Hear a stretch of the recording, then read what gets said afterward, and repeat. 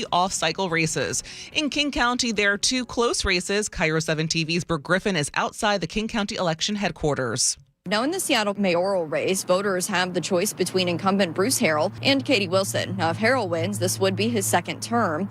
Newcomer Katie Wilson is a community activist and the co-founder of the Seattle Transit Riders Union. Wilson beat Harrell in the August primary with 51% of the vote compared to Harrell's 41%. And another big race is the fight for the Seattle Attorney's Office. And Davison is going up against Erica Evans. Davison was first elected in 2021. Evans is also a former federal prosecutor. In the August primary, Evans had a 22% lead over incumbent Davison. Voters will be choosing a new mayor in Tacoma. KIRO 7 TV's Ranjit Sinha is outside the Pierce County election headquarters. Now, the current mayor, Victoria Woodard's, reached the term limit. She's been in office since 2018. So voters are deciding between City Council member John Hines and former City Council member Anders Ibsen. Now, Ibsen won the primary with 38% of the vote. Hines got 19%. Now, Hines, as I mentioned, current City Council member, has been in office for 5 years, while Ibsen, a former City Council member, served for 8. You have until 8 o'clock tonight to get your general election ballot into a drop box. Once it's there, election leaders say steps will be taken to ensure it's handled and counted carefully. King County election spokesperson Hallie Watkins explains. So after you drop that ballot into a drop box, it's going to be collected by a trained team of 2, brought directly back to our facility here in Renton for processing. And processing happens under the watchful eye of observers from both major political parties, nonpartisan observers, and the public can even watch us work at home on our live stream webcams that are available on our website. There are some Washington legislative races on the ballot, one statewide measure, and plenty of local positions and issues that will affect your daily life. The Secretary of State's office expects anywhere from 35 to 45% of registered voters to cast their ballots in this odd year election. Meanwhile, the Seattle City Council, in an emergency meeting yesterday afternoon, passed a resolution authorizing Mayor Bruce Harrell's limited civil emergency proclamation to fill the gap left by defunding of the Supplemental Nutrition Assistance Program, otherwise known as SNAP. KIRO News Radio's James Lynch has more. Currently, there are more than 50,000 people in Seattle who depend on SNAP, and their benefits ran out November 1st. The City Council voted unanimously 9-0 to support the proclamation and free up $8 million to fund SNAP through the end of the year. Councilmember Alexis Mercedes Rink. The federal government has the power to turn this funding back on, even during a shutdown, and they simply lack the will to do so. This is a choice. The Fed said this morning it would fund SNAP only at 50% only through November. Money from the city will come from its $85 million discretionary subfund. James Lynch, KIRO News Radio. Seattle police released new photos of a suspect who robbed and bit off a finger of an 88-year-old woman at her South Seattle home. KIRO 7 TV's Samantha Lomibao has details. Seattle police say the man they're after beat the woman, dragged her into her garage, and then stole her jewelry. Chris Potts lives in the neighborhood, was shocked by what happened next. All kinds of cops out here. Fire truck pulls up. All we heard the cops tell the fire department is she's missing a finger. My daughter and I are like, what? When she fought back, police say the man bit off her finger. This is one of the more brutal and heinous assaults I have seen. The suspect last seen in a black hoodie, black pants, backpack, and gray shoes. You can see the photos of the suspect on mynorthwest.com. Mariners catcher Cal Raleigh is officially a finalist for the American League MVP. The pitch to Cal, swing and a drive, deep to right field. There it is, number 60. Raleigh's 60 home runs set a record for catcher and switch hitter. He also led the league with 125 runs batted in. Raleigh joins Yankees slugger Aaron Judge and Cleveland's Jose Ramirez as the 3 finalists. The winner will be announced on November 13th. Now to your KIRO News Radio real-time traffic. Everett to Seattle about 28 minutes right now. Edmonds to Seattle about 15 minutes. And Marysville to Seattle about 32 right now. And for your KIRO News Radio forecast on this election day, we're starting off cool again this morning. Temperatures in the 40s will be partly dry today, and the high will be 56. Right now, it's about 42 in downtown Seattle. Coming up, G. Scott breaks down Sunday night's big Seahawks win. That's next. I'm Katrina Gashard. You're listening to KIRO News Radio. Your best source for local news, serving Western Washington and the world with a KIRO News Radio app. Always streaming live on your smart speakers. You're listening to KIRO News Radio, Northwest News. This hour of Seattle's Morning News is brought to you by Closets by Design Seattle. Choke Points with Chris Sullivan. With Choke Points, we try to answer listeners' questions. It can be as simple as a neighborhood stop sign, or it can be as big as the budget for transportation. I don't care. I'll find the answer for you. It's really easy to get a hold of me at mynorthwest.com. We have a direct link there that gets right to me. You can also do it in the app. You can hit me up on the text line. Choke Points, presented by Carter Subaru. Tuesdays and Thursdays on KIRO Newsradio 97.3 FM. So my mother is thinking of switching from Verizon to Pure Talk, but she's worried the deal sounds too good to be true. Michael, she said, how can those Pure Talk people offer me the same basic service as Verizon for so much less money? I said, Ma, go ask Google how much Verizon spends on advertising and promotions. A few seconds later, my mother said, oh my goodness, $12 billion a year? That must be a typo. I'll tell you what I told my mom.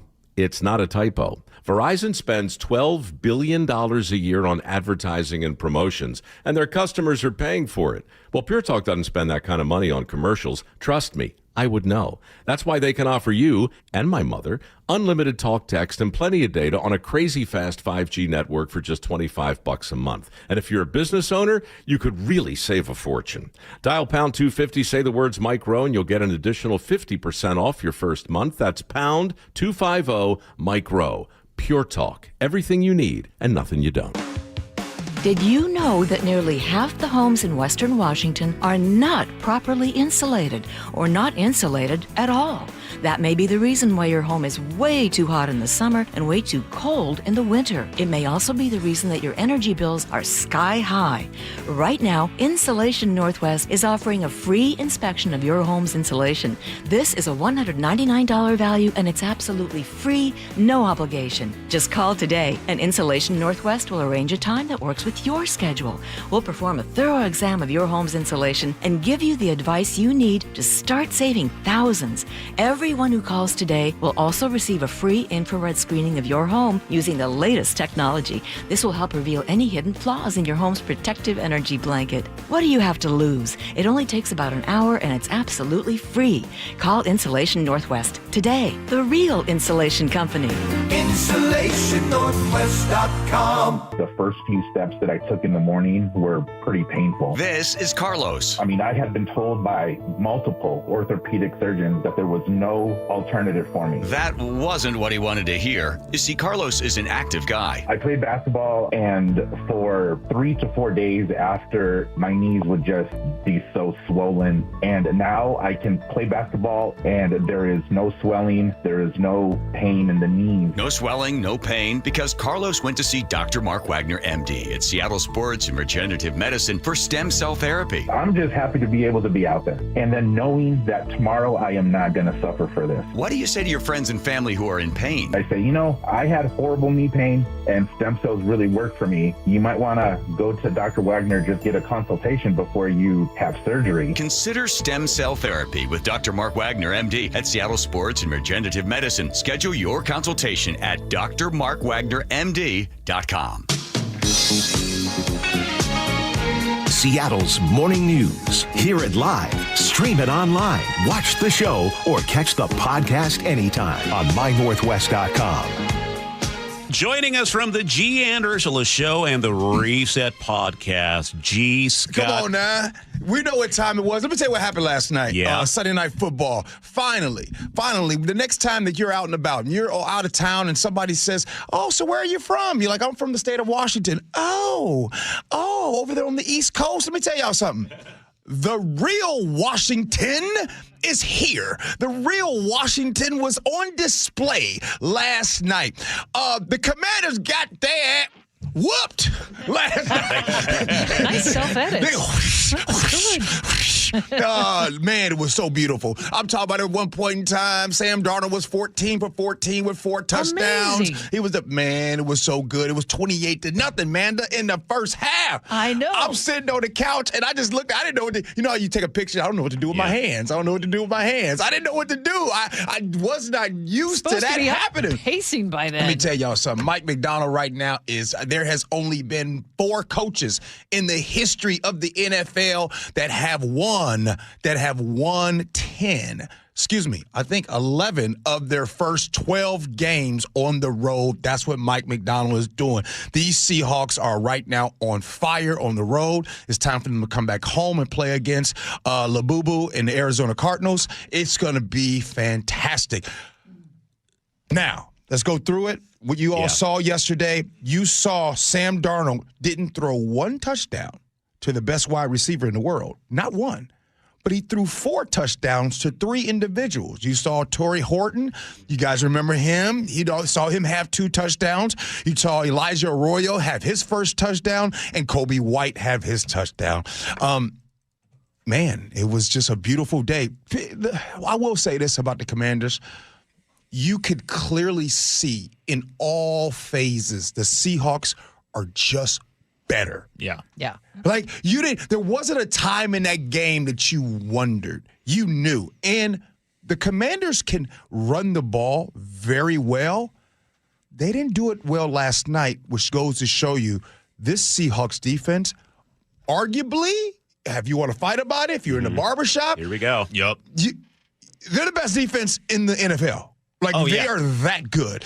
So good that week to week, you're finding out this person is not going to be there. This person is hurt. This person is hurt. It doesn't matter. That's okay. It comes back and gets busy. It was so good to see Devin Witherspoon back, launching into people. He was. Okay, I also want to just point out, I want to give mad respect, obviously, to Steve Largent. He's the greatest Seahawks wide receiver of all time. I feel like this is almost like a Mariners argument between Griffey and Cal.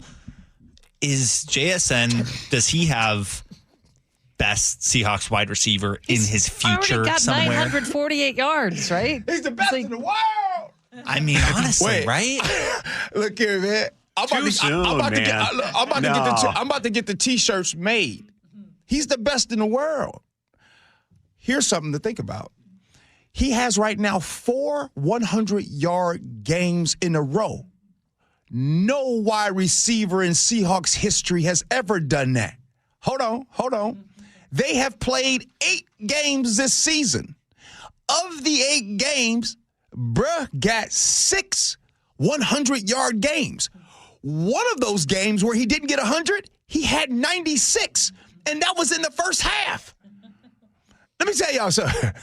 I ain't want to gossip. Y'all ain't heard it from me, Miss Benita, but Jackson Smith-Njigba is the best in the world. What makes him so good? Is it his route running? Is it his hands? Oh, so glad you asked me that. JSN is the Bruce Lee of wide receivers. You know, when you talk about Bruce Lee, right, who I think is the greatest of all time, when you talk about him, he's not the biggest.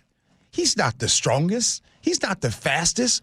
However, when he needs to be all of those things at that point, he is all those things. When it's time for JSN to be explosive, he's explosive. When it's time to be strong, he's strong. So what makes him, I think you guys are seeing someone who is born to play something and is actually doing it. I think Jackson Smith-Njigba, he'll tell you himself, that dude was born to be a wide receiver.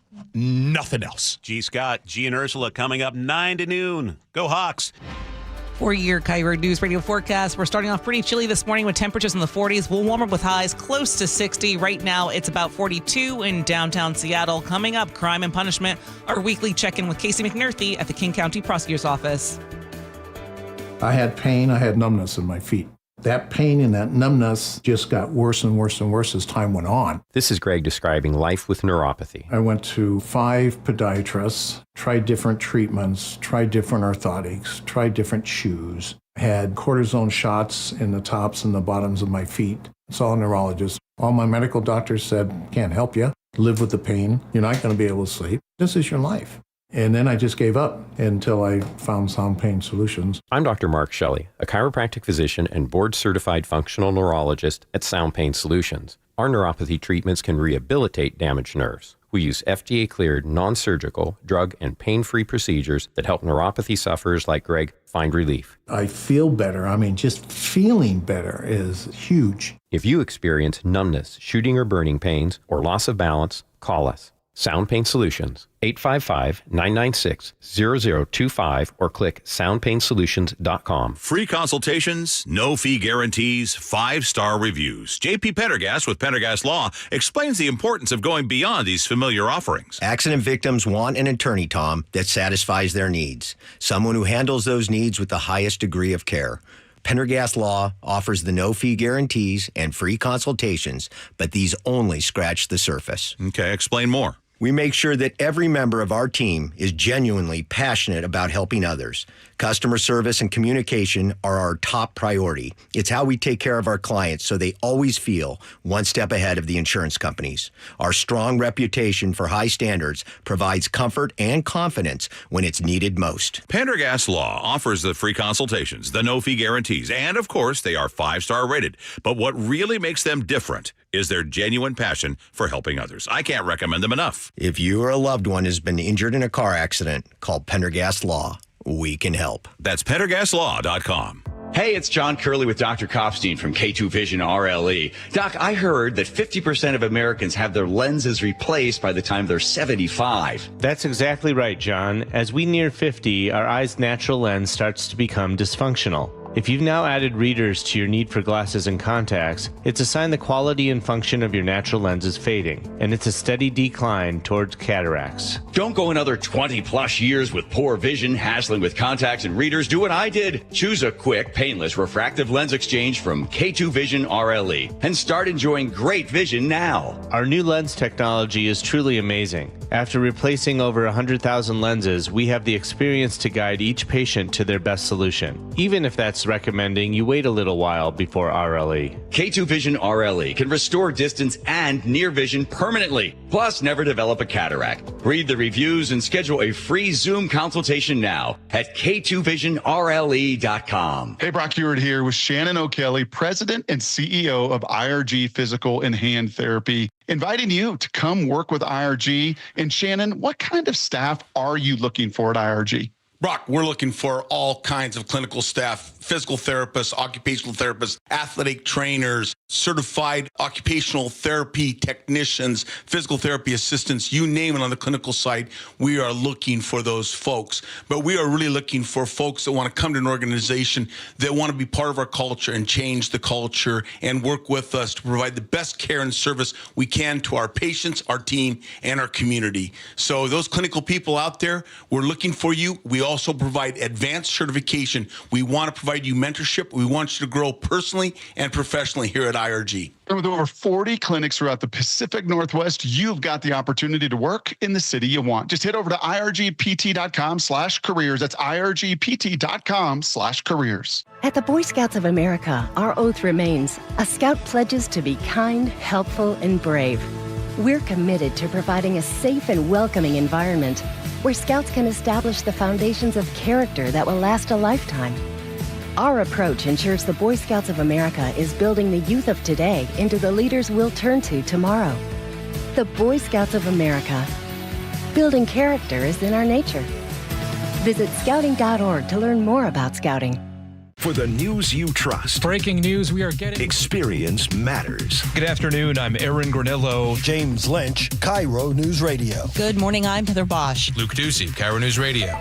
We're on YouTube, our app, and 97.3 FM. I was blown away. In a good way? A very good way. How so? By the generosity of our neighbors. Nice. When Apollo Plumbing pledged our service fees. Oh, right. To benefit Seattle Children's Hospital? All month. All the way to $20,000. And even more, as it turns out. That is generous. It was more than I could have imagined. It's a good feeling. Which is why I'm taking a minute to say thanks. To all of us who called Apollo? And those who donated even more. On your website. Right. You made it possible for us to help Seattle children. Helping them provide patient care, support research. And ensure no child in need is ever turned away. Because we called Apollo Plumbing. And made donations through our website. Even more for Seattle Children's. Thank you for helping us help them. Giving is a good thing. We're grateful to all who did. It's good knowing Apollo Plumbing cares. It's good knowing we're ready right now too, right? Sure. That's what makes you Apollo Plumbing. You call, we come. It's fixed. Guaranteed. Gotta love Apollo Plumbing. ApolloPlumbing.com. Hey, how's your money situation? Are you ready for retirement? Well, if you want to know what the pros are doing to make wealth multiply and retire like royalty, then you need to listen to this show, Sound Path Through Retirement, with Ben Koval and Matt Leibarger. Get your money right and tune in every weekend, Saturdays at 10 a.m. and noon on KIRO Newsradio 97.3 FM. One thing you can always count on is a change in the weather. Time to protect your home now with the help from the pros at Integrity Roofing and Construction. With years of experience in roofing and restoration, their skilled team delivers exceptional craftsmanship, whether it's a simple roof repair or a full renovation. Integrity offers free estimates, and their customer satisfaction speaks for itself. Don't wait until the next storm hits. Schedule your free estimate today. Call Integrity at 206-202-ROOF or visit online at integrityrc.com. That's integrityrc.com. Brought to you by Progressive Insurance. Not only does Progressive let you bundle your insurance, they also give you round-the-clock protection. Get a quote today at progressive.com. KIRO News Radio 97.3 FM Northwest News. Now, the latest from KIRO News Radio and mynorthwest.com. Good morning. I'm Katrina Gashard. The government shutdown is getting closer to becoming the longest in U.S. history. Americans are lining up at food banks even as 2 courts have ordered that SNAP benefits be restored after being cut off this weekend. The Trump administration says it will only pay half. With air traffic controllers working without pay, more flights are being canceled or delayed due to staffing issues. CBS's Chris Van Cleve reports from Sky Harbor International Airport in Phoenix. Marathon-long security lines could soon become a reality for travelers across the country. I was at the line for like about 5 hours, but I still didn't get to the check-in. At Houston's Bush Airport on Monday, passengers waited more than 3 hours in line. TSA staffing is so low because of sick calls due to the government shutdown. The airport could only staff checkpoints in 2 of its 5 terminals. Former Vice President Dick Cheney has died at age 84. Cheney died Monday of complications of pneumonia and cardiac and vascular disease. CBS's Cammie McCormick has more. This looks like Bush-Cheney country. Dick Cheney hit the campaign trail many times in a long political career, but by most accounts, he was never comfortable with the handshaking, the media spotlight. In the 2004 race against the telegenic John Edwards, Cheney turned to self-deprecating humor. People tell me Senator Edwards got picked for his good looks, his charm, his sex appeal, his great hair. I said, how do you think I got the job? It was a style that served Cheney well in 6 congressional and 2 vice presidential campaigns. Cammie McCormick, CBS News. Today is General Election Day. Stuart Holmes with the Secretary of State's office says there are some Washington legislative races on the ballot, and there is one statewide measure. In addition, voters should expect to see local districts on their ballot. So you got your cities, your fire districts, your school boards, many of those smaller districts. He says those are important. These are the elections in which most directly impact your daily life on a regular basis. You have until 8 o'clock tonight to get your ballot into an election drop box. You can also mail your ballot, but make sure you see a USPS worker stamp it with a postmark before you leave the post office to make sure it's counted.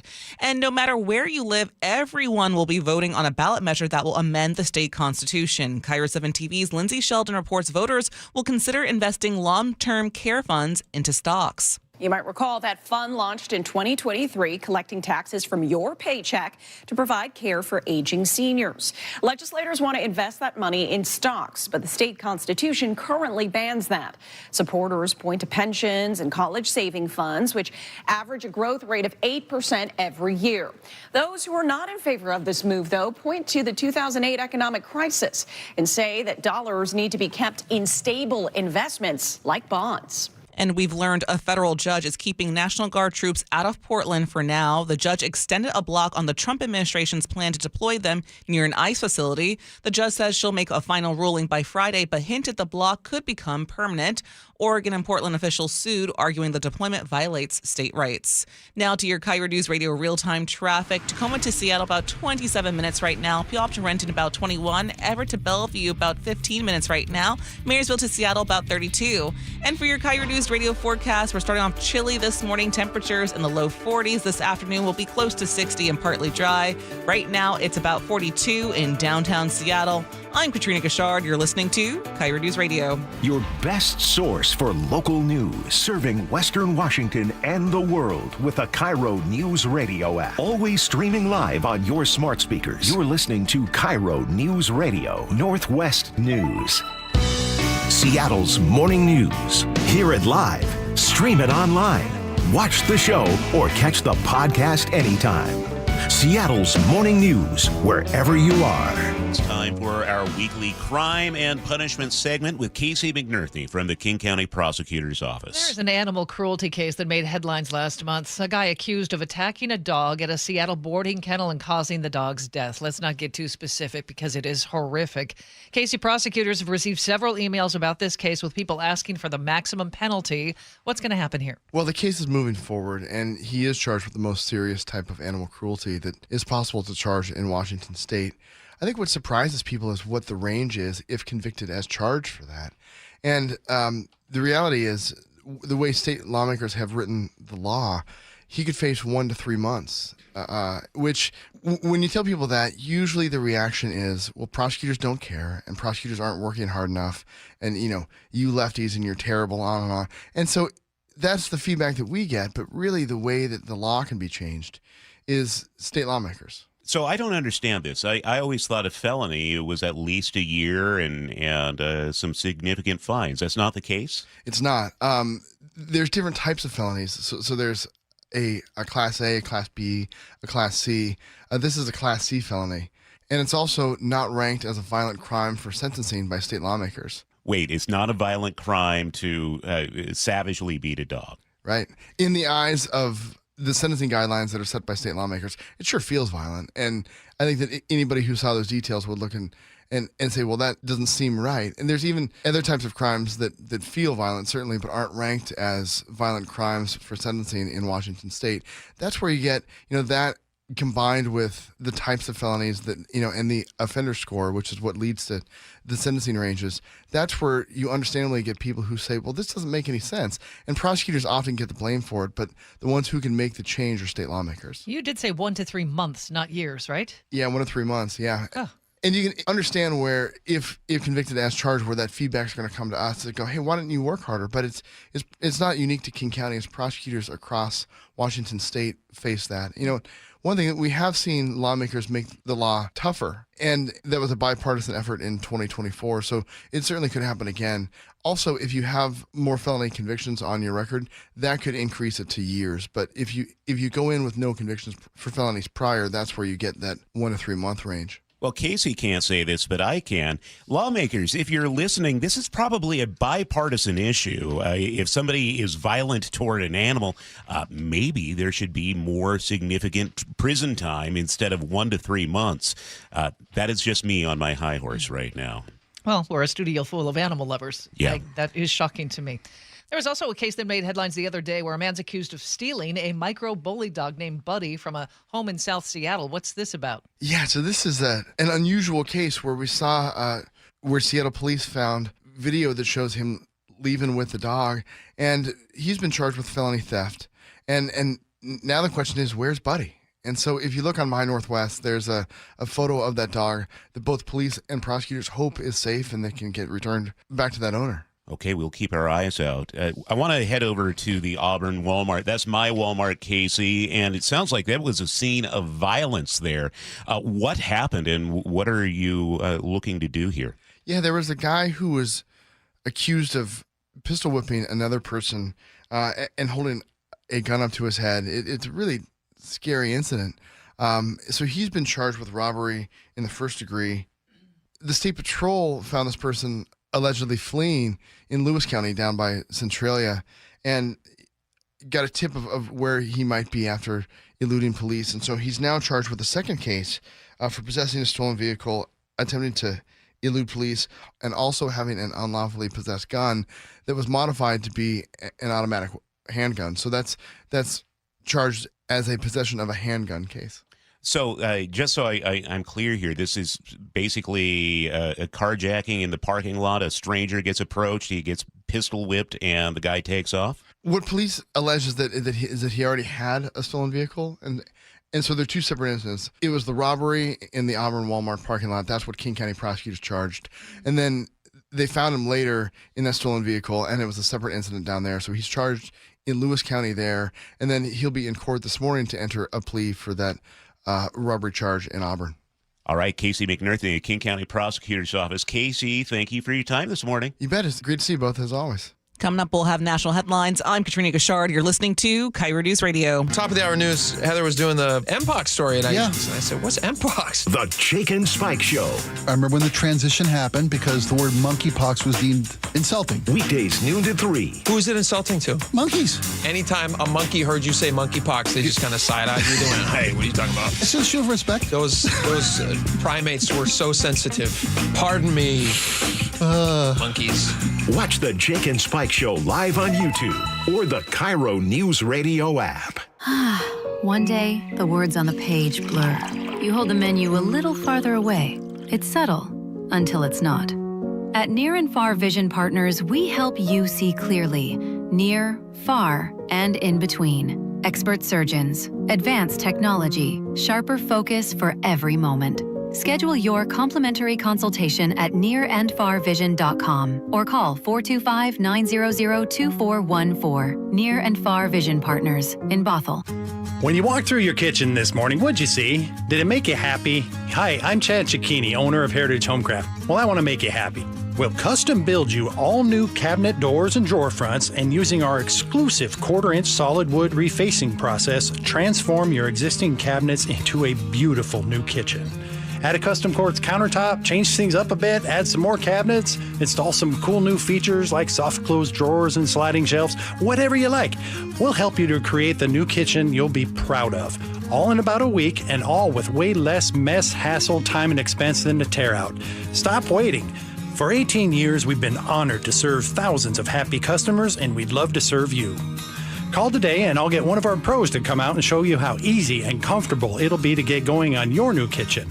Heritage Homecraft, 425-485-1600, 425-485-1600, or heritagehomecraft.com.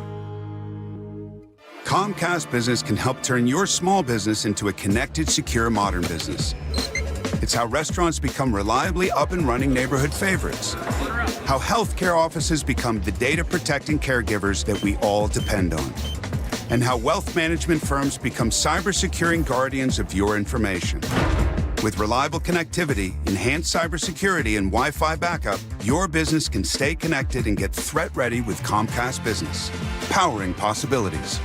Now through November 16th, new Comcast Business customers can get started with 150 megabit internet plus security for $59.99 a month for 12 months with a 2-year agreement. Plus, ask how to get a $500 prepaid card on a qualifying gig package. Call today. Restrictions apply. Requires enrollment in paperless billing and auto pay with bank account. Early termination fee applies. Equipment, taxes, and fees extra. CBS News special report. Former Vice President Dick Cheney has died. In a statement, his family says the 46th Vice President died last night with his wife and daughters by his side. He died of complications of pneumonia and cardiac and vascular disease. More from CBS's Cammie McCormick. This looks like Bush-Cheney country. Dick Cheney hit the campaign trail many times in a long political career, but by most accounts, he was never comfortable with the handshaking, the media spotlight. In the 2004 race against the telegenic John Edwards, Cheney turned to self-deprecating humor. People tell me Senator Edwards got picked for his good looks, his charm, his sex appeal, his great hair. I said, how do you think I got the job? It was a style that served Cheney well in 6 congressional and 2 vice presidential campaigns. Cammie McCormick, CBS News. Cheney also served as a Wyoming congressman, White House chief of staff, and Secretary of Defense. He was 84. CBS News special report. I'm Michael Wallace. For your KIRO News Radio forecast, we're starting off chilly again this morning with temperatures in the low 40s. It'll be partly sunny today. We'll warm up to highs close to 60. Right now, it's about 42 in downtown Seattle. Coming up, CBS News business analyst Jill Schlesinger with some tax advice heading into 2026. I'm Katrina Gashard. You're listening to KIRO News Radio. Health insurance is broken, but it doesn't have to be. That's why Scan Health Plan was founded as a nonprofit so we can create Medicare Advantage plans that focus on the real needs of seniors. We've been people first since 1977, and we're here to make Medicare work hard for you, because you deserve more than a broken system. You deserve a plan that fights for you. Visit scandifference.org to learn more. Scan Health Plan is an HMO plan with a Medicare contract. Enrollment in Scan Health Plan depends on contract renewal. As a mom, comforting my family is what I do best. Vicks Vapor Stick provides soothing, non-medicated Vicks vapors in an easy-to-apply stick, and it dries fast, so there's no mess. I use it to comfort myself and my family. Thanks, Mom. Vicks Vapo Stick, soothing comfort for the whole family. And try Vicks Vapo Shower Max for steamy Vicks Vapors when you need more comfort for yourself. Use as directed. An official message from Medicare. Medicare plans change from one year to the next. And this year, it's important for you to review your current coverage and compare all your options during Medicare open enrollment. Compare health plans, drug coverage, and costs. See if you can save some money, and don't forget to make sure your drugs are covered. Open enrollment ends December 7th. Visit Medicare.gov or call 1-800-MEDICARE. Paid for by the U.S. Department of Health and Human Services. This might be the most surprising statistic I've shared in decades of doing local news. More than 75% of commuters will be involved in a car accident at some point. JP Pendergast of Pendergast Law with more. What makes it more surprising? The average person will be involved in 3 to 4 collisions in their lifetime. With accidents unbelievably prevalent, what are some safety tips if it happens to you? Safety first. Secondary collisions are not uncommon while awaiting help. Turn on those hazards and remain in a safe place. If a bystander witnessed the accident, capture their information and encourage them to remain at the scene. Seek medical attention immediately if needed, as delaying can be a costly mistake. Lastly, remember that statements made to police and insurance adjusters can affect your case. Collisions are more common than we'd like to think. If you find yourself in one, follow these helpful tips and then call my friends at Pendergast Law. If you or a loved one's injured in a car accident, call Pendergast Law. We can help. PendergastLaw.com. For more than 50 years, the voice Seattle trusts. This is Seattle's Morning News on KIRO Newsradio. Well, here we are. It's November, and that means we are approaching the end of the year. And joining us is CBS Money analyst Jill Schlesinger. Jill, how did this happen? I know, it's terrible. It really is. And I know what you're probably more interested in is like, well, how do I compile my shopping list? I am going to help you pay for your holiday season with the help of Uncle Sam. How about that? That's kind of a good way to sell this. I missed that on my first 14 hits this morning. Where do we start? Well, first of all, there are a bunch of benefits that are applying to this tax year, 2025, that were announced in that tax bill earlier this year. So you may have heard about these things like there's no tax on tips or overtime income deduction or changes to auto loan interest, which is now going to be deductible, or a bonus for being over the age of 65, an extra deduction. All of these things are actually in play for this year. But there's one thing I want to kind of emphasize about all of them. They are all phased out depending on your income level. Now, I think that you might be surprised that if somebody is earning tip income, that they actually might have income that is greater than $150,000, which would make them ineligible for this. The reason is that what we know is that there's a lot of people who they've got side hustles. They're bringing extra money in on the side in addition to their main jobs to kind of support their lives. And so if you're thinking, how do I get these deductions? How do I qualify for them?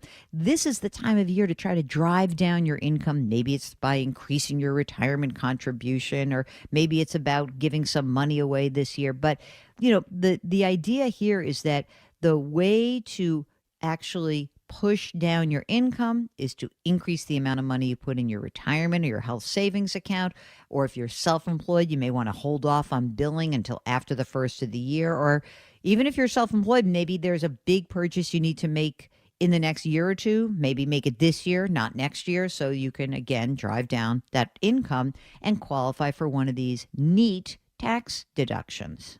I'm interested in the auto loan interest deduction. Has that ever been deductible before? It hasn't, and it's a new one, right? So this is for new loans on a car, a minivan, vans or SUVs, anything. It's got like a weight limitation of 14,000 pounds, which seems pretty heavy to me.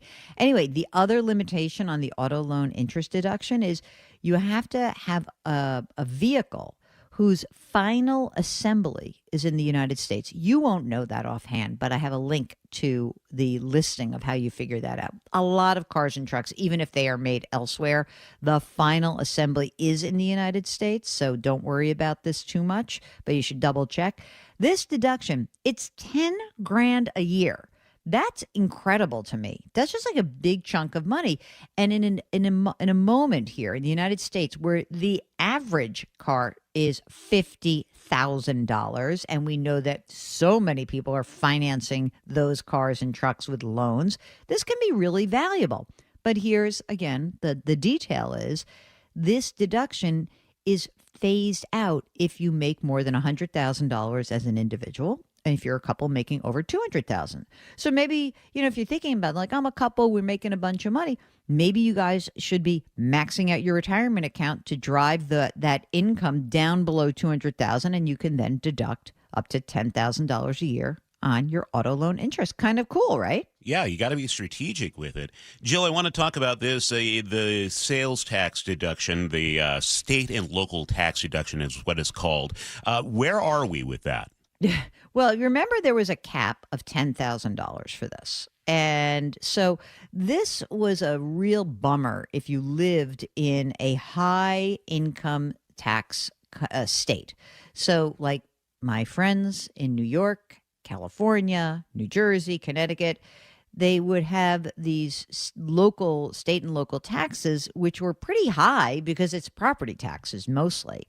So right now, for 2025 through 2028, because those deductions I rattled off were only for 4 years. They're temporary. That you have the increase of state and local tax deduction to $40,000, and then it's going to revert in 4 years. In 2029, it's going to revert back to $10,000 permanently. Now, this one is you got a much bigger threshold. Its threshold is $500,000, but I know in your area you can certainly have a couple that's making $250,000 each in a tech sector job who may not be entitled to this one. But it is a benefit for a few years. Take the benefit while you can. As we approach the end of the year, can you tell us what is the easiest one thing we can do to improve our situation? I think the one thing is you can go to the irs.gov website and use the withholding estimator to see if you have enough money set aside to pay your tax bill in April. I think a lot of people don't realize like their tax situation can really change year to year, can be changing based on buying and selling a home or buying and selling or selling a stock, or you work for a company that gave you a slug of stock or stock options, you exercise them, and then your whole tax situation can really change. So I would do that right now. Again, you've got 2 months to go. You have a chance to actually either set aside some extra money for taxes, make some changes with your payroll department. And if you're really at sea, now is also a really good time to talk to a CPA or a tax preparer or a CFP if you work with a financial advisor to talk through these issues. Because let me tell you something, you're not going to be able to talk to them at length in March when they're not taking any new clients. Well, a lot of money-saving ideas up on JillOnMoney.com, the blog. We always appreciate talking to you, Jill Schlesinger. Thank you. Thanks for having me. Take care. Coming up right now, we are about 43 degrees in downtown Seattle. Coming up next, we'll have more of Seattle's Morning News. You're listening to KIRO Newsradio. The Northwest's trusted news source, KIRO Newsradio. Police in Federal Way are investigating what appears to be a car explosion. KIRO Newsradio's Luke Ducey is live from the neighborhood. I can't tell you enough how crazy this scene is here. Coverage you depend on. A massive police presence in Kent. From voices you know and trust. We have an active fire inside one of these buildings here. KIRO Newsradio on 97.3 FM, the app, YouTube, and your smart speaker. Have you tried the dining district at the Bellevue Collection? Grab lunch with friends, meet up for happy hour, and stay for dinner and beyond. You can sample international flavors and local favorites from talented chefs. Try a new cocktail on a rooftop bar or watch the game with friends. And explore the lively nightlife scene. The Dining District at the Bellevue Collection, where your taste adventure begins. Learn more at BellevueCollection.com/dining district. Adopt US Kids presents What to Expect When You're Expecting a Teenager. Learning the lingo. GOAT, G-O-A-T, acronym, stands for Greatest of All Time. As in, spaghetti sandwiches for dinner? They're my fave. Dad, you're the GOAT. You don't have to speak teen to be a perfect parent. Thousands of teens in foster care will love you just the same. Visit adoptuskids.org. Brought to you by the U.S. Department of Health and Human Services, Adopt U.S. Kids, and the Ad Council. KIRO News Radio. Get on the YouTube channel. We're live all day on YouTube. Every show, every day. Hang out with us. The whole gang's there. And you never know what you might see. Back up the camera. Oh, my God. Just search KIRO News Radio, then subscribe. Hey, it's Doctors King and Kopstein from K2 Vision. If you're at the stage where you need readers, whether you've had LASIK or not, it may be time to consider K2 Vision RLE. I tell my King LASIK patients, laser vision correction won't solve the eventual need for reading glasses due to an aging, dysfunctional lens. But K2 Vision RLE will. It's not a question of if your lens becomes dysfunctional, it's when. At that point, you'll need reading glasses and could benefit from refractive lens exchange, a permanent solution to distance, intermediate, and near vision problems. In other words, no glasses, no contacts, and no readers. And no cataracts. Exactly. After K2 Vision RLE, you will never develop a cataract. K2 Vision RLE is quick and painless. And because we've performed over 100,000 procedures and followed the outcomes, we have the experience to know if RLE is right for you. Schedule your free Zoom consultation today at k2visionrle.com and let's get your vision feeling young again, permanently. Go to k2visionrle.com. What if you could have reliable and intelligent Wi-Fi? And get this, what if you could keep it at the same price for 5 years? That's the Xfinity 5-year price guarantee. 5 years of Wi-Fi that boosts speeds to the devices that need them most. That finds and fixes problems before you even notice them. Like super intelligent Wi-Fi with a sixth sense. And that keeps you gaming in the fast lane, even when the whole family is banking on bandwidth. All your devices working in perfect harmony for 5 whole years. And here's the best part. No annual contracts, no hidden fees, and our best equipment included. Hey, let's face it, a lot can change in 5 years. Kids grow taller, dreams grow bigger. But your Wi-Fi? It would stay reliable and the price would stay put. The Xfinity 5-year price guarantee. Lock in your price and unlock the possibilities. Xfinity. Imagine that. Select plans only. Restrictions apply. Good afternoon, I'm Aaron Granillo. Your best source for local news. Newly released police video shows the arrest of a 17-year-old. KIRO News Radio. Not completing high school is more of a social thing than it was an academic thing. I came out in the 11th grade. Nobody was embracing you. The kids were cruel. It was very difficult to be gay. Even though all these years have passed, I still had that longing to have my diploma. The hard part was determining that I was going to do it, but I definitely didn't do it alone. At age 30, with the help of her mentor, Carissa finished her high school diploma. I have a mentor, Maria. She convinced me to continue my education and to finish what I started to get my diploma. Just never judges. She's a true role model. If you're even considering getting your high school diploma, go get it. You can do it. No one gets a diploma alone. If you're thinking of finishing your high school diploma, you have help. Find free adult education classes near you at finishyourdiploma.org. That's finishyourdiploma.org. Brought to you by the Dollar General Literacy Foundation and the Ad Council. Thank you, Dr. Wagner. I have a really bad left hip. In fact, this other doctor's like, well, you're going to have to get a hip replacement. I was like, oh, my God. He goes, how old are you? I told him, well, you're going to have to wait a couple of years because we don't want you to wear the hip out. We want you and the hip to both go to heaven together. I was like, well, in the meantime, well, try stretching, aspirin. I was like, I'm not doing that. I'm in pain. I can't sleep. I could barely walk. I'd get off a plane and I'm like struggling to even make it down the ramp. I go to see Dr. Wagner. He explains to me how the stem cell procedure works. It's 90 minutes, and I'm telling you right now, I love it. So rather than surgery, make an appointment to see Dr. Wagner. It could be the game changer for you, like it's been for a whole bunch of other people as well. So whether it's your hip or your wrist or your shoulder, your knee, check out Dr. Mark Wagner. I'm telling you right now, stem cell procedure could be the answer for you, as it's been for me. You want to find out more? drmarkwagnermd.com. That's drmarkwagnermd.com. For over 50 years, Bucky's Complete Auto Repair has been the one locals trust for fast, friendly service with guaranteed repairs. With 16 family-owned locations and a Carfax preferred badge, Bucky's makes it easy with same-day service and available financing. Visit buckys.com. Your best source for local news. KIRO Newsradio, KIRO FM and HD1, Tacoma, Seattle, Northwest News.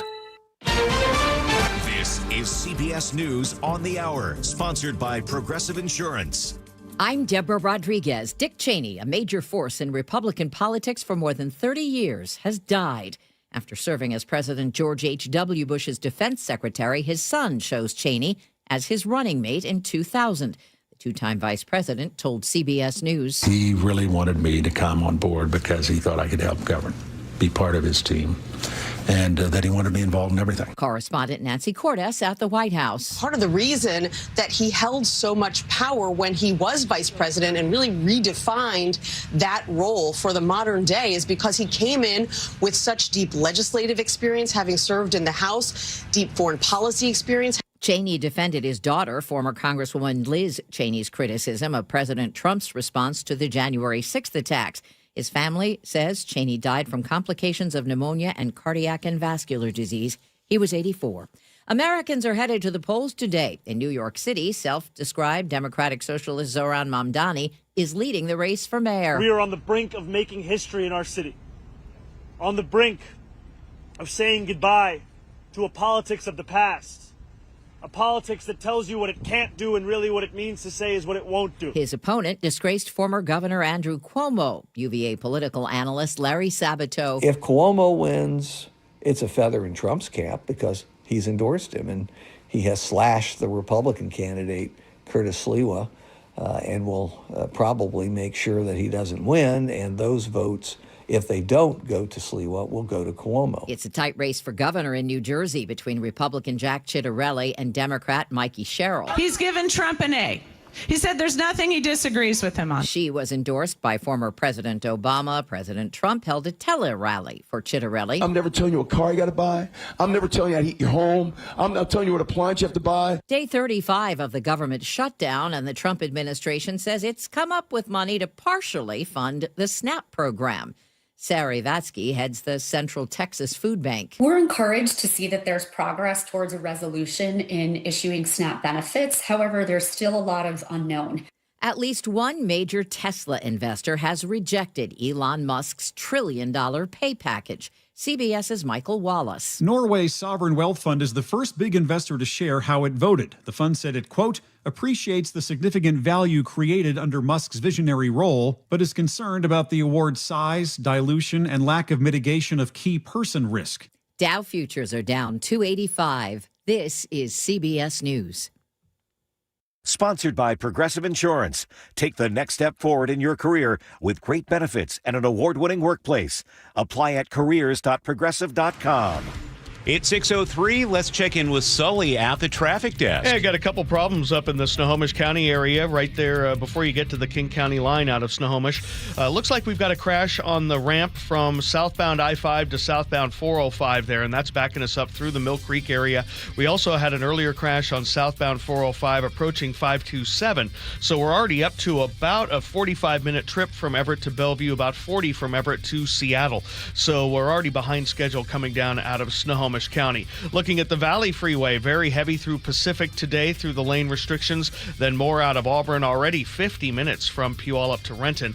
And then Renton to Bellevue is running right around 20 minutes. Federal Way to Seattle, seeing the brake lights from 320th on up past the Kent Des Moines Road. 40 minutes for you guys. Olympia to Tacoma, we are running right around 35 minutes.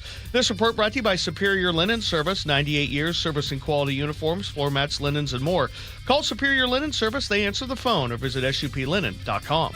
Now, the latest from KIRO Newsradio and MyNorthwest.com. Live from East Lake Avenue. You're listening to Charlie Harger and Manda Factor, Seattle's morning news. 6:04 on November 4th. It's Election Day across the country, and there are a lot of important races going on across Western Washington. All morning, we will be taking a deeper dive into some of those races, and KIRO News Radio's Luke Ducey is here to break it down. Yeah, so this Election Day is really all about mostly those smaller offices that have a huge impact. For example, in King County, there are 491 candidates running for 337 offices.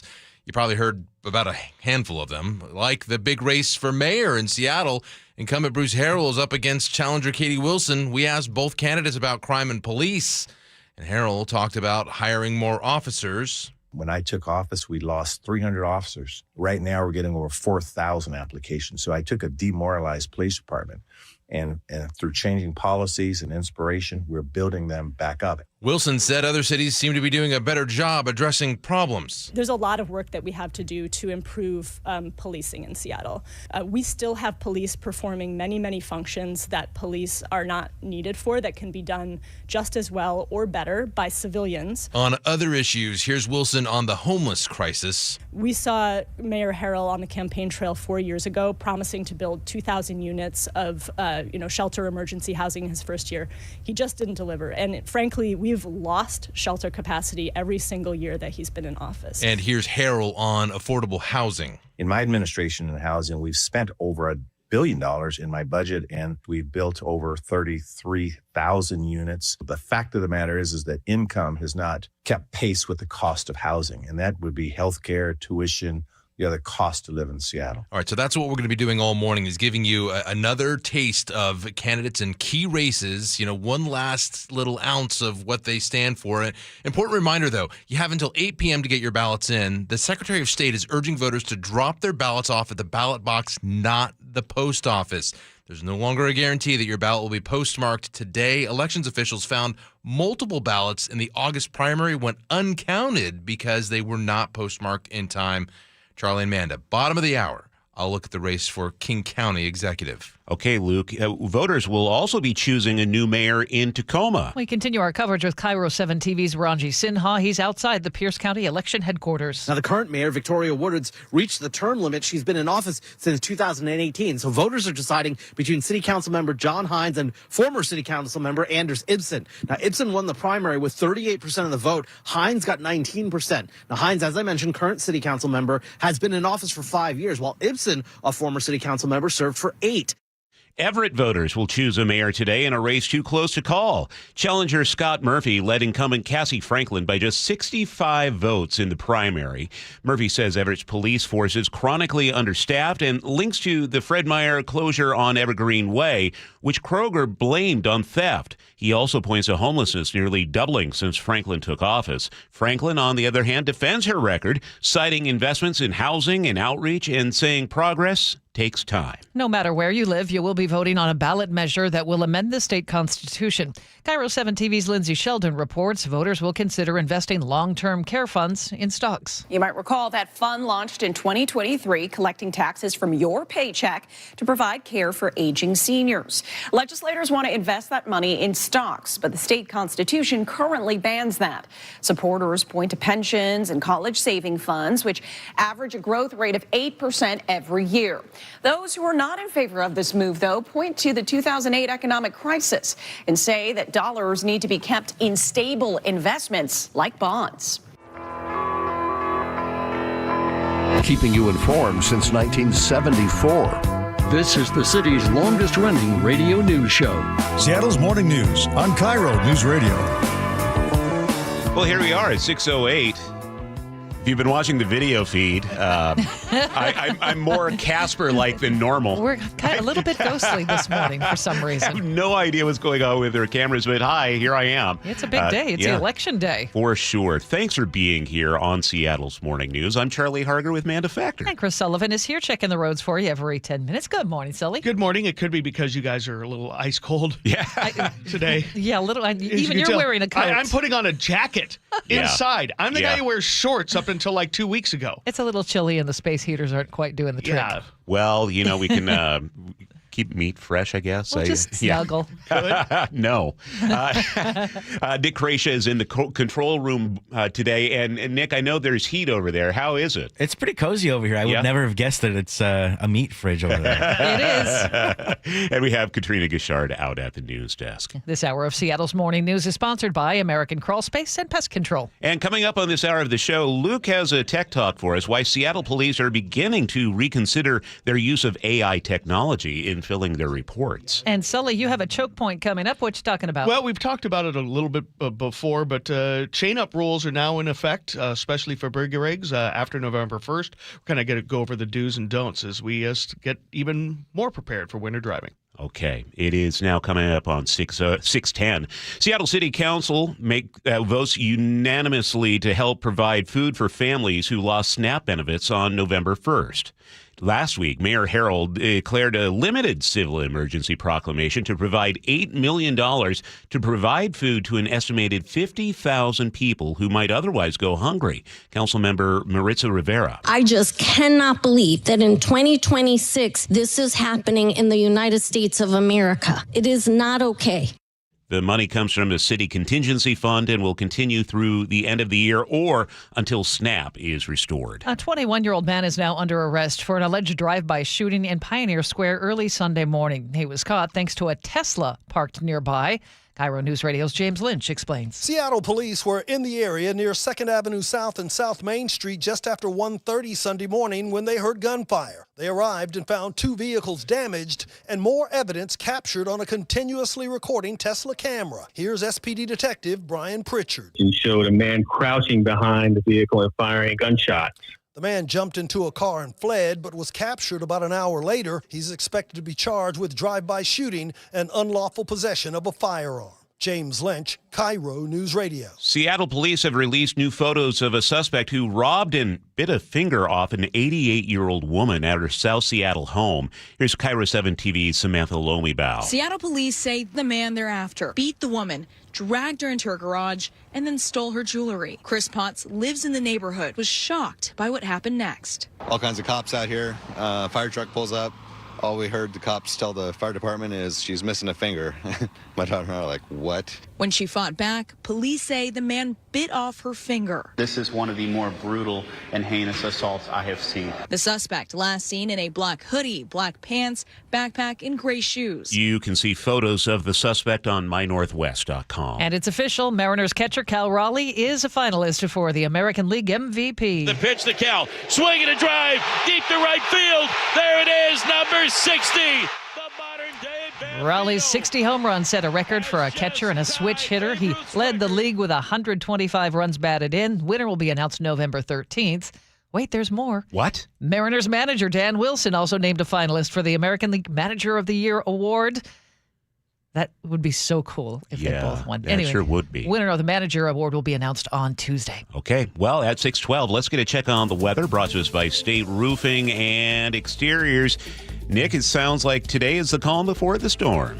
Yep, we're going to start off with, it really depends on where you are, because some places it's just chilly. You know, we have some chilly conditions farther north around, say, like Tulalip, around Everett, where you've had some clearing overnight, so it's cold in the 30s. But if you go farther south, you have more clouds around Tacoma and around Seattle. So our temperature range right now is about, say, 30, 32 to about 46. Now, we will all see a little bit of sun today, at least some sun breaks, before clouds increase, and then we see rain probably starting in a spotty fashion after about like 7, 8 o'clock.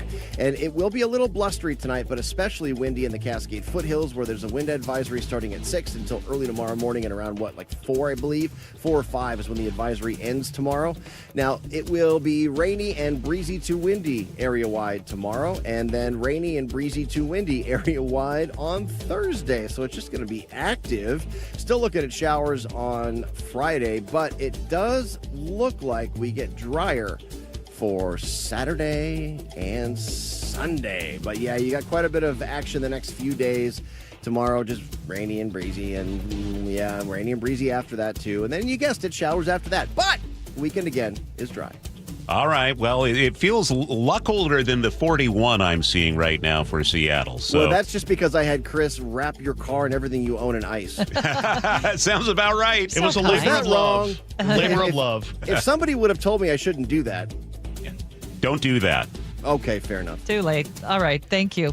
It's 6:13 now, and that's time for traffic. Take it away, Sully. And we have a pretty sizable backup on southbound I-5 from 128 down through the Mill Creek interchange. Because of this crash, we've been working on the ramp from southbound 5 to southbound 405 there.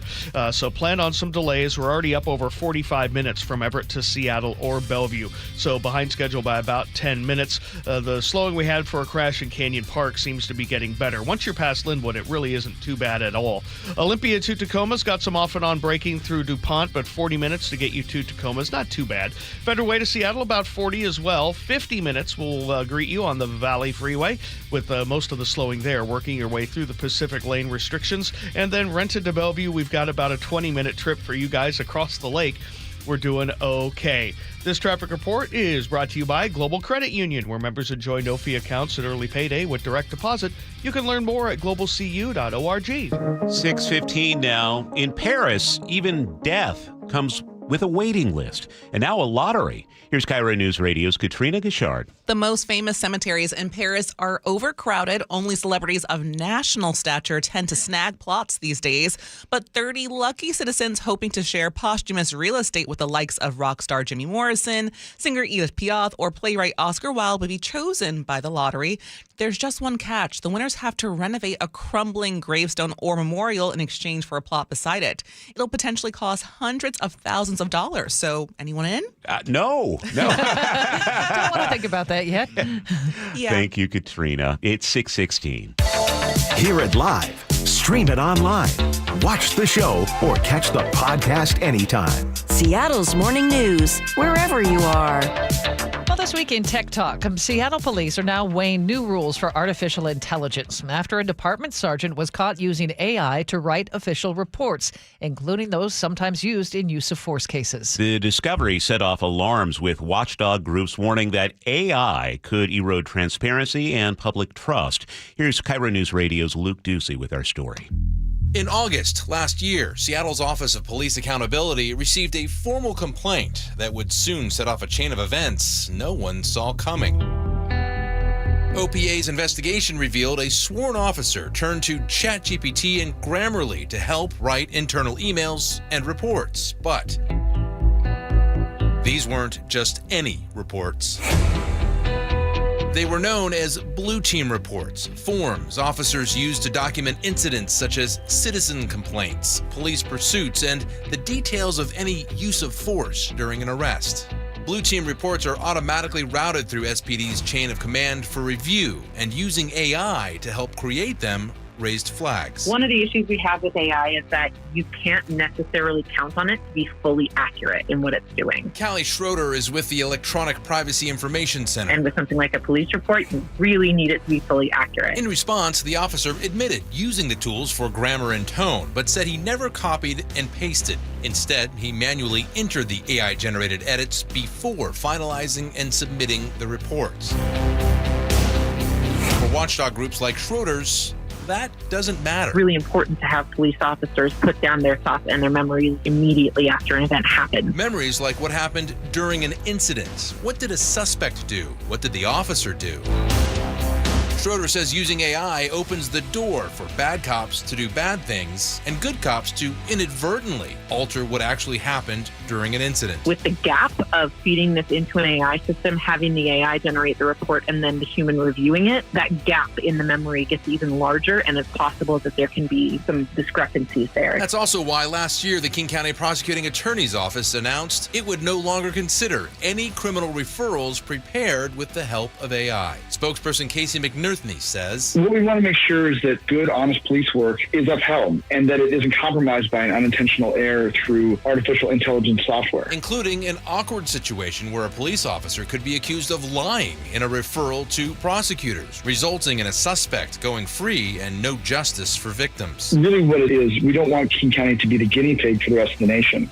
I think we'll hit a point where AI is much more reliable, but we don't want to be in a situation where we put victims' cases places at risk, or officers at risk, or the public at risk, and even defendants, too. Everybody deserves a fair shake all around. So, what happened to the SPD officer reported for using AI to create blue team reports? Nothing, because they don't have an AI policy of their own to follow. OPA recommended they develop one, and they're drafting one right now. I mean, it's a debate that will not go away anytime soon, and there are plenty of other law enforcement agencies that use AI every day. I talked with one of those large departments outside our state. I also talked with the Attorney General here in our state, Nick Brown, about this issue. I'm going to have all of that in part 2 next week. So is the concern here, this is it goes beyond being a fill-in-the-blanks sort of thing where it's a fairly standard template, and the concern is ChatGPT or whatever is going to write something totally wrong, or are they able to just keep it, basically Mad Libs, where they're able to file a police report using AI that way? I think it's a little bit of both. I think the concern is that, what about, recollection is so important when writing reports. So that's one of the issues. And one of the issues with AI, it's created, a lot of people may not know this, to please the user. Yeah. And play around with it, and you'll find out that it'll come up with wrong answers, and then you'll tell it, no, you think you're wrong, and the AI might turn around and say, oh, I'm sorry, you're right, I was wrong there. But there are different functions, and there are different departments using AI for different reasons. Yeah. Wait until you hear about what one department's using it for, especially in investigations. It's interesting. Okay. Very interesting. Part 2 coming up next week. And this is a conversation playing out across the country, not just with law enforcement or government agencies. It's companies. Everyone is trying to figure out how to tame this Wild West, right? Absolutely. And there are a lot of ethical concerns along the way, and we're just going to all have to go through all those. Okay. Appreciate it, Luke. Look forward to seeing and hearing the second half of the report. It is 6:21. Former Vice President Dick Cheney has died at the age of 84. He died yesterday of complications of pneumonia and cardiac and vascular disease. Peter Mayer has more. We are now looking at flames shooting out of the north side of number 1 World Trade Center, but there are at least some windows. History will recall Vice President Dick Cheney's key role in the aftermath of the September 11th attacks. In those uncertain times, he was often at undisclosed locations to protect presidential succession. Almost a year after the Day of Terror, he spoke at a ceremonial congressional session in New York. We know that our freedom came at a very high price. We have no intention now of letting it slip away. Cheney helped develop a new national security strategy following 9/11. He was a hardliner, especially on the eventual Iraq war policy that the Bush administration linked to the terror threat. It's coming up on 6:22. Why don't we head over to the traffic desk where Chris Sullivan is keeping an eye on the roads for us this Tuesday morning? That'll be great because talking will let me warm up. Sitting here for another 2 minutes, I probably would have gotten even colder. Step outside for a moment. Okay, it's warmer outside than it is. I'm sorry. We'll stop complaining here shortly. Sully's been so tough this whole week with it being like, I'm wearing short sleeve, all this, and now today, finally, for some reason, it's just a little, just finally cumulative effect. Looking at this crash on southbound I-5 right at the 405 interchange in Linwood. Looks like it's off to the Gore Point. Problem is we've got a backup that starts around 128th and kind of meanders down that general vicinity. 45 minutes from Everett to Seattle or Bellevue. So behind schedule by about 5 to 8 minutes there, but not terrible. Coming the other direction, we have a pretty decent drive. Olympia to Tacoma, just some off and on brake lights through DuPont. 40 minutes to get you to Tacoma. A little bit of braking up the hill to 18. Federal Way's got some brake lights from 320th up past the Kent Des Moines Road. Then at the north end, we're starting to see some braking now, too. 45 minutes, Federal Way to Seattle. 50 plus from Puyallup to Renton, very slow through Pacific today, as you might imagine. And then Renton to Bellevue, the S-curves are starting to activate, so we've got about a 20-minute trip for you guys, maybe 22 to get you up into Bellevue. The Lake Bridges, though, are in very good shape. KIRO Newsradio real-time traffic. I'm Chris Sullivan. Well, today's going to be calm, mostly dry. We'll even see some peaks of sunshine later in the day, a high today of 56. But then here comes the rain. It's going to be heavy at times for tomorrow and Thursday as well. 59 today. It's going to be a little breezy, windy tomorrow. Things will start to calm down on Friday. Just scattered showers and sunbreaks. Right now in Seattle, partly cloudy and 42. Coming up, KIRO News Radio's Luke Ducey back with us, this time with a look at the race for King County Executive. Also, the opening bell report coming up on Seattle's Morning News. The John Curley Show. And the reason I love autumn the most, and I guess that's why I love to grow pumpkins, Weekdays 3 to 7. is because it's nature telling you summer is over and soon it will be dark and it will be cold and there will be no light. And just before, nature says, here's a prize for you because we know you're going to go into hibernation. So here's orange and yellow and fiery colors everywhere. So this is our final gift to you. Watch The John Curley Show live on YouTube. I saw her texting, coming up to a stop sign. And so I saw the accident coming and she T-boned us. In the blink of an eye, Crystal's life changed when she suffered a severe spinal injury. The pain was something I had never experienced before in my neck. I got massage therapy. I saw a chiropractor. I was prescribed muscle relaxers so I could sleep. I got depressed. Nothing was relieving the pain. Drugs, sleepless nights, and depression. Sound familiar? I'm Dr. Mark Shelley, a chiropractic physician and board-certified functional neurologist. At Sound Pain Solutions, our treatments include high-dose laser combined with spinal decompression and other comprehensive therapies to rehabilitate damaged discs. We use treatments that are non-surgical, FDA-cleared, drug and pain-free. I was able to get off my pain medicines and I was able to sleep through the night, and that was what I was desperate for. To learn if you're a candidate for our treatment, call us. Sound Pain Solutions, 855-996-0025 or click soundpainsolutions.com. So my mother is thinking of switching from Verizon to Pure Talk, but she's worried the deal sounds too good to be true.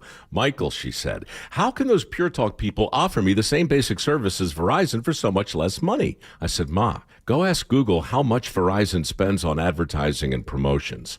A few seconds later, my mother said, oh my goodness, $12 billion a year? That must be a typo. I'll tell you what I told my mom. It's not a typo. Verizon spends $12 billion a year on advertising and promotions, and their customers are paying for it. Well, Pure Talk doesn't spend that kind of money on commercials. Trust me, I would know. That's why they can offer you and my mother unlimited talk, text, and plenty of data on a crazy fast 5G network for just $25 a month. And if you're a business owner, you could really save a fortune. Dial pound 250, say the words Mike Rowe, and you'll get an additional 50% off your first month. That's pound 250 Mike Rowe. Pure Talk. Everything you need and nothing you don't. Health insurance is broken, but it doesn't have to be. That's why Scan Health Plan was founded as a nonprofit, so we can create Medicare Advantage plans that focus on the real needs of seniors. We've been people first since 1977, and we're here to make Medicare work hard for you, because you deserve more than a broken system. You deserve a plan that fights for you. Visit scandifference.org to learn more.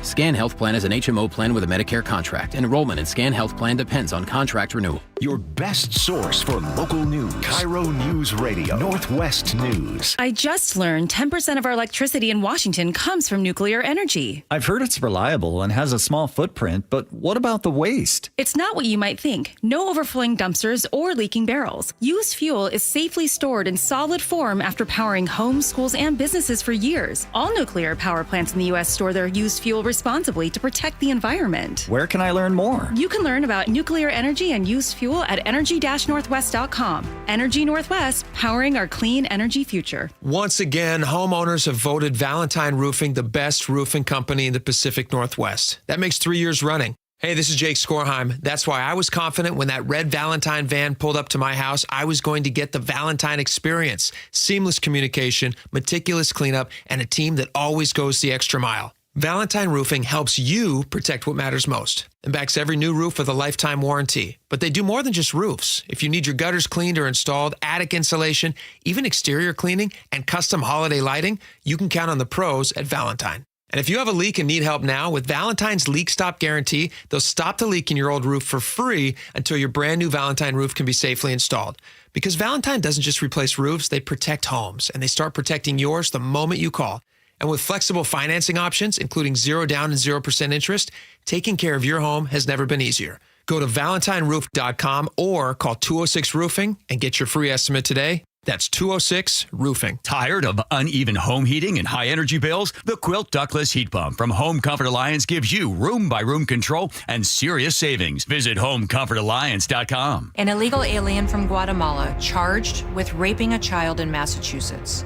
An MS-13 gang member from El Salvador accused of murdering a Texas man. A Venezuelan charged with filming and selling child pornography in Michigan. These are just some of the heinous migrant criminals caught because of President Donald J. Trump's leadership. I'm Kristi Noem, the United States Secretary of Homeland Security. Under President Trump, attempted illegal border crossings are at the lowest levels ever recorded, and over 100,000 illegal aliens have been arrested. If you are here illegally, you're next. You will be fined nearly $1,000 a day, imprisoned, and deported. You will never return. But if you register using our CBP Home app and leave now, you could be allowed to return legally. Do what's right. Leave now. Under President Trump, America's laws, border, and families will be protected. Sponsored by the United States Department of Homeland Security. If your closets are bursting at the seams like the Curly household, it's time to call the pros at Closets by Design Seattle. Every job is completely custom. Free in-home design consultation. Right now, they're offering big savings up to 40% off, plus an additional 15% off with 18 months financing and free installation. You're getting the quality and backing of a national brand, but with friendly local Seattle service. Go to closetsbydesign.com or call 1-800-BY-DESIGN to schedule your free in-home design consultation today. Now, the latest from KIRO Newsradio and MyNorthwest.com. Live from East Lake Avenue. You're listening to Charlie Harger and Manda Factor, Seattle's morning news. Good morning. It's 6:30 in King County. There are two close races in the election happening today. It's finally arrived, Election Day. And across Western Washington, voters are weighing in on some incredibly tight races. KIRO News Radio's Luke Ducey is here to break it down. Yeah, let's dive into one of the bigger races for King County Executive this half hour. Claudia Balducci and Gurmai Zahalai are battling it out for the top office there. Here's Balducci on why she is the right candidate. We have needs for housing, for transportation, for public safety. These are all areas where I have a tremendous amount of experience and a track record of delivering big things sometimes when it seemed impossible to do so. And here's Zahalai on why he is the best candidate. We have on board in our coalition the governor, the attorney general, more state-level elected officials than any other candidate. We have both Pramila Jayapal and Adam Smith, our members of Congress that represent the vast majority of King County, saying this is the campaign that they want to work with in defending our values. When it comes to public safety, let's touch on that topic. Here's Zahalai on public safety. For me, it looks like the full spectrum of keeping a community safe, from prevention all the way to emergency response. Prevention looks like making sure that our communities have the resources that they need to live safe lives, like affordable housing and mental health resources. He also says when people call 911, they deserve a fast response time from first responders. Here's Balducci on public safety. I'm a former jail director. He initially ran on shutting down the juvenile detention facility and defunding the police. And she also says she wants to launch a retail theft task force, and she's working with former interim Seattle Police Chief Sue Rahr to develop a tougher policy on street drugs and drug addicts. Look, you're going to go to jail, but if you choose, we will take you instead to this place where you can get sober, get help, and get connected to the services you need to slow that revolving door of in and out to the streets. Another big storyline, Charlie and Amanda, is this election cycle is voter turnout. The state director of elections expects to see between 35 and 45% voter turnout. Still pretty low considering. Also, you can mail your ballot today, but you got to make sure that you actually see a postal worker stamp it with a postmark before you leave the post office. The Secretary of State is recommending actually that you just forget about the post office and go right to the ballot box instead. Coming up at the top of the hour, more on the heated race for Seattle mayor. All right. In Pierce County, workers began emptying ballot boxes and bringing them back to the election center to be sorted and signature checked. We continue our election coverage with KIRO 7 TV's Elle Thomas. Pierce County Auditor Linda Farmer says all of the workers are county employees, meaning they've gotten background checks and have been trained in ballot processing. We tally them, we put them into the system, but we don't hit the button until 8 o'clock. On election night. These are just some of many measures in place to make sure the elections are safe and accurate. A federal judge is keeping National Guard troops out of Portland for now. The judge extended a block on the Trump administration's plan to deploy them near an ICE facility. The judge says she'll make a final ruling by this Friday, but hinted the block could become permanent. Oregon and Portland officials sued, saying the deployment violates state rights. Seattle may have to return millions to the federal government. Transportation officials say a 2017 grant was not handled properly. It paid for upgrades in the U District, signals, ramps, and cameras, but they say a consultant had an unfair edge in the bidding process. According to the Seattle Times, most of the $4.1 million grant is already spent. Seattle might need to cover $3.5 million from its own budget. Time now to check traffic. Chris Sullivan has traffic on the 3s. Yeah, and we are seeing some heavy slowing up in the north end. It's pretty foggy up there, actually. Seeing some brake lights getting through the main Marysville exit today. And then it's not too bad of a drive till you get down to about 128th in South Everett. The crash that we had on the transition from southbound 5 to southbound 405 in Linwood is gone. Still have braking there, too. So it's about 50 minutes already from Everett to Seattle or Bellevue. Also seeing very heavy slowing on westbound Highway 2 across the trestle. And 204 down the hill. That's because of the fog that we have. I haven't found any other crashes in that general area. Northbound 405 is really starting to struggle up past SR 900, the Sunset off-ramp. But after that, it's not too bad. 25 minutes to make the trip to Bellevue. Behind that on the Valley Freeway, we've about an hour drive from Puyallup to Renton. About 20 minutes slower than it should be. Heavy braking today, getting through Stewart and up through Pacific, where we have the lane restrictions, and then heavy in Auburn. Northbound I-5 through Federal Way up to the Kent Des Moines Road, definitely starting to bog down. Got about a 50-minute trip now from Federal Way to Seattle. Lake bridges, though, are still hanging in there. This report brought to you by Seattle Sports. Download the Seattle Sports app and stay in the know with the latest news, scores, and opinions about your favorite teams. Our forecast should be mostly dry for today, even some sunshine in the afternoon, a few lingering showers in spots before then. 56 the high for today, and then here comes the big system starting tomorrow. Overnight, actually, the rain's going to start, and then it'll be rainy and breezy for tomorrow, 59. Same deal on Thursday. Should taper off to showers and sun breaks on Friday. Looks like the weekend will be mostly dry. Right now, it's 42 in Seattle. 6:35 now. Time for the opening bell report. Today is the 35th day of the government shutdown, and CBS's Michael Toscano tells us that makes it a tie with the previous longest such closure. The December 2018 to January 2019 shutdown during President Trump's first administration ended on day 35, so it seems pretty likely this one will surpass that and take the title. On this day 35, air transportation is edging toward chaos with Thanksgiving looming. People whose SNAP food assistance didn't come are crowding food banks, and so much more. And like a tied score, there are no winners. Michael Toscano, CBS News, Washington.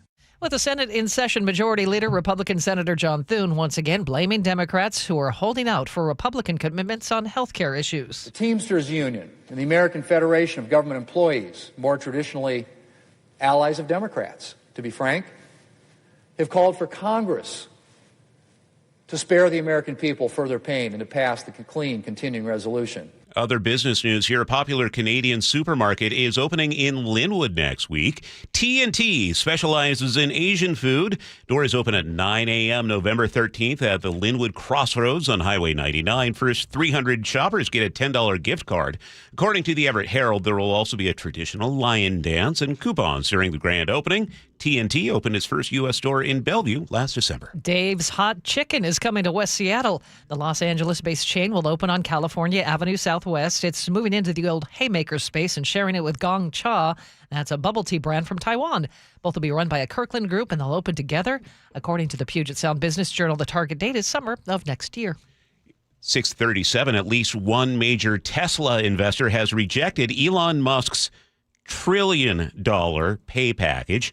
More from CBS News, Michael Wallace. Norway's sovereign wealth fund is the first big investor to share how it voted. The fund said it, quote, appreciates the significant value created under Musk's visionary role, but is concerned about the award's size, dilution, and lack of mitigation of key person risk, end quote. Smaller funds, including several New York City retirement funds and the American Federation of Teachers, have also said they will vote against Musk's pay package. Tesla will announce the results of the voting at its shareholders meeting Thursday. Michael Wallace, CBS News. A fire risk is prompting the recall of 2 Jeep models, as we hear from Jeff Gilbert. Jeep is recalling 320,000 Wrangler and Grand Cherokee 4xe plug-in hybrid models, which run on gasoline and batteries. The company says a problem with a high-voltage battery could pose a fire risk. Owners are advised not to charge them and park them outside until they can be fixed. They are now working on a remedy. Well, on Wall Street, there is some negative reaction right now to AI valuations.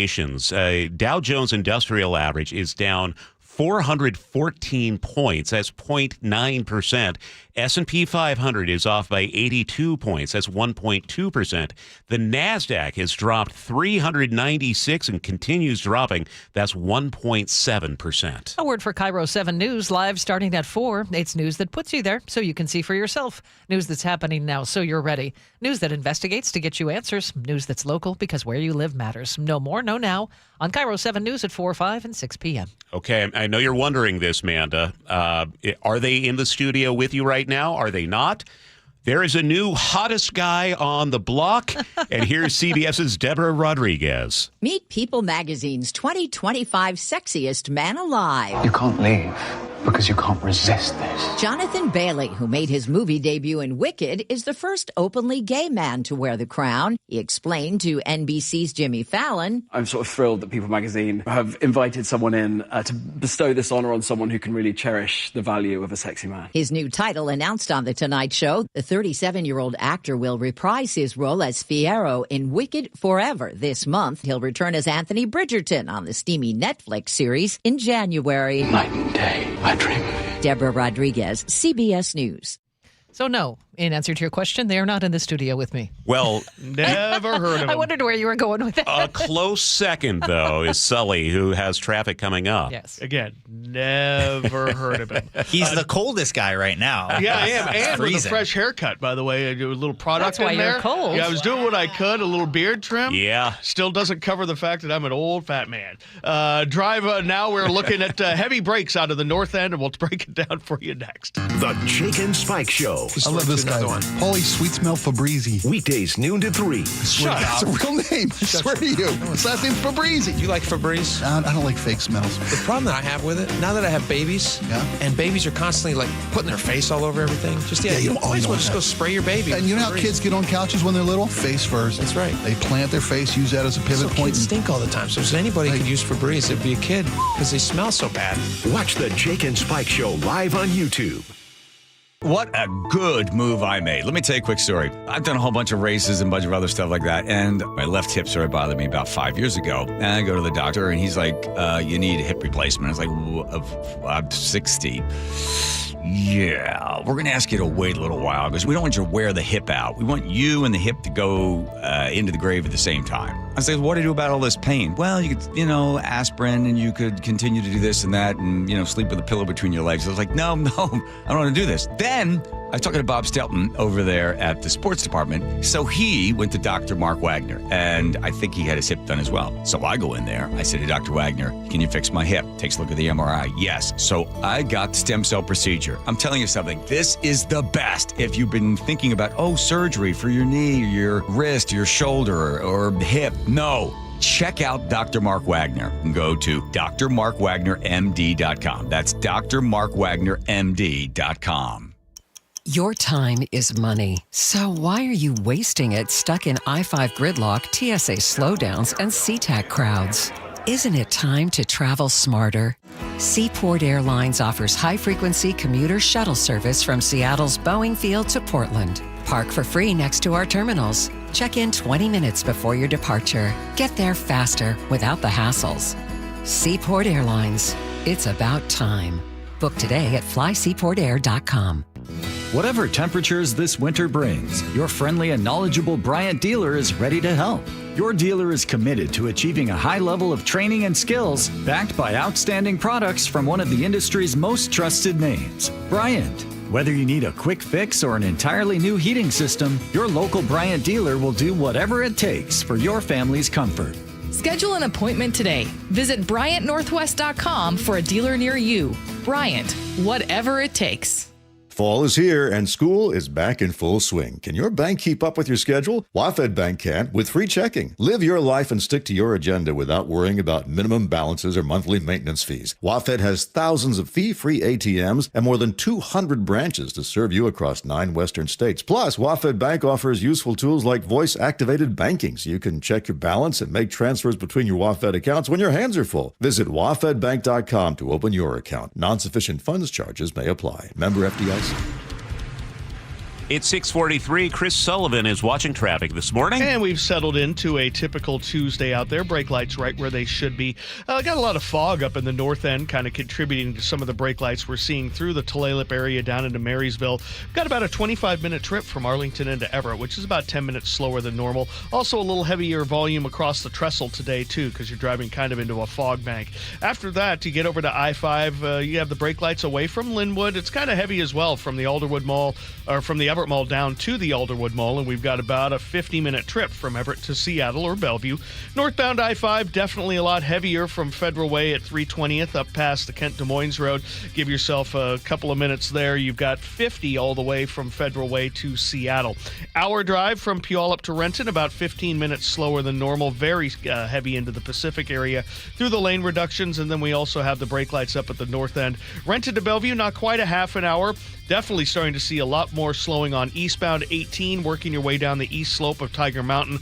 Getting reports there might actually be a crash there as you work your way towards the Raging River. I'll have more for you on that in 10 minutes. Across the lake, we're still doing really well. This report brought to you by the Seattle International Auto Show, where you can see them, touch them, drive them at the Seattle International Auto Show, presented by BECU, Lumen Field Events Center, November 14th through the 16th. Discover your drive, seattleautoshow.com. Might see a few lingering showers in spots this morning. Otherwise, some sunshine by afternoon. Mainly dry today, 56. But then we're going to turn the rain on for a couple of days. It'll be rainy and breezy tomorrow, 59. Same deal on Thursday. The winds will pick up a little bit. And then Friday will calm down. Just scattered showers with some sun breaks by Friday afternoon. Right now in Seattle, it's 42. 6:45 now. A viral video has the internet doing a double take. Here's KIRO News Radio's Katrina Gashard.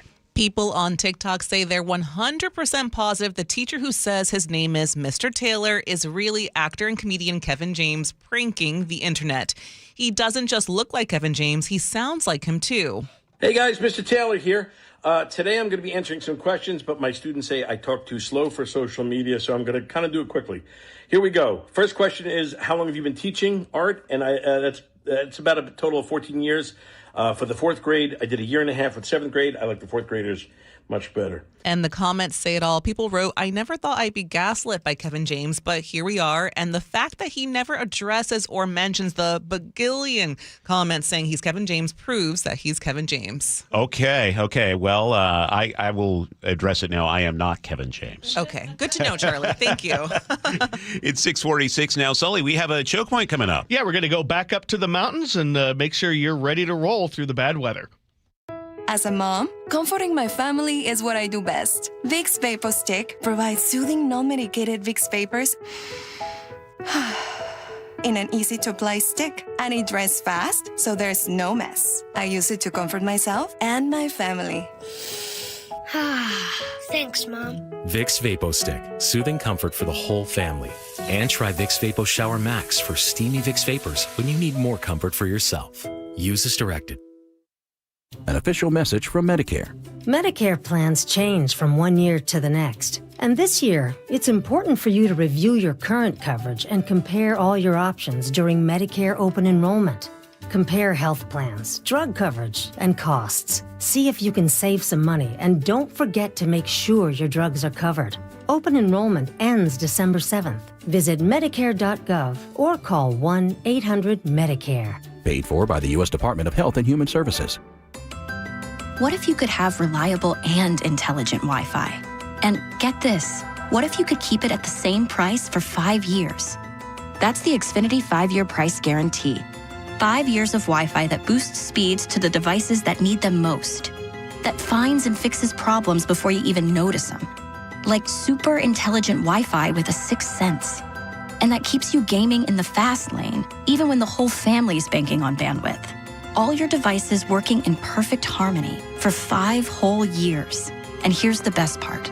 No annual contracts, no hidden fees, and our best equipment included. Hey, let's face it, a lot can change in 5 years. Kids grow taller, dreams grow bigger. But your Wi-Fi? It would stay reliable and the price would stay put. The Xfinity 5-year price guarantee. Lock in your price and unlock the possibilities. Xfinity. Imagine that. Select plans only. Restrictions apply. Wellness. How do you practice it easily every day? At Olympic Hot Tub, we have more ways to achieve total wellness at home than ever before. Immerse yourself and let jets melt stress away in a saltwater hot spring spa. Swim in the privacy of your own backyard in an endless pool swim spa. Retreat to cozy warmth and detox in an amazing Tilo sauna. Then awaken your mind and body with a cold plunge. You'll be saying, ah, in no time. Your path to wellness starts today at Olympic Hot Tub. Better you, better life. Ooh, mate, remember those yodelers we met in the Alps? I wired them euros from the bank, and they sent me their yodels in a can. You wired money for canned yodels? That is so dumb. Banks are slow, and they hide fees and overseas transfers and exchange rates. Well, I don't like the sound of that. If you're gonna send money to Europe, just use Wise. Wise is super fast and never hides fees. Smart. You can save up to 70% when you send money abroad. Be smart. Get Wise. Learn more by visiting wise.com. T's and C's apply.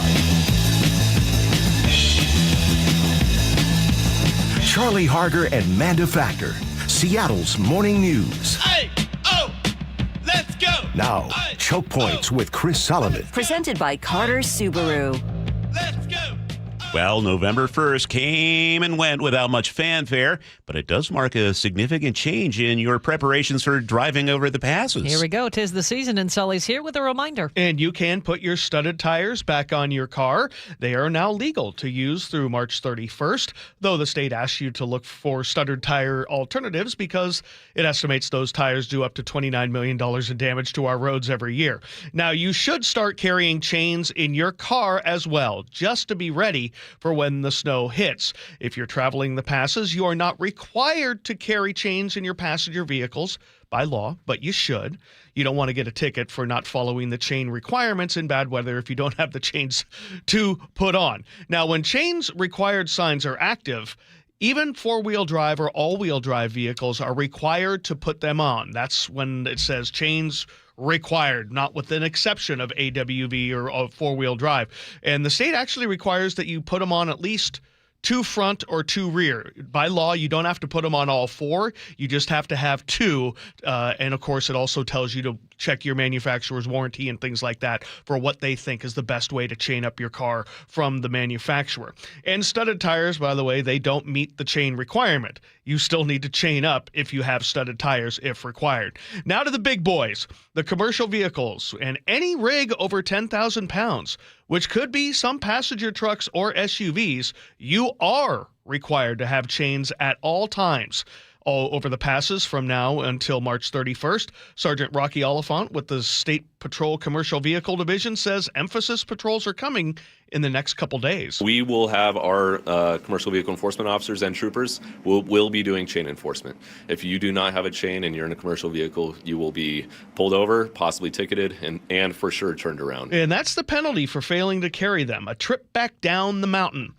That's a bad day because that means your delivery is going to be late. Sergeant Oliphant wants to drive this message home early in the season so we don't have any trouble when the snow arrives. Every year it seems like we have some sort of semi-truck commercial vehicle that has an issue, didn't end up having chains, and we end up having to shut down the pass. We would like to get ahead of this, so we usually will do an emphasis out there with chain enforcement to hopefully get people prepared for going over the pass. Got a text from Rocky yesterday, said yes, emphasis patrols at Snoqualmie Pass happening tomorrow and Thursday, I believe. So if you're heading up there, you've been warned. Now, Oliphant also has a message for us non-commercial drivers. Give those big rigs a lot of room, especially in bad weather. Don't make sudden moves around them. Don't be the reason for a truck losing control. Give semi-trucks extra room. You know, a lot of things that we see, and this is something that I've tried to focus on a little bit more, is aggressive cars around trucks. Sometimes, you know, we have these aggressive cars, they cut off semi-trucks. Those trucks don't have as much space where they can stop. And they also might not see you, so give them a wide berth. And one more tip, I mentioned this a couple weeks back, but now is the time to practice putting on your chains on your car if you've never done it before. And as always, drive safely.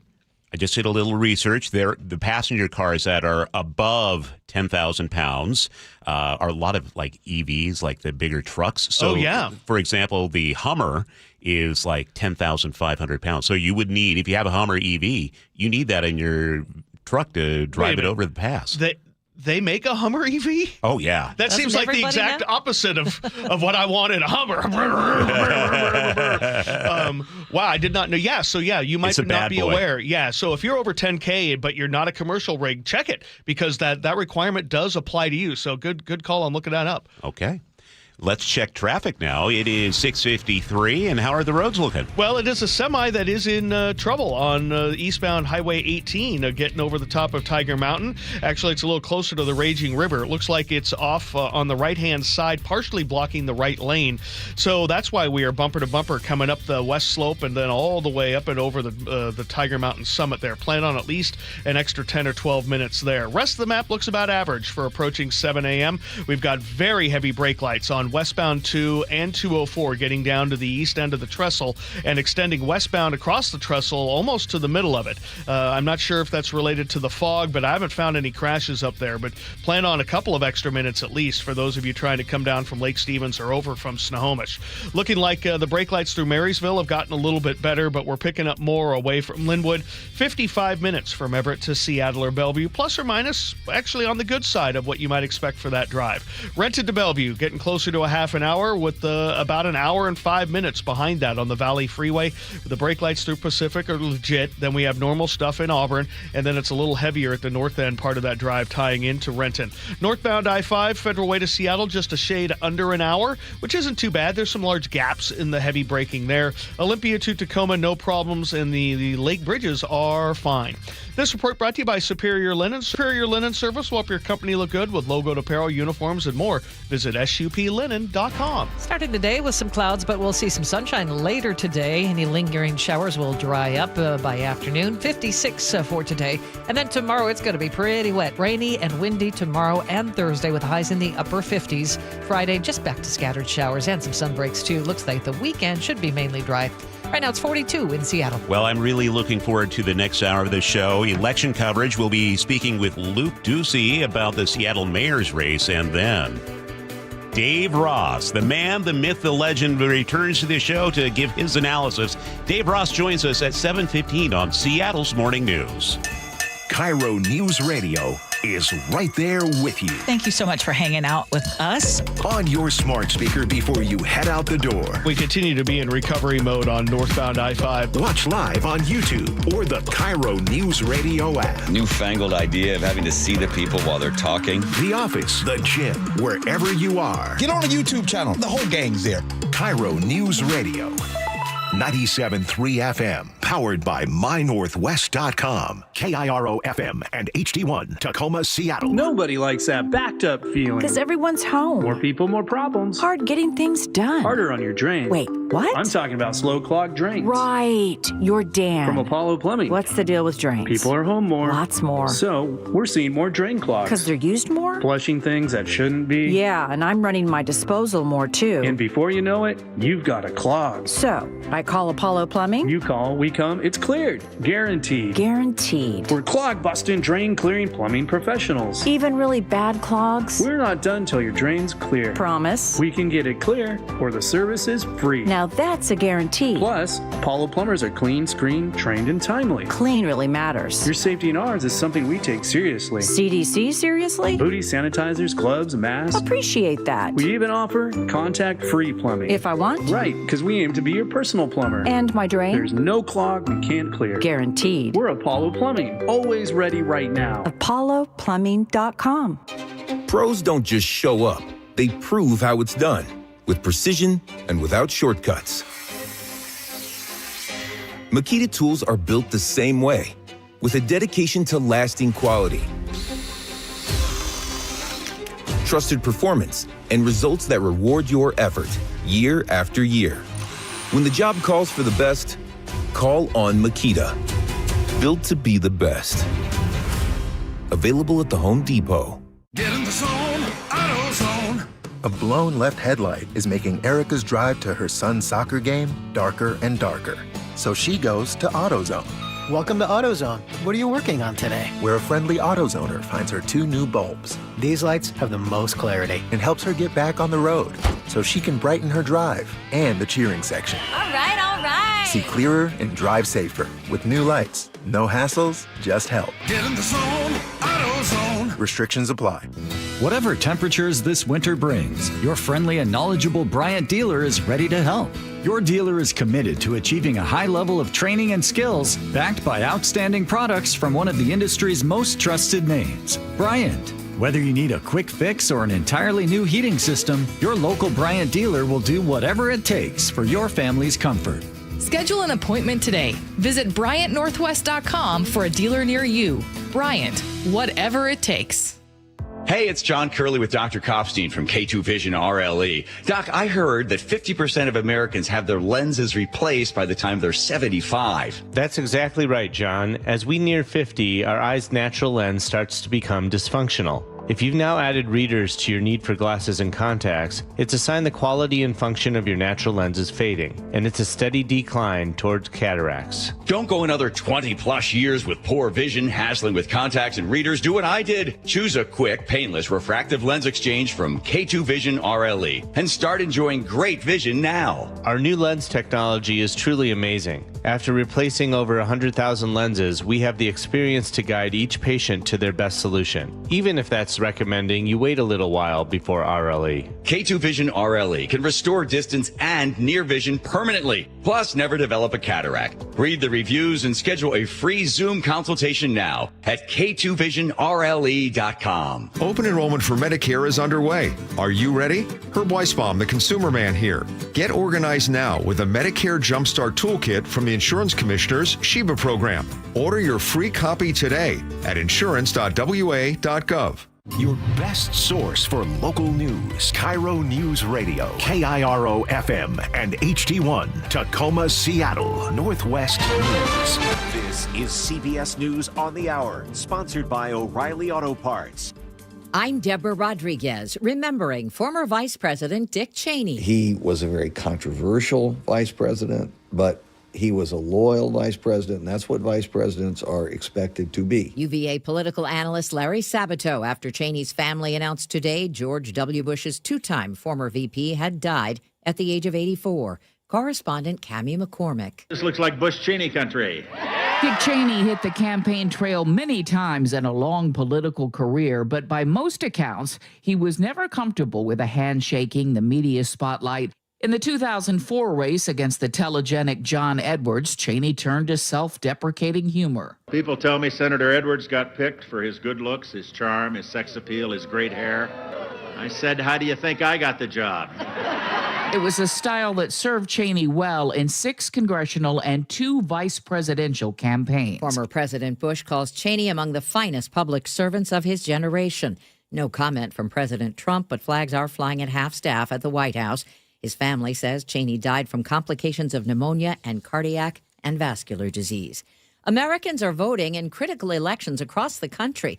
Among the most watched, the race for mayor in New York City. Self-described Democratic Socialist Zohran Mamdani cast his ballot in Queens. A campaign that looks to transform the most expensive city in the United States of America into one that's affordable for each and every person that calls it home. Disgraced former Governor Andrew Cuomo rallied his own troops. We need a mayor who can stand up to Donald Trump, who can get the funding that New York deserves, who can make sure the National Guard does not come to New York. President Trump has endorsed Cuomo. Californians are deciding on Governor Newsom's congressional redistricting map that would favor Democrats. UCLA law professor Rick Hassan. This is starting a kind of redistricting war that doesn't seem to have any end other than when all the states that can do more partisan gerrymandering do more partisan gerrymandering. A new climate warning from the UN. I'm Vicky Barker at the Foreign Desk in London. The latest UN report card on how countries are or aren't honoring their climate pledges finds some slight progress. But it says global greenhouse gas emissions still rose 2.3% to a new high in 2024, significantly overshooting the targets for bringing global temperatures back to pre-industrial levels. The main offenders, India, China, Russia,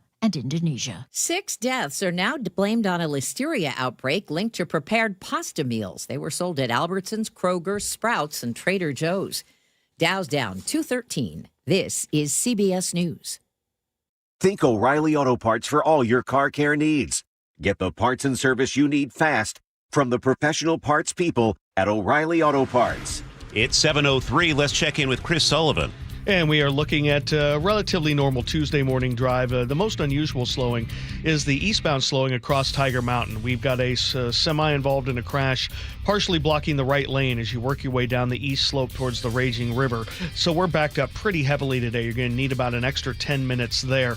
Valley Freeway, well over an hour and 5 minutes now because of the brake lights through Sumner, and then you've got 30 minutes to make it from Auburn to Renton. Renton to Bellevue is about 30 minutes as well. Olympia to Tacoma, nice and easy. Some brake lights up the hill to Highway 18, and Federal Way to Seattle's closing in on about an hour. We have heavy brake lights there as you approach the West Seattle Bridge into downtown. Coming down through the north end, very foggy today in Snohomish County. That's added a couple of minutes. Southbound 5 through Marysville, also 2 and 204 trying to get down to the east end of the trestle. Then working your way west over to I-5. Hour drives from Everett to Seattle or Everett to Bellevue. And if you're on the Ship Canal Bridge, northbound to I-5, just watch out. State Patrol is working with someone on the right-hand side of the freeway there. So there's a little bit of braking that you might not expect. This report brought to you by Bucky's Complete Auto Repair. For 50 years, Bucky's Complete Auto Repair has earned local trust with honest pricing, guaranteed repairs. That's why they're Carfax preferred. No gimmicks, just great service. Bucky's.com. Now, the latest from KIRO Newsradio and MyNorthwest.com. Live from East Lake Avenue. You're listening to Charlie Harger and Manda Factor, Seattle's morning news. It's 7:04 on Election Day. Polls are open across the country this morning.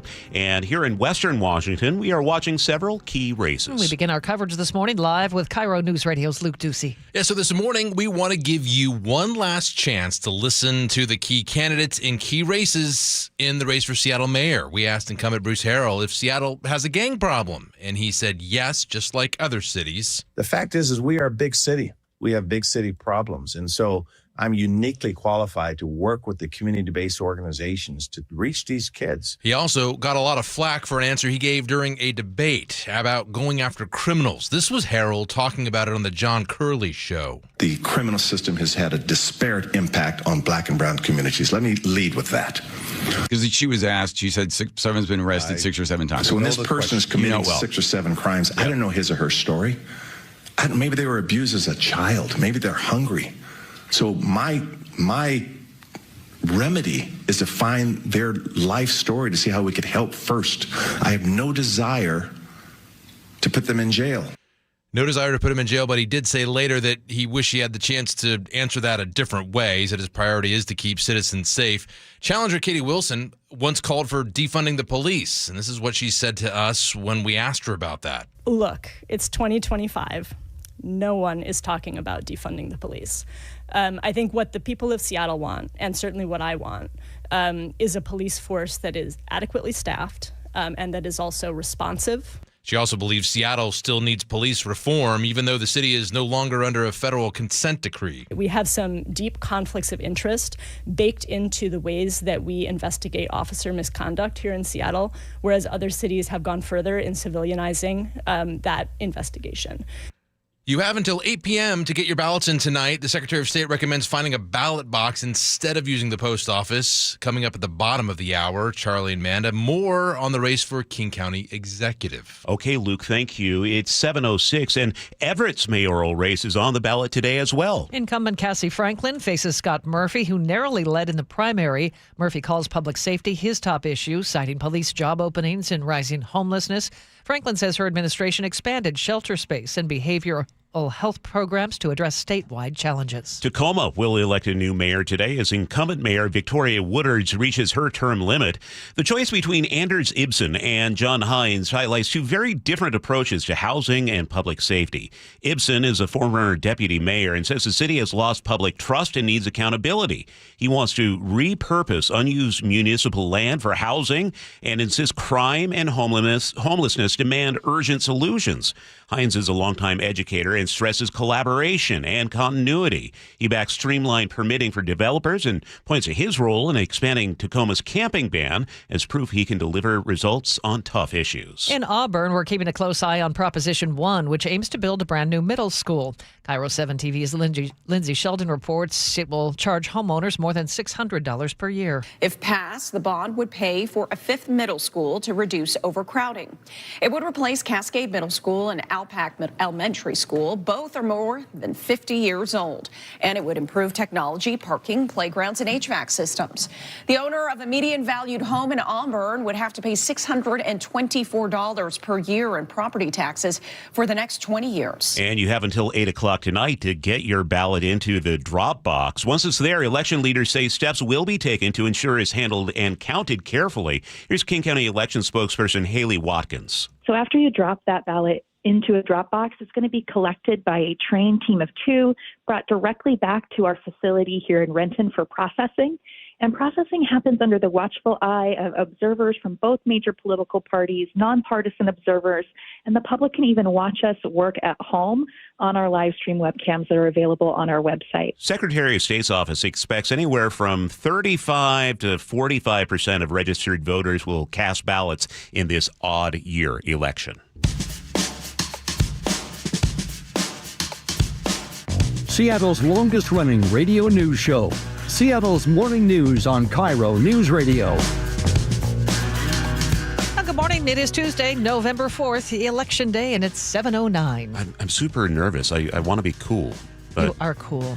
I want to be especially cool because Dave Ross is going to be on the show in a few minutes. He's covered a few elections and has a few thoughts, I'm sure. A few. I mean, he is a legend in this time slot, so we are really eager to have Dave back on the show. That'll be at 7:15. He's Charlie Harger. I'm Manda Factor. Chris Sullivan is watching the roads for us with traffic every 10 minutes. And, of course, producer David Burbank is keeping an eye on this very studio, making sure we're minding our P's and Q's, especially when Dave comes, right? Oh, yeah. Yeah, you're nervous. I'm nervous. I'm not.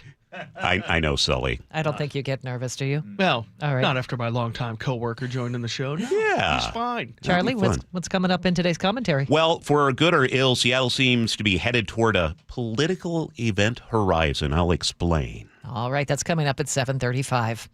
The Seattle City Council, in an emergency meeting yesterday, passed a resolution authorizing Mayor Bruce Harrell's limited civil emergency proclamation to fill the gap left by the defunding of the Supplemental Nutrition Assistance Program, or SNAP.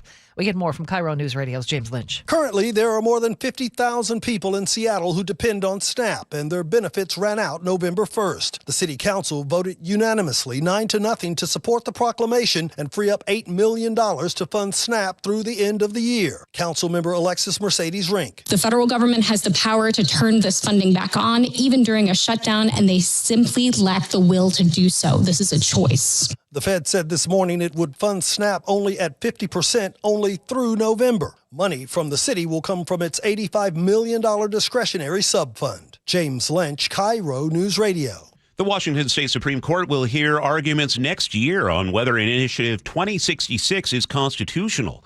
Voters approved the measure last year to keep natural gas as an energy option. A King County judge struck it down, saying it violated the state's single subject rule. Supporters say the initiative protects consumer choice and prevents higher utility costs. That court hearing is set for January 22nd. A Tesla parked in Pioneer Square captured video of a drive-by shooting. This happened just after 1:30 Sunday morning. The shooter was gone when police arrived, but thanks in part to the Tesla's continually recording cameras, images of the suspect were captured. He was arrested a short time later. Here's Seattle Police Detective Brian Pritchard. A lot of vehicles record, and officers know that the Teslas especially record, so we use that video all the time in these instances. The 21-year-old suspect is expected to be charged with drive-by shooting and unlawful possession of a firearm. After their primetime win on Sunday Night Football, the Seahawks could be looking to switch up their roster. ESPN's Adam Schefter tells the Pat McAfee Show the Hawks are making some noise ahead of today's trade deadline. Something is going on in Seattle. Seattle would be a team to watch. Hawks are tied for first place in the NFC West, now seen as a top contender. Teams have until 1 p.m. today to make a move. I don't want them to change a thing after that game. They were so good. What are you looking for, David? I don't know. They could use probably another interior offensive lineman. That's what I've been saying. saying. Fill in some little holes. They have little holes, and you need to maybe fill those in. Okay, well, we'll be watching that trade deadline. It's coming up early this afternoon. It's 7:12. Let's get a check on the weather. It's brought to us by State Roofing and Exteriors. And today is looking to be kind of dry, partly sunny. At times, at least 56 for a high. Tomorrow and Thursday, stormy, rainy, breezy, 1/4 inch of rain on Wednesday, 1/2 inch Thursday. So that'll be heavy at times. It starts to die out Friday, and by the weekend, Nick Allard tells us it should be mostly cloudy but dry with highs in the mid-50s. Right now in Seattle, we have clouds, and it's 41. It's now 7:13. Time for a check on traffic. We do that every 10 minutes for you. Chris Sullivan. And only one real surprise for you out there on the board today, and that's on eastbound Highway 18, trying to get over the top of Tiger Mountain. We've got a semi-crash that's partially blocking the right lane halfway down the hill to the Raging River. So plan on about a 10-minute delay through the area. Other than that, we've got a relatively normal drive, and that includes the 20-minute delay on northbound 167 because of the lane restriction in Pacific. It's an hour and 5-minute trip from Puyallup to Renton, and then about 35 minutes from Renton to Bellevue. Northbound I-5, we've settled into about an hour from Federal Way to Seattle. Behind that, Olympia to Tacoma has no problems. Coming down from the north end, we do have a lot of fog up in the Marysville area, across the trestle as well. So plan on a couple of minutes lost there, nothing you can't handle. The I-5 and 405 drives have kind of settled into about an hour drive. And of course, it's a reminder that, yes, it doesn't get there very often, and only when it really has to. $15 in the southbound 405 express toll lane as you work your way away from Linwood. The lake bridges are fine. KIRO News Radio Real-Time Traffic. I'm Chris Sullivan. 7:14 now. An iconic Hollywood costume is hitting the auction block as we hear from KIRO News Radio's Katrina Gishard. The skin-tight green costume Will Ferrell wore in Elf will go up for bids next month. You look like you came from the North Pole. That's exactly where I came from. The package includes the matching hat and tunic, tags reading Mr. Ferrell on the inside and written in blue on the black belt. I'm Buddy the Elf. You look hilarious. The London auction house staging the sale says the ensemble could go for up to $250,000. Also up for sale is Marty McFly's hoverboard on the second and third installations of the Back to the Future trilogy. You know, Elf the musical is coming to the Fifth Avenue this holiday season. Okay. And have you seen the promotional things? No. Okay, so Buddy is roaming around Seattle. Remember the scene in the movie where he's at Macy's in New York and gets stuck on the escalator? They just recreated that at Nordstrom downtown. Love it. Very cool. So keep your eye out for Buddy. Thank you, Katrina. It's 7:15. Seattle's Morning News on KIRO News Radio. That voice sounds familiar. Sure does. Who's that? Well, he's going to join us now, taking a look at the state and city's big races. Dave Ross, the legend here at KIRO News Radio, making your triumphant return to Seattle's Morning News. Good morning, Dave. Triumphant? I don't know about that. We were hoping you were going to cross the lake and come in. That elf costume before they auction it. Theater costumes. Well, it is so great to have you on the show with us, Dave.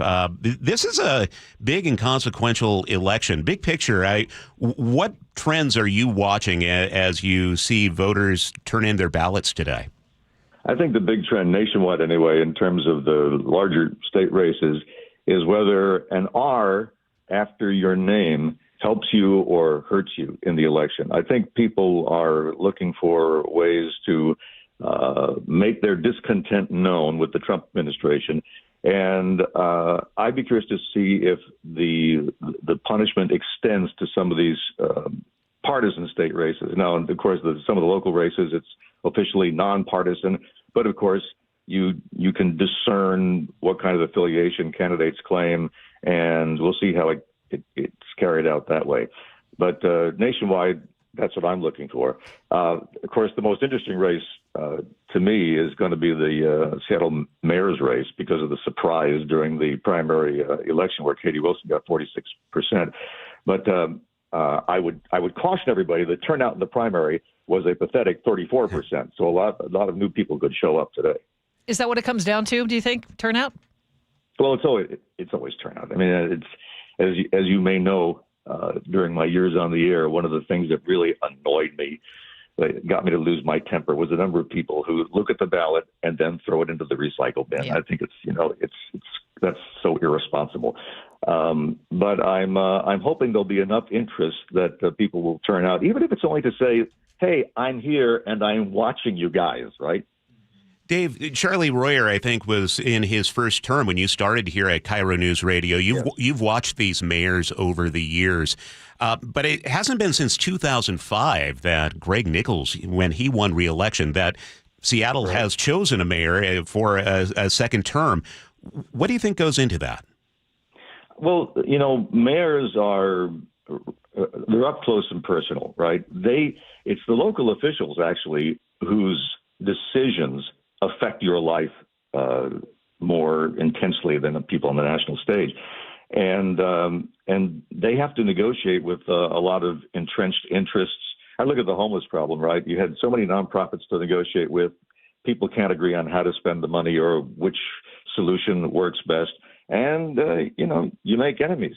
The thing about an election where you have an incumbent is that it's pretty simple for me as a voter. Did the guy in office do what he promised or not? And if he did, you should reward him or her by returning them. And if not, you choose a new person and roll the dice. Dave, you are a New York native. A lot of people are comparing Katie Wilson to New York City mayoral candidate Zoran Mamdani. Do you agree with that? Well, I don't know Katie that well. I've interviewed her a couple of times. I know she's a true believer. I think she tends towards idealism. My personal politics is I'm looking for people who get things done. But she's gotten things done. I mean, she certainly has helped to change the tax structure in Seattle. But she certainly is untested in a position with this kind of power and responsibility. So, I mean, I would say that is a roll of the dice, but I mean, it could turn out to surprise the doubters. I know there's this idea that where you come from and what you believe is more important sometimes than what you have actually accomplished. And that's why we have, voters pamphlets. So you can read up on these people, get to know them, and then make your choice. What's more important to me is that a lot of people turn in their ballots so that whoever is elected can know that they have at least some kind of support out there for doing what needs to be done. If people don't participate, that too sends a message saying, we don't care, do whatever you want. When Shama Sawant was first elected, there was a collective shock around a lot of newsrooms in this city that a self-professed socialist was an office holder. Now we have Katie Wilson and many others on ballots across the country who are embracing that socialist label. Are you surprised by that? No, I think this is part of the reaction to Trumpism. So Trump goes all in on being an uber conservative. Progressives are saying, well, we got to try that too. We got to do a little Bernie Sanders number here to show that we've got a movement as well.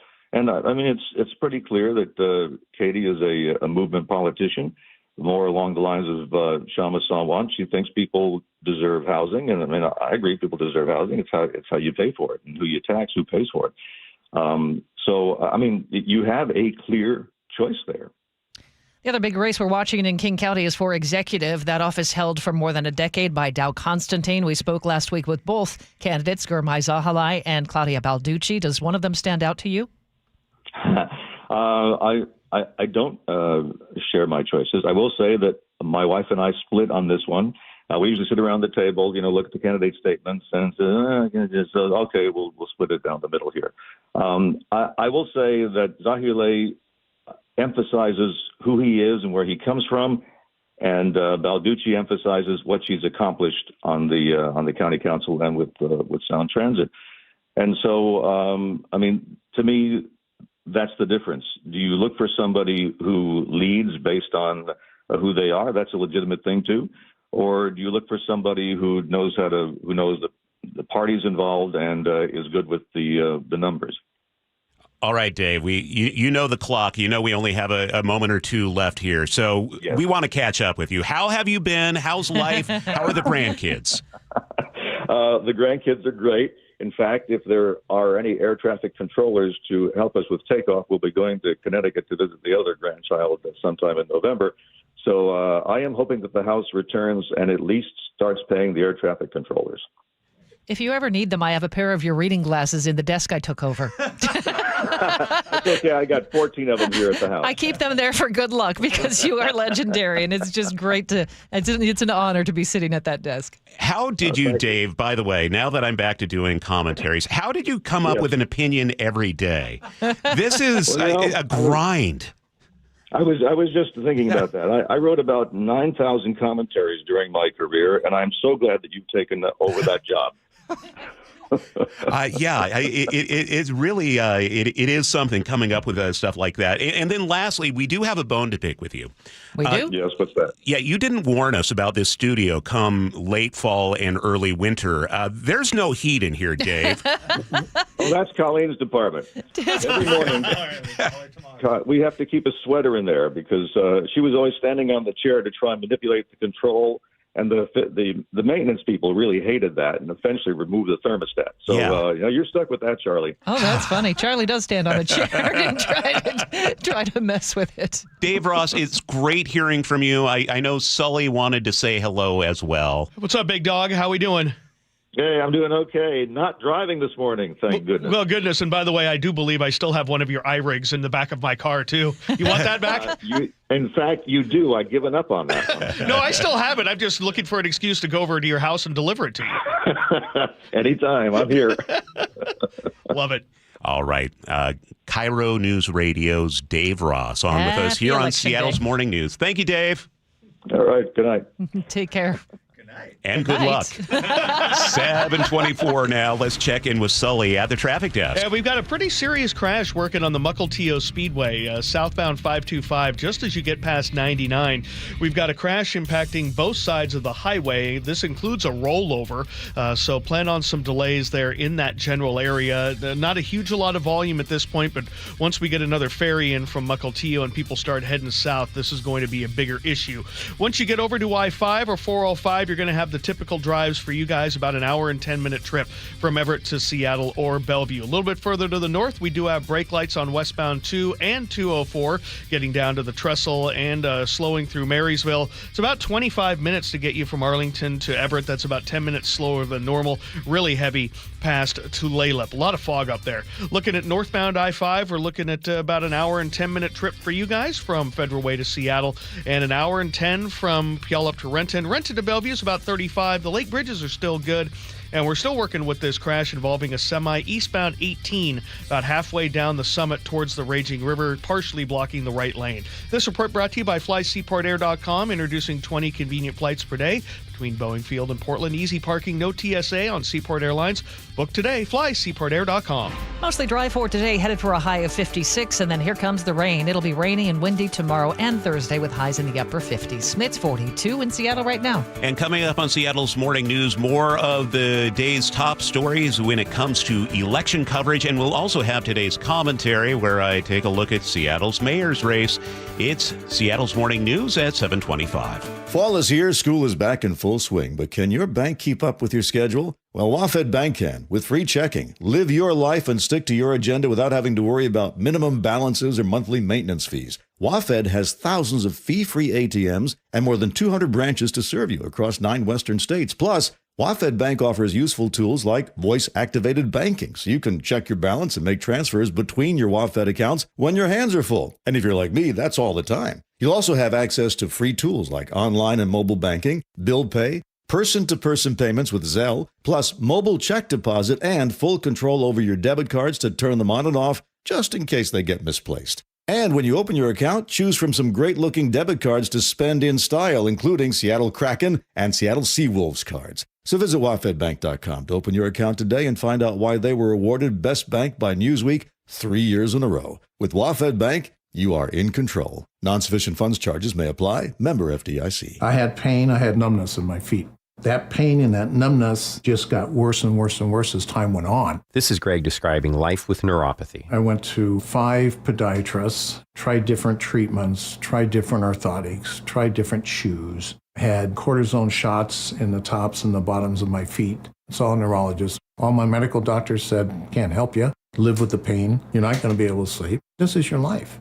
And then I just gave up until I found Sound Pain Solutions. I'm Dr. Mark Shelley, a chiropractic physician and board-certified functional neurologist at Sound Pain Solutions. Our neuropathy treatments can rehabilitate damaged nerves. We use FDA-cleared, non-surgical, drug and pain-free procedures that help neuropathy sufferers like Greg find relief. I feel better. I mean, just feeling better is huge. If you experience numbness, shooting or burning pains, or loss of balance, call us. Sound Pain Solutions, 855-996-0025, or click soundpainsolutions.com.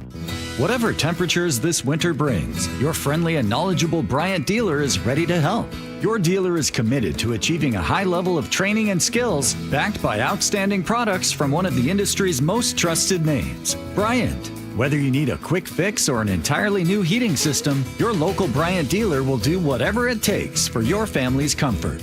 Schedule an appointment today. Visit BryantNorthwest.com for a dealer near you. Bryant, whatever it takes.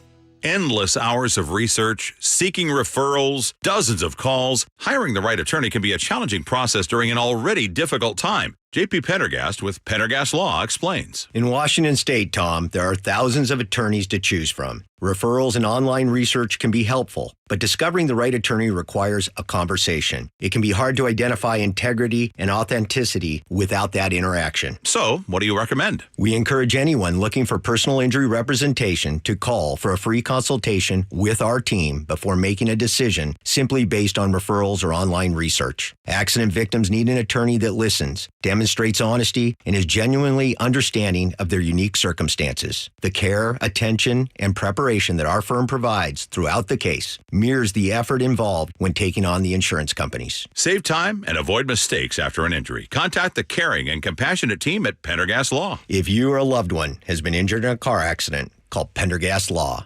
We can help. The markets and the economy will change, but you should always know what you can rely on from your financial advisor. I'm John Ramsire with Baird Private Wealth Management in Seattle. With deep planning and investment expertise, Baird's financial advisors have guided individuals and families through changing markets for more than 100 years. And in all that time, our guiding principle has never changed. Our clients come first, always. Discover the Baird difference at rwbaird.com/Seattle. Life's expensive enough, isn't it? Groceries, gas, kids' activities. Sometimes your roof needs replacing, but your budget says not now. Hi, I'm Justin Shirley, CEO of State Roofing and Exteriors. We want to help with an offer to lift that weight off your shoulders. Get zero down, zero payments, and zero interest for up to 24 months. Or save up to $3,000 on a new roof today. Call 866-ROOF-ROOF or visit stateroofing.com. Announcing the Royal Corgis. What have you done? I wired pounds to London to buy Royal Corgis. You went to the bank to wire money for Royal Corgis? That means yes. You are so dumb. Banks are slow and they hide all kinds of fees and transfers. Those mutts. If you want to send money overseas, use Wise. It's faster and never hides fees.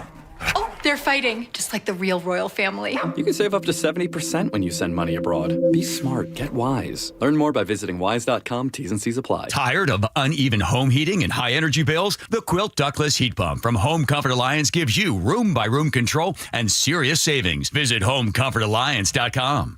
Now, the latest from KIRO Newsradio and MyNorthwest.com. Live from East Lake Avenue. You're listening to Charlie Harger and Manda Factor, Seattle's morning news. Good morning. It's 7:31, and it is Election Day. Across Western Washington, voters are weighing in on some incredibly tight local races. KIRO News Radio's Luke Ducey is here to break it all down. Luke. Hey, Charlie, all morning we're giving everyone one last chance, folks, to hear from the key candidates in key races. So let's dive into the race for King County Executive this half hour. Claudia Balducci and Gurmai Zahalai are battling it out for that vacant seat.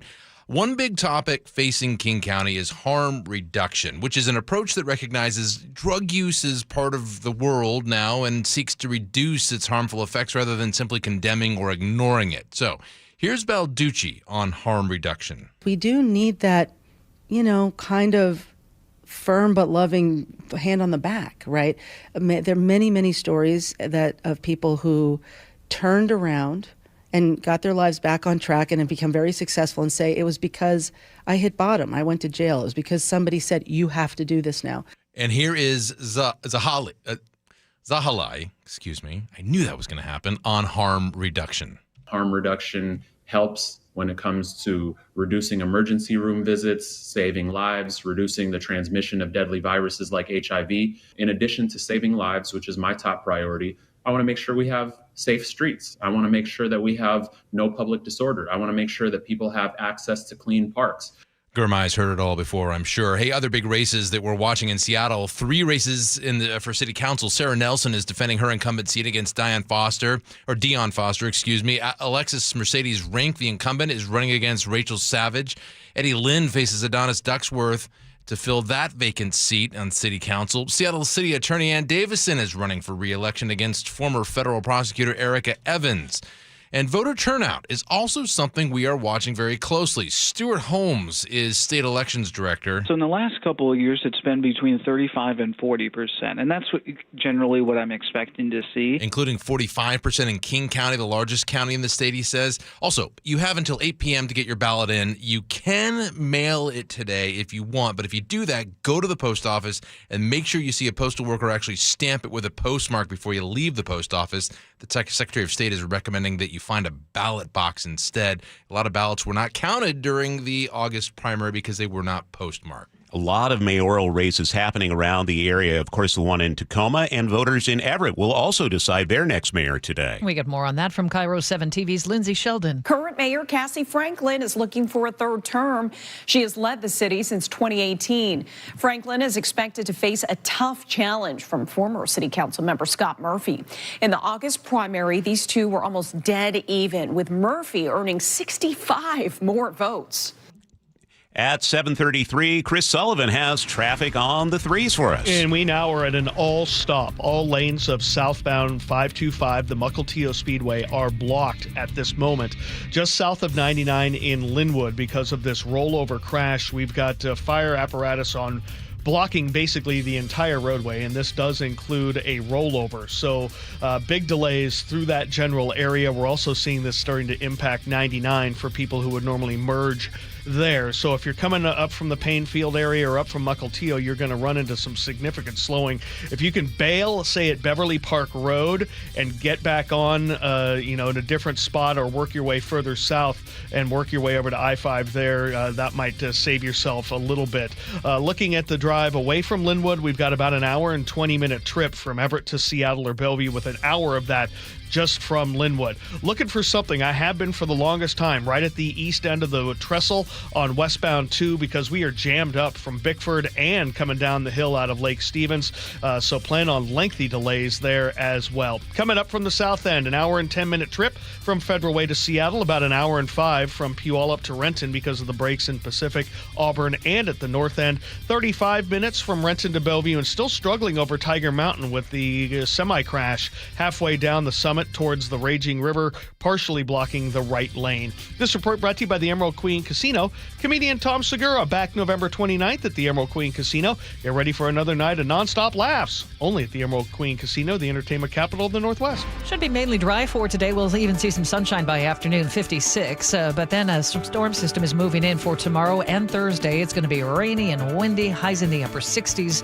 We're talking a half inch of rain or so on Thursday. And then Friday, back to scattered showers with some sun breaks by afternoon, a high of 55. Right now it's 42 in Seattle. Seattle's tradition for news and conversation. This is Seattle's Morning News with Charlie Harger and Manda Factor. Time for this morning's commentary. Today is Election Day in Seattle, King County, and across Washington State. I can't help feeling we're about to cross the event horizon. In physics, the event horizon is the point around a black hole where nothing, not even light, can escape. Like entering Costco on sample day. You think you're in control, but forces beyond your comprehension are pulling you toward the frozen food section. Seattle seems headed toward its own political event horizon tonight. 4 years ago, voters here said enough of defunding police while crime spiked. Enough of armed militants taking over 6 city blocks while our mayor called it the summer of love. Enough of city prosecutors refusing to charge some misdemeanors because laws were suddenly oppressive. Voters chose pragmatism over ideology. Well, since then, we've made baby steps forward. More officers hired, property crimes prosecuted, public drug use acknowledged as actually being a problem. For moderates, Mayor Harrell's center-left approach still wasn't enough, but at least it was movement toward normalcy. So will tonight hold? We keep telling ourselves we'll be disciplined at the election Costco this time. Then a new political sample station pops up and we can't resist. Katie Wilson and others like her on ballots across the city, county, and region, they are good people who genuinely care about this place. But if they win, and polls suggest they might, their victories would represent a complete rejection of 4 years of cautious governance. Their incumbent opponents could still pull it out, but the momentum feels one-directional. This is Seattle's equal and opposite reaction to President Trump's return to power. The stronger his grip nationally, the further left this city swings. Voters in and around here are making a statement. We are opposite of President Trump, and I get it. They feel the president's brute force approach to governments represents everything Seattle stands against. People want their city to reflect their values of compassion and inclusion. When the company goes one direction, Seattle goes the other, harder. But once we cross the event horizon, the incremental gains we saw over the past few years may disappear. The acknowledgement that we need a fully staffed police department, that's one that's accountable, follows the rules, and actually shows up when called, that public safety matters, that businesses need protection, that parks belong to everyone, that compassion without accountability isn't actually compassionate. If Wilson wins here while Zoran Mamdani takes New York City in tonight's expected landslide, Trump gets his perfect foils. Two major American cities electing self-proclaimed socialist leaders who embrace rent control, want to reimagine policing, and believe enforcement itself perpetuates inequality. Wilson and Mamdani on the same night? That's the kind of moment Fox News producers live for. The pendulum in Seattle never stops in the middle. 4 years ago, we swung toward moderation and pragmatism. Tonight, maybe back toward ideology. But cross that event horizon and gravity takes over. You don't get to change your mind. You just get pulled toward whatever's on the other side. The event horizon is right there. We can see it. We know what's on the other side because we've been there before. And here we go anyway. Costco sample cup in hand. And that's the commentary for November 4th, 2025. You can text us at 888-973-5476 and leave a comment at mynorthwest.com. It's 7:39. Sully, what's coming up in traffic? Well, we're going to take a look at the changing conditions on the Mukilteo Speedway right at 99 in Linwood. We'll break it down for you next. You never know what's in store each morning once you hit the road. We've got a major traffic alert in effect right now. While you're getting ready every morning, make us part of your routine. What morning, huh? Yeah. Got off to an early start. Just tell your smart speaker to play KIRO Newsradio or stream us on the app. Both directions of I-5 are closed. We'll help you get where you're going faster. Maybe bail at 512. KIRO Newsradio. We're on your smart speaker, the app, and 97.3 FM. I'm Ed Evans, CEO of Consumer Cellular. Ever wonder why Big Wireless wants you on an unlimited plan? They probably want you to cover the cost of those 20-somethings using all that data every month. But most people 50 and up like me only use 12 gigs or less. Don't get bamboozled by Big Wireless. Switch to Consumer Cellular. Our plans start at just $20, and we use the same towers as the big guys. Join the millions who choose something better, because if you're not using all that data, you're probably getting used. Call 1-888-FREEDOM, visit consumercellular.com/fax or a store near you. Plans include $5 credit for auto pay and e-billing. See site for additional facts. Ready to order? Yes. We're earning unlimited 3% cash back on dining and entertainment with a Capital One Saver card. So let's just get one of everything. Everything? Fire everything. The Capital One Saver card is at table 27 and they're earning unlimited 3% cash back. Yes, Chef! This is so nice. Had a feeling you'd want 3% cash back on dessert. Ooh, tiramisu. Earn unlimited 3% cash back on dining and entertainment with the Capital One Saver card. Capital One, what's in your wallet? Terms apply. See CapitalOne.com for details. If you love to travel, Capital One has a rewards credit card that's perfect for you. With the Capital One Venture X card, you earn unlimited double miles on everything you buy. Plus, you get premium benefits at a collection of luxury hotels when you book on Capital One Travel. And with Venture X, you get access to over 1,000 airport lounges worldwide. Open up a world of travel possibilities with the Capital One Venture X card. What's in your wallet? Terms apply. Lounge access is subject to change. See CapitalOne.com for details. Tired of hearing scary radio ads about the IRS? Tax Relief Advocates is different. TRA is here to tell you that if you owe money to the IRS, whether it's $5,000 or $500,000, we have a solution. TRA can eliminate or reduce what you owe to the IRS with zero risk to you. We have over 1,000 5-star reviews on Google and an A+ with a BBB. End your tax nightmare today by visiting TRA.com or call 800-275-1728. That's 800-275-1728. Wellness. How do you practice it easily every day? At Olympic Hot Tub, we have more ways to achieve total wellness at home than ever before. Immerse yourself and let jets melt stress away in a saltwater hot spring spa. Swim in the privacy of your own backyard in an endless pool swim spa. Retreat to cozy warmth and detox in an amazing Tilo sauna. Then awaken your mind and body with a cold plunge. You'll be saying, ah, in no time. Your path to wellness starts today at Olympic Hot Tub. Better you, better life. 7:43. Let's check in with Chris Sullivan at the traffic desk. Yeah, a little bit of positive news for those of you stuck on southbound 525 or the Mukilteo Speedway, as we like to call it, getting through the Linwood area at 99. This crash that involved a rollover had a pretty significant emergency response, and for about 15 minutes, we had all southbound lanes blocked. All the lanes have reopened, so that backup should be getting better quickly. It's still going to be pretty sticky right there as you pass Highway 99. This has kind of impacted kind of the on and off ramps there from 99. So still a mess, but the accident has cleared. Once you get over 2I-5 or 405, you're going to have about an hour drive from Linwood on down that to Seattle or to Bellevue. You add that to the 20 minutes down out of Auburn, and you got an hour and 20 total. Still looking for a reason for why we are so slow westbound across the trestle. It's been foggy there, but I haven't been able to find any crashes. Either way, westbound 2 is bumper to bumper from Highway 9 today, all the way from Snohomish down. So that's at least another 10 minutes added to your trip. 204 not moving out of Lake Stevens either. So a pretty ugly day for you guys. Looking at the Valley Freeway at about an hour and 10-minute trip. Brake lights through Pacific, through Auburn, and at the north end. Followed that up with about a 35-minute trip from Renton to Bellevue. The Tacoma to Federal Way Drive, seeing brake lights up the hill, and then Federal Way to Seattle about an hour and 15 minutes now. 40-plus minutes from South Center into downtown, heavy past the West Seattle Bridge. Getting reports of a crash near the Michigan curve. Haven't found it yet. Northbound 509's a little heavy as well. Lake bridges are still hanging in there, but they're getting close. KIRO Newsradio Real-Time Traffic, I'm Chris Sullivan. Our forecast, kind of the calm before the storm. We're going to see some sunshine by afternoon today, 56. But then when it starts raining overnight and into tomorrow, it's going to be raining for a couple of days. In fact, near a quarter-inch of rain expected for tomorrow, a half-inch on Thursday, and then we'll taper off to scattered showers on Friday. But really breezy for tomorrow and Thursday as well. Right now, it's 42 in Seattle. 7:45 now. It's a new home and a new look for a beloved children's TV show. Here's KIRO News Radio's Katrina Gishard. We're 56 years in and counting. The kid-friendly furry monsters on Sesame Street are giving a sneak peek at their new digs on Netflix. Today is the Sesame Street Races!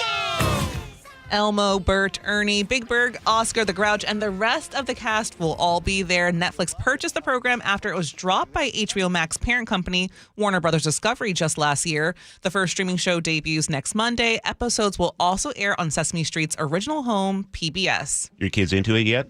Yes, because we're reading Elmo, learning how to potty book, and that's all Sesame Street, so my son's obsessed with Big Bird. Oh, that's a good book. Yeah. I read that a lot with the Harger kids, too. They'd be embarrassed beyond belief if I said that on the radio, but I just did. Too late. It's fine. All right. Thank you, Katrina. It's 7:46 now. And coming up, KIRO News Radio's Luke Ducey has a tech talk this week. Why Seattle's police department is rethinking allowing officers to use artificial intelligence. You know that cartoon of the three-eyed fish swimming in polluted water next to a nuclear power plant? Yeah, classic. I used to think that was real, but I just learned that nuclear energy waste isn't some glowing green goo. It's actually used fuel rods from nuclear reactors that made electricity electricity. Wait, so no barrels of leaking sludge? No, solid used fuel rods are safely stored at all the nuclear power plants in the U.S., including the one in Richland. So the cartoon fish isn't real? Not even close. Learn the facts about nuclear energy and used fuel at energy-northwest.com. Hey, Mike Salk here. Who's got family coming to town this holiday season? I know I do. My parents will be staying at my house for a few days over Thanksgiving.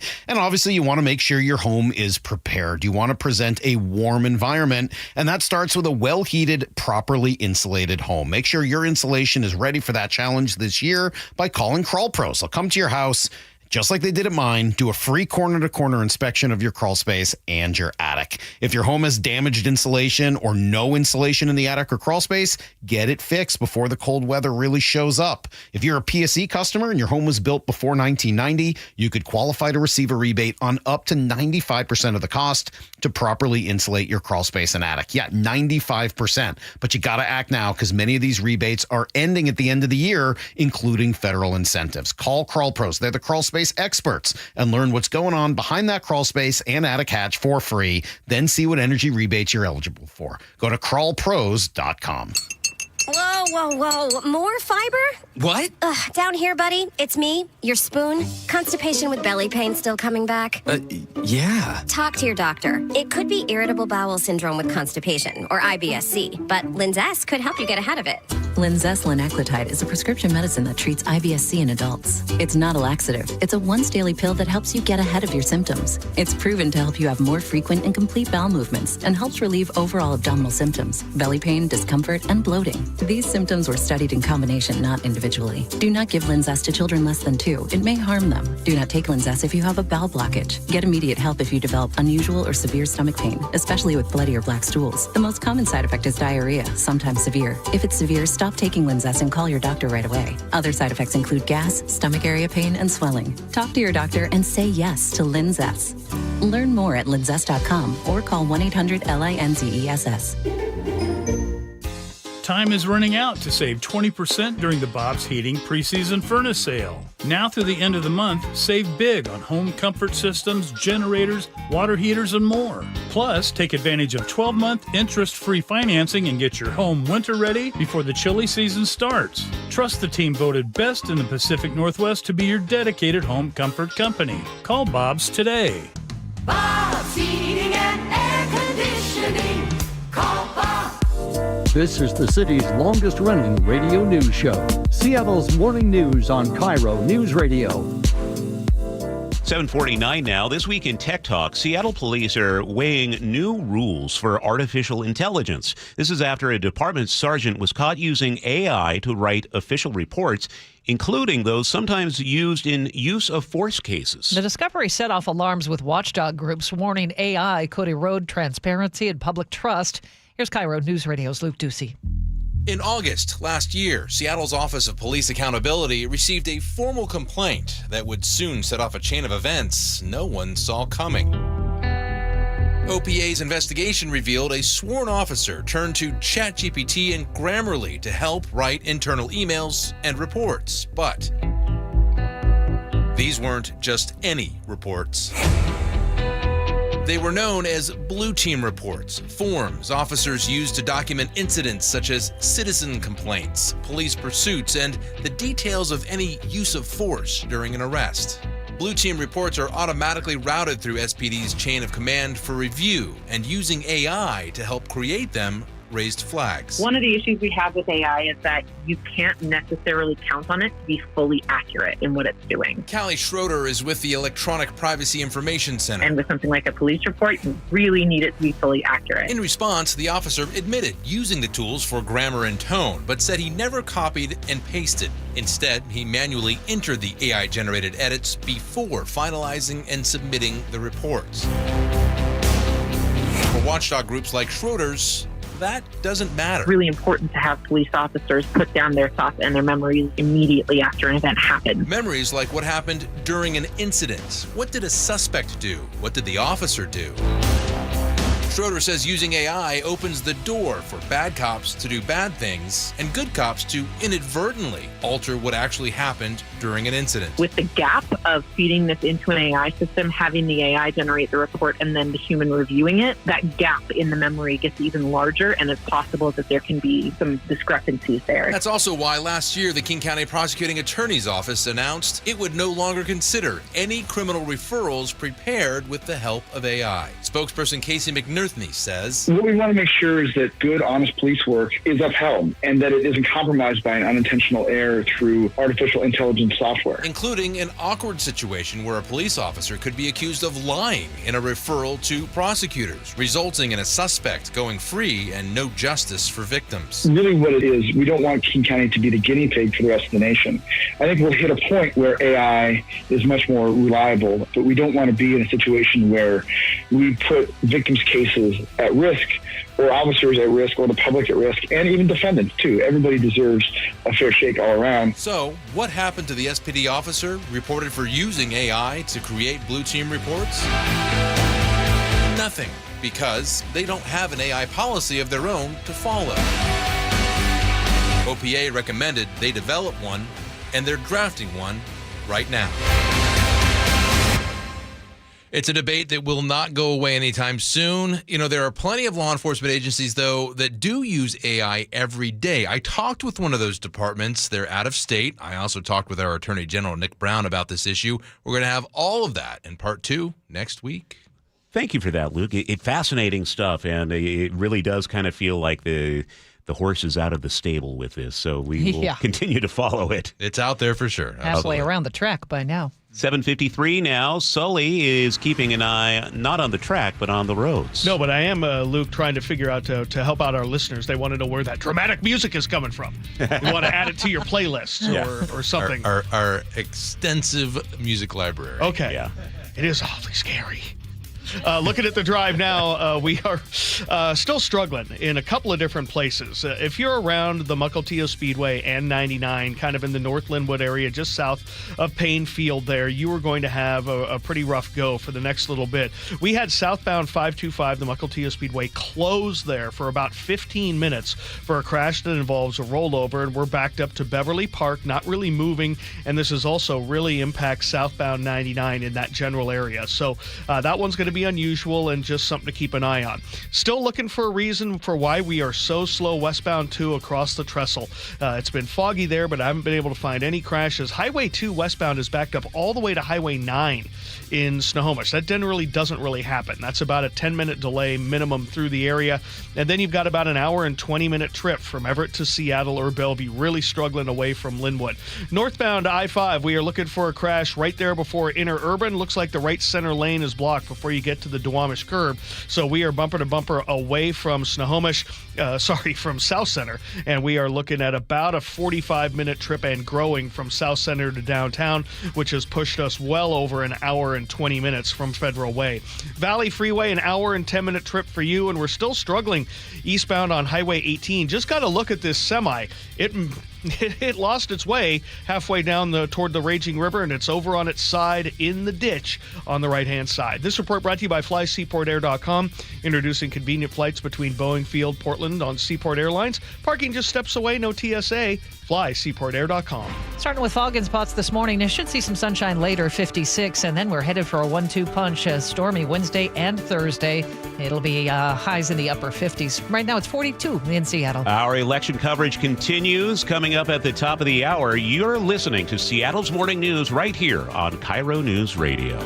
If your closets are bursting at the seams like the Curley household, it's time to call the pros at Closets by Design Seattle. Every job is completely custom. Free in-home design consultation. Right now, they're offering big savings up to 40% off, plus an additional 15% off with 18 months financing and free installation. You're getting the quality and backing of a national brand, but with friendly local Seattle service. Go to closetsbydesign.com or call 1-800-BY-DESIGN to schedule your free in-home design consultation today. KIRO FM and HD1 Tacoma, Seattle. Cold is leaking and rats are moving and mold is creeping and water seeping in.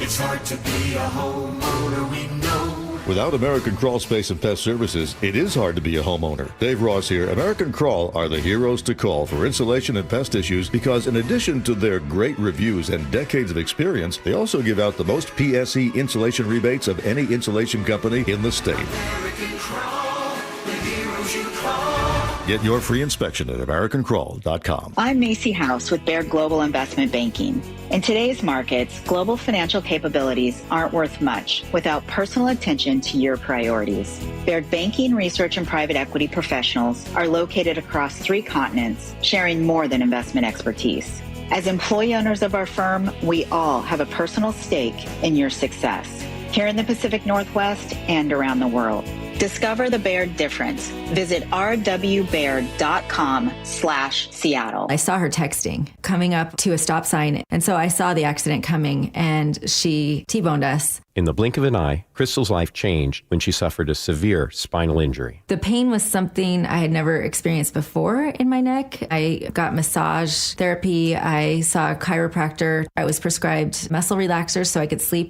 I got depressed. Nothing was relieving the pain. Drugs, sleepless nights, and depression. Sound familiar? I'm Dr. Mark Shelley, a chiropractic physician and board-certified functional neurologist. At Sound Pain Solutions, our treatments include high-dose laser combined with spinal decompression and other comprehensive therapies to rehabilitate damaged discs. We use treatments that are non-surgical, FDA-cleared, drug and pain-free. I was able to get off my pain medicines and I was able to sleep through the night, and that was what I was desperate for. To learn if you're a candidate for our treatment, call us. Sound Pain Solutions, 855-996-0025 or click soundpainsolutions.com. Carpoolers using the SR-167 Express toll lanes now need a Flex Pass set to HOV mode to ride free. That's a change. Having Good to Go always costs less than pay by mail. That is not a change. Learn more at goodtogo167.com. Eric Johnson here. I spent the past 30 years working to help make our community better informed, better protected when it comes to consumer issues, and better equipped to take on whatever life throws at us. That's why I love the free Washington Accident book series from Davis Law Group. These books keep us better informed about the law, better able to protect ourselves on and off the road, and better off when all is said and done after an accident. Chris Davis didn't have to write these books. He did it because he saw a need. People who were in accidents or other legal situations didn't know what to do, what pictures to take, documents to request. Only a tiny fraction of the people who get these free books will ever become clients of Davis Law Group, but that's not the point. Chris wrote them because it was the right thing to do.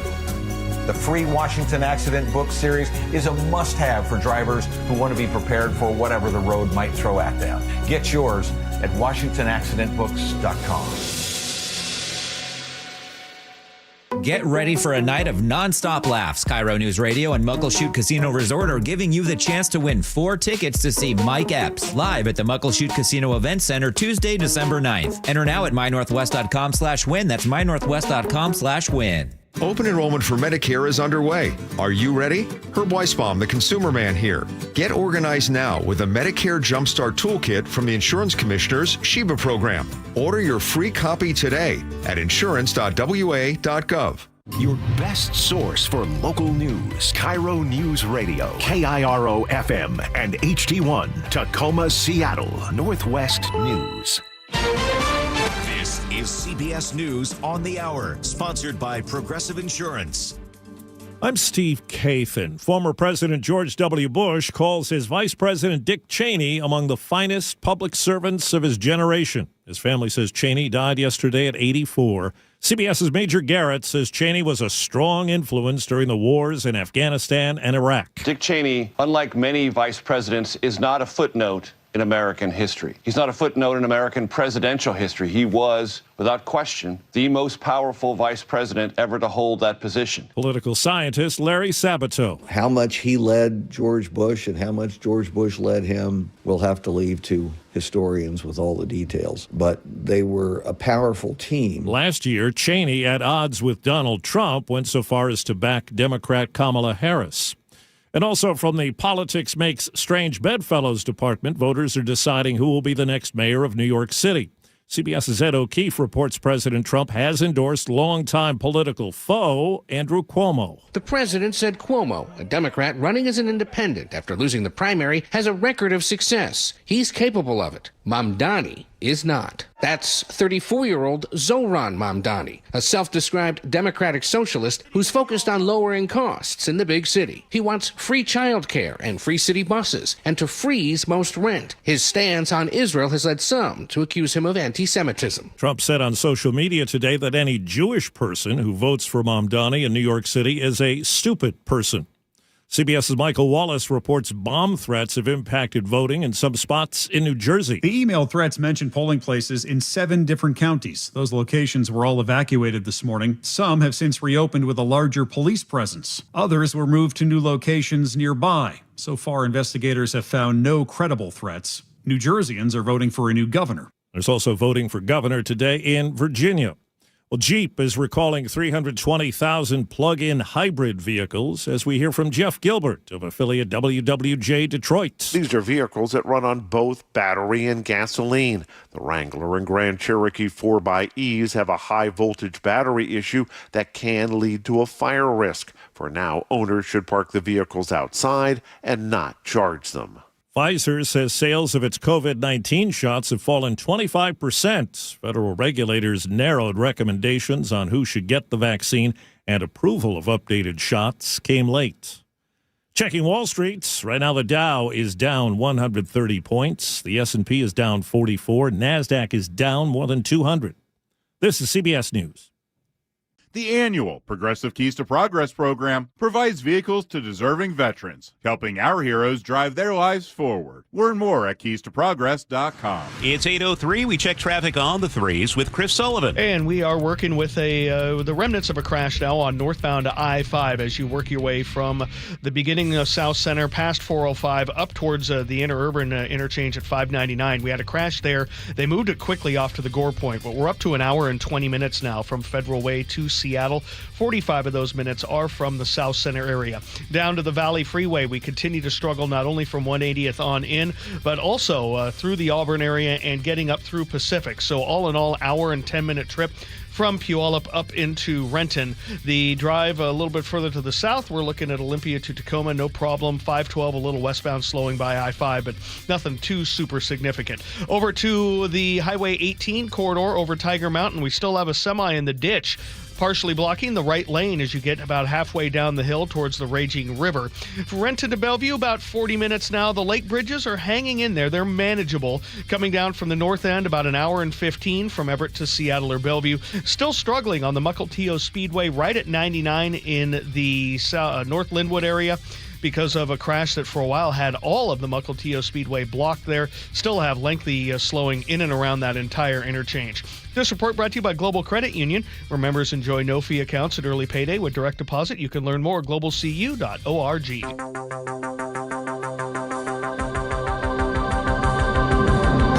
Good morning. It's 8:04, Election Day, the Tuesday, November 4th, 2025 edition of Seattle's Morning News.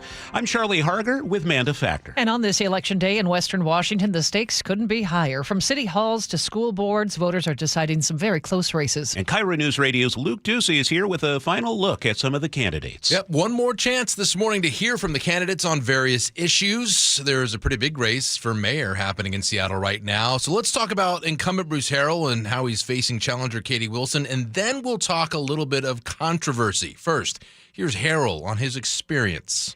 No one running for this position remotely has the experience, the executive experience, the academic experience, the professional experience. I'm running for re-election because I'm the best qualified. And here's Wilson on why she chose to run for office. You know, Seattle's my home, but over the last 20-some years, I have watched this city become less and less affordable. The specific event that pushed me into this race was in February. We had a special election to fund Seattle's new social housing developer.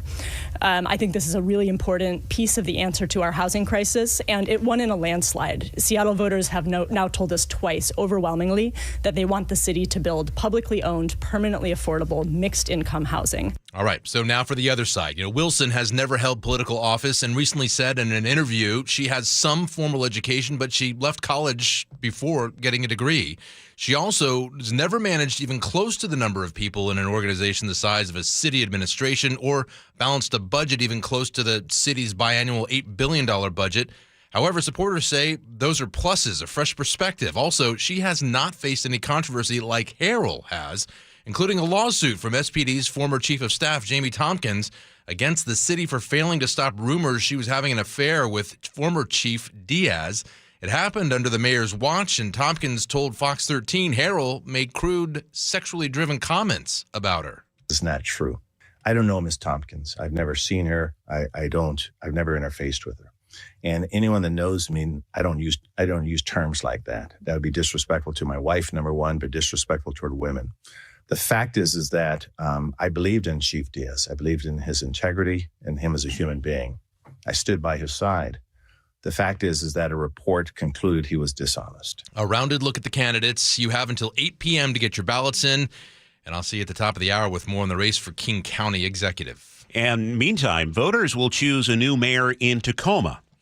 KIRO 7 TV's Ranji Sinha is outside the Pierce County election headquarters. Now, the current mayor, Victoria Woodard's, reached the term limit. She's been in office since 2018. So voters are deciding between City Council member John Hines and former City Council member Anders Ibsen. Now, Ibsen won the primary with 38% of the vote. Hines got 19%. Now, Hines, as I mentioned, current City Council member, has been in office for 5 years, while Ibsen, a former City Council member, served for 8. Everett voters also choosing a mayor today in a race too close to call.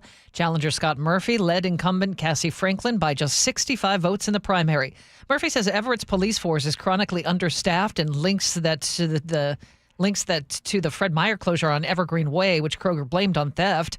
He also points to homelessness nearly doubling since Franklin took office. Franklin defends her record, citing investments in housing and outreach, saying progress takes time. There is one statewide ballot measure that would amend the state constitution. KIRO 7 TV's Lindsay Sheldon reports voters will consider investing long-term care funds in stocks. You might recall that fund launched in 2023, collecting taxes from your paycheck to provide care for aging seniors. Legislators want to invest that money in stocks, but the state constitution currently bans that.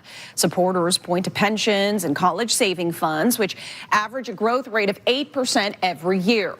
Those who are not in favor of this move, though, point to the 2008 economic crisis and say that dollars need to be kept in stable investments like bonds. News matters. Experience counts.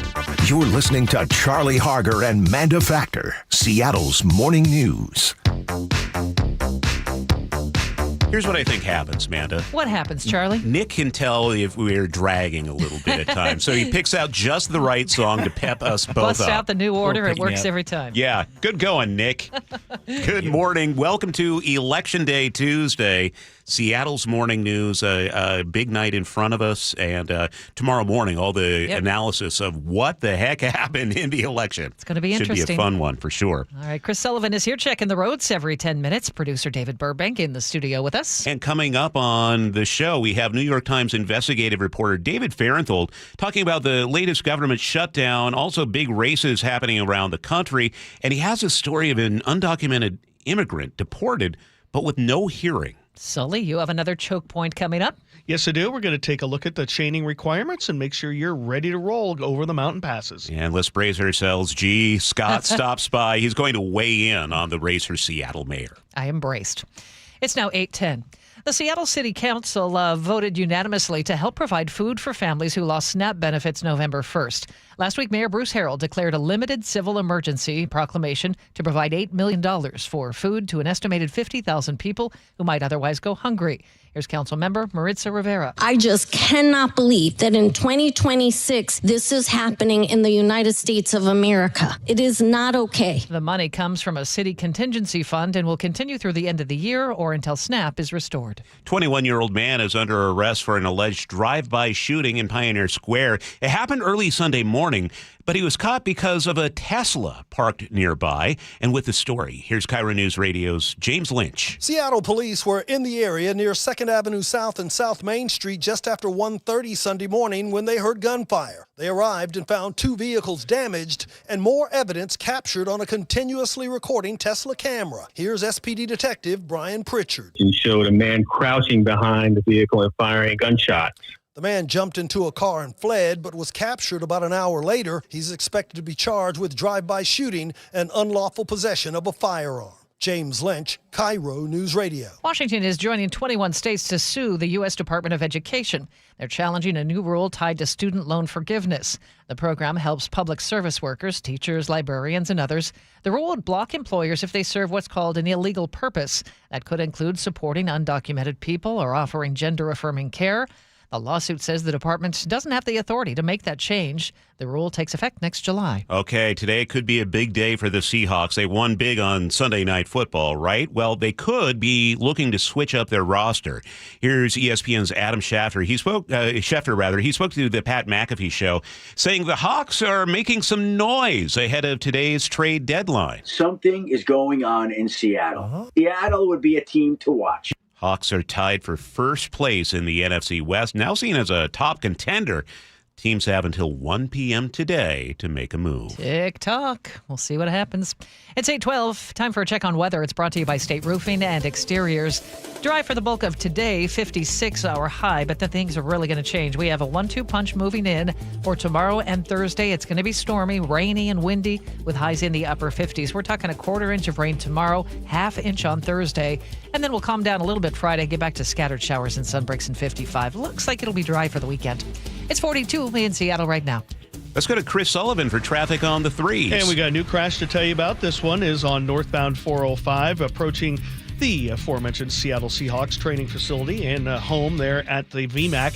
44th heading up the hill from Renton, and it is blocking the HOV lane, and we are bumper to bumper now all the way back to 167, and the time is jumping up quickly. We've added 10 minutes to that trip just in the last little bit, up to 45 minutes plus from Renton into Bellevue, so I'm watching that one closely. You guys who drive that know how tight that is, and getting somebody in there to take care of this crash. We'll probably close a couple other lanes as they get there. Looking at the Valley Freeway behind it, trying to get better, still about 30 minutes out of Auburn. You add that to 30 plus out of Puyallup, and we've got about an hour and 10-minute trip for you guys.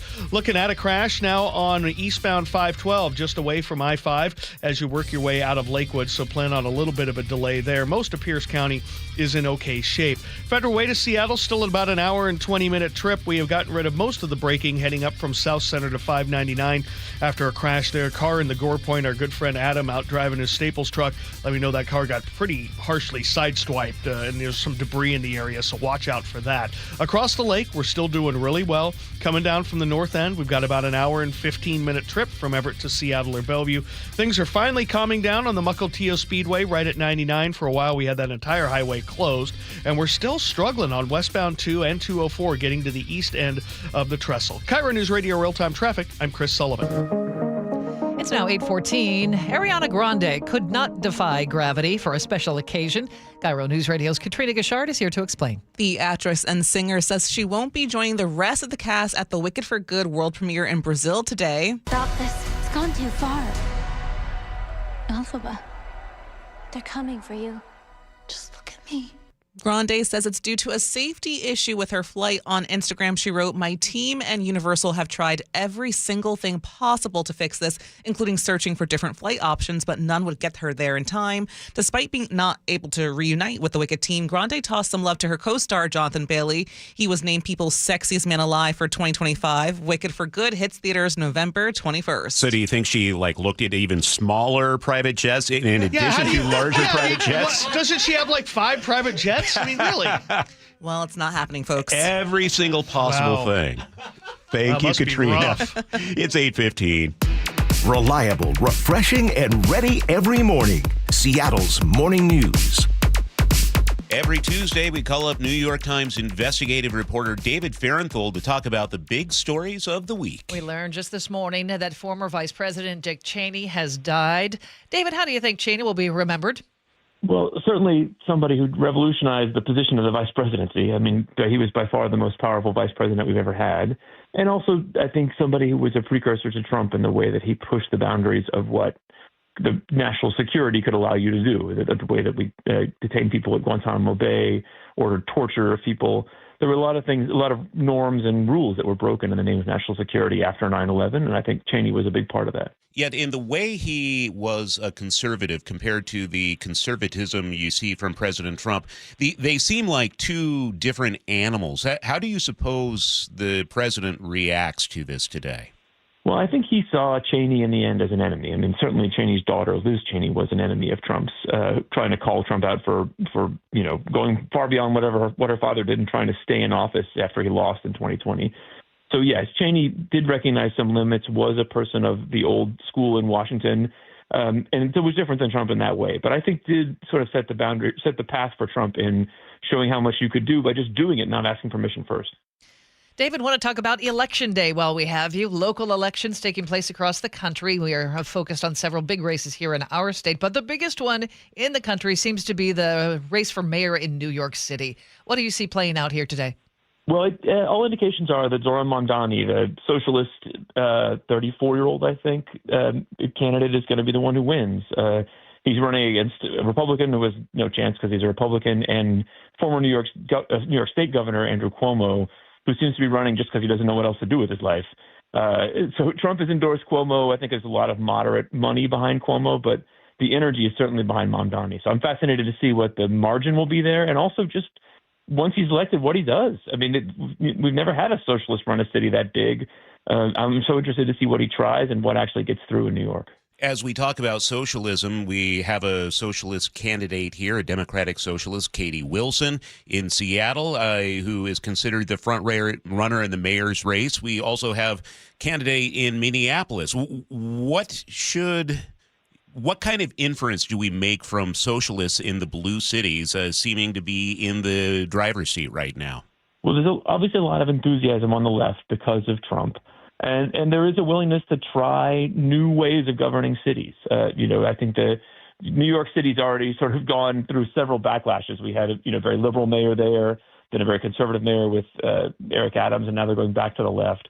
It will be fascinating to me because if Mamdani wins and these candidates win in Seattle and other places, we haven't really seen Democratic socialists try to govern a place as big as that. And I think it will be really interesting to see what policies they choose to fight for and how they work.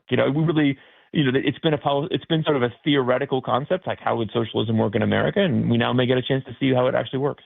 All right, let's talk about the shutdown. Government shutdown has reached day 35, tied for the longest shutdown ever. Do we expect anything to happen this week? I don't think we expect anything to happen this week, but I do think there are some points of pressure that are coming along. There are long delays at airports as air traffic controllers are calling out sick.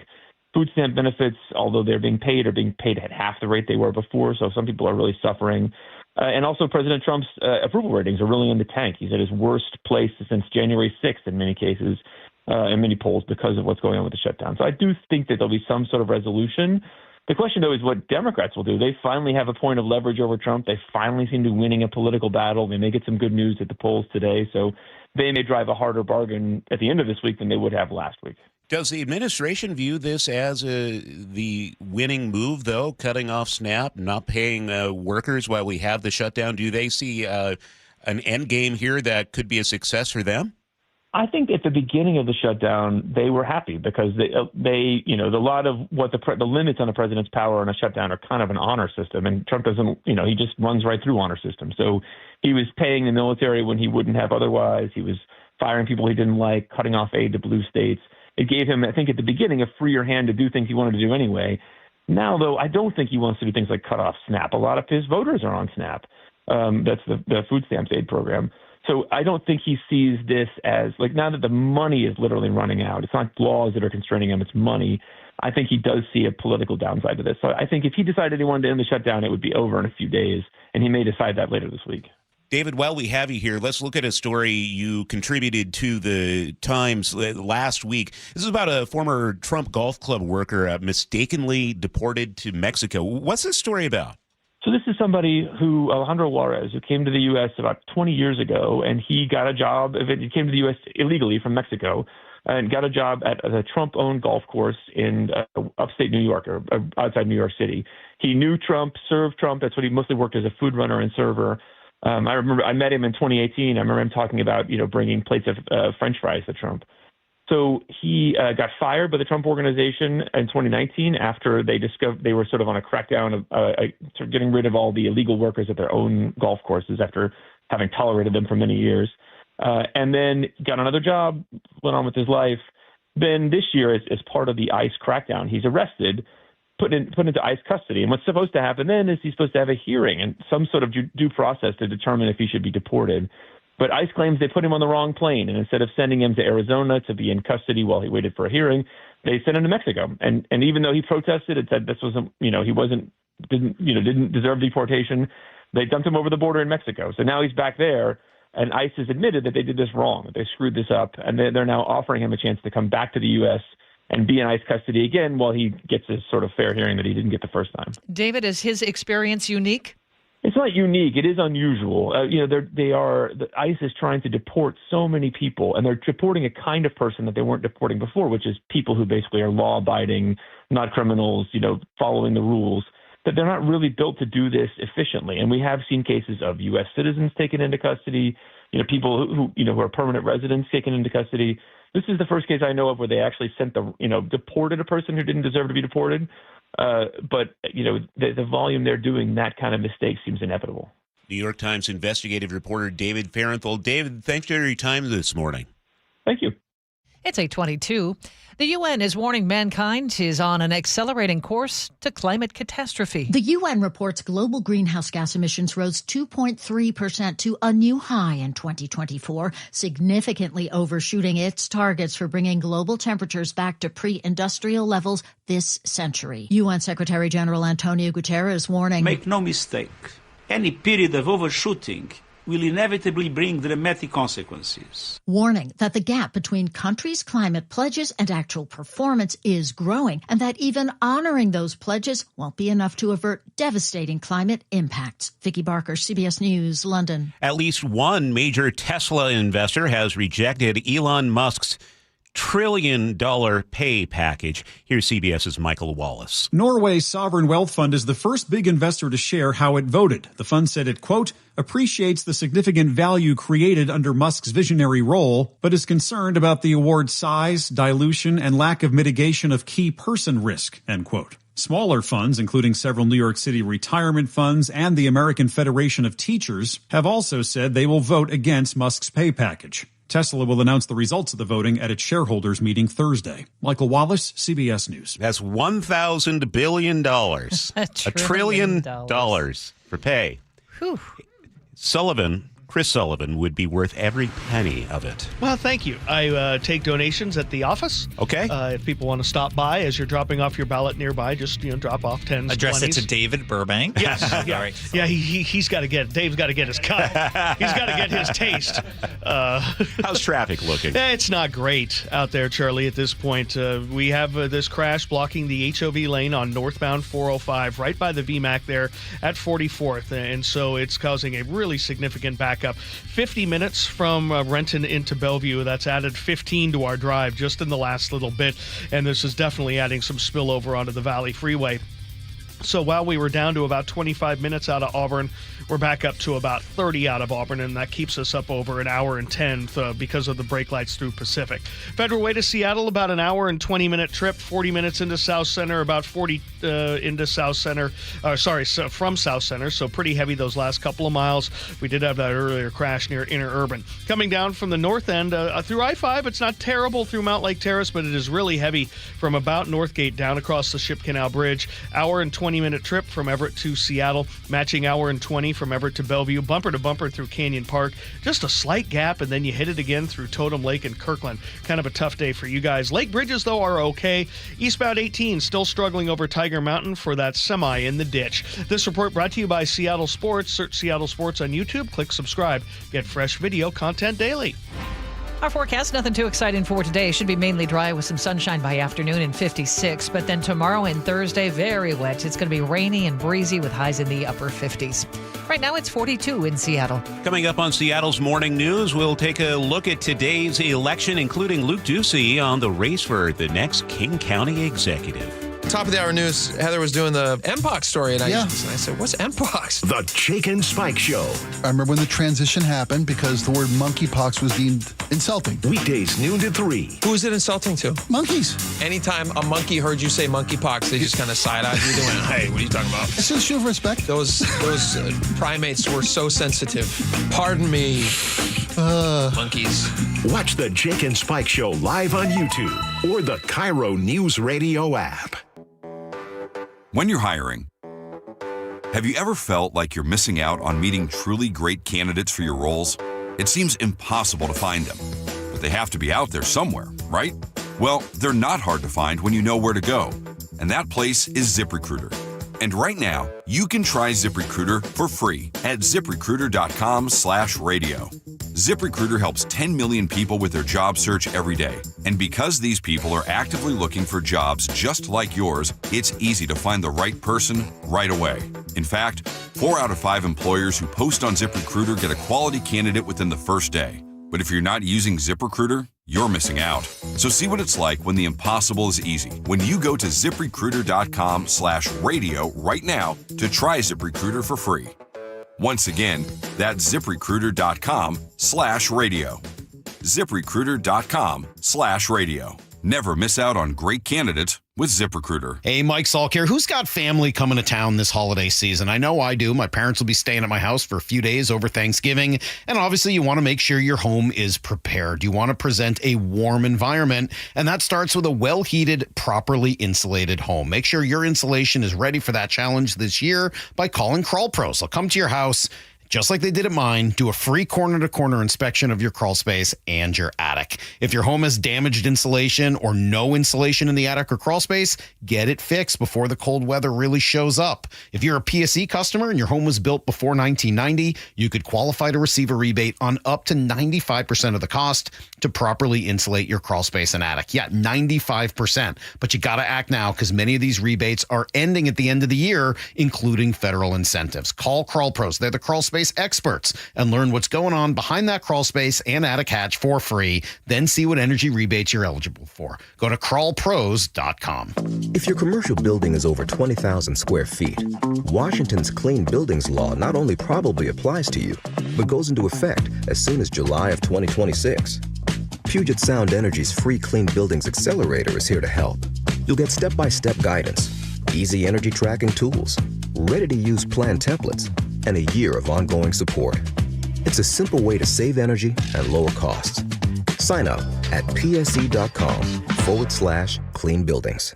Eric Johnson here. I covered a lot of accidents over the past 30 years or so, but I never got to say much about what to do after a crash. Be honest, do you know what evidence to collect, what pictures to take, what documents to request, or what you shouldn't say to your insurance company? The Washington Accident Book Series is a must-have for drivers who want to be prepared for whatever the roads throw at them. Know your rights and how to avoid common mistakes after an accident by getting your free copy at WashingtonAccidentBooks.com.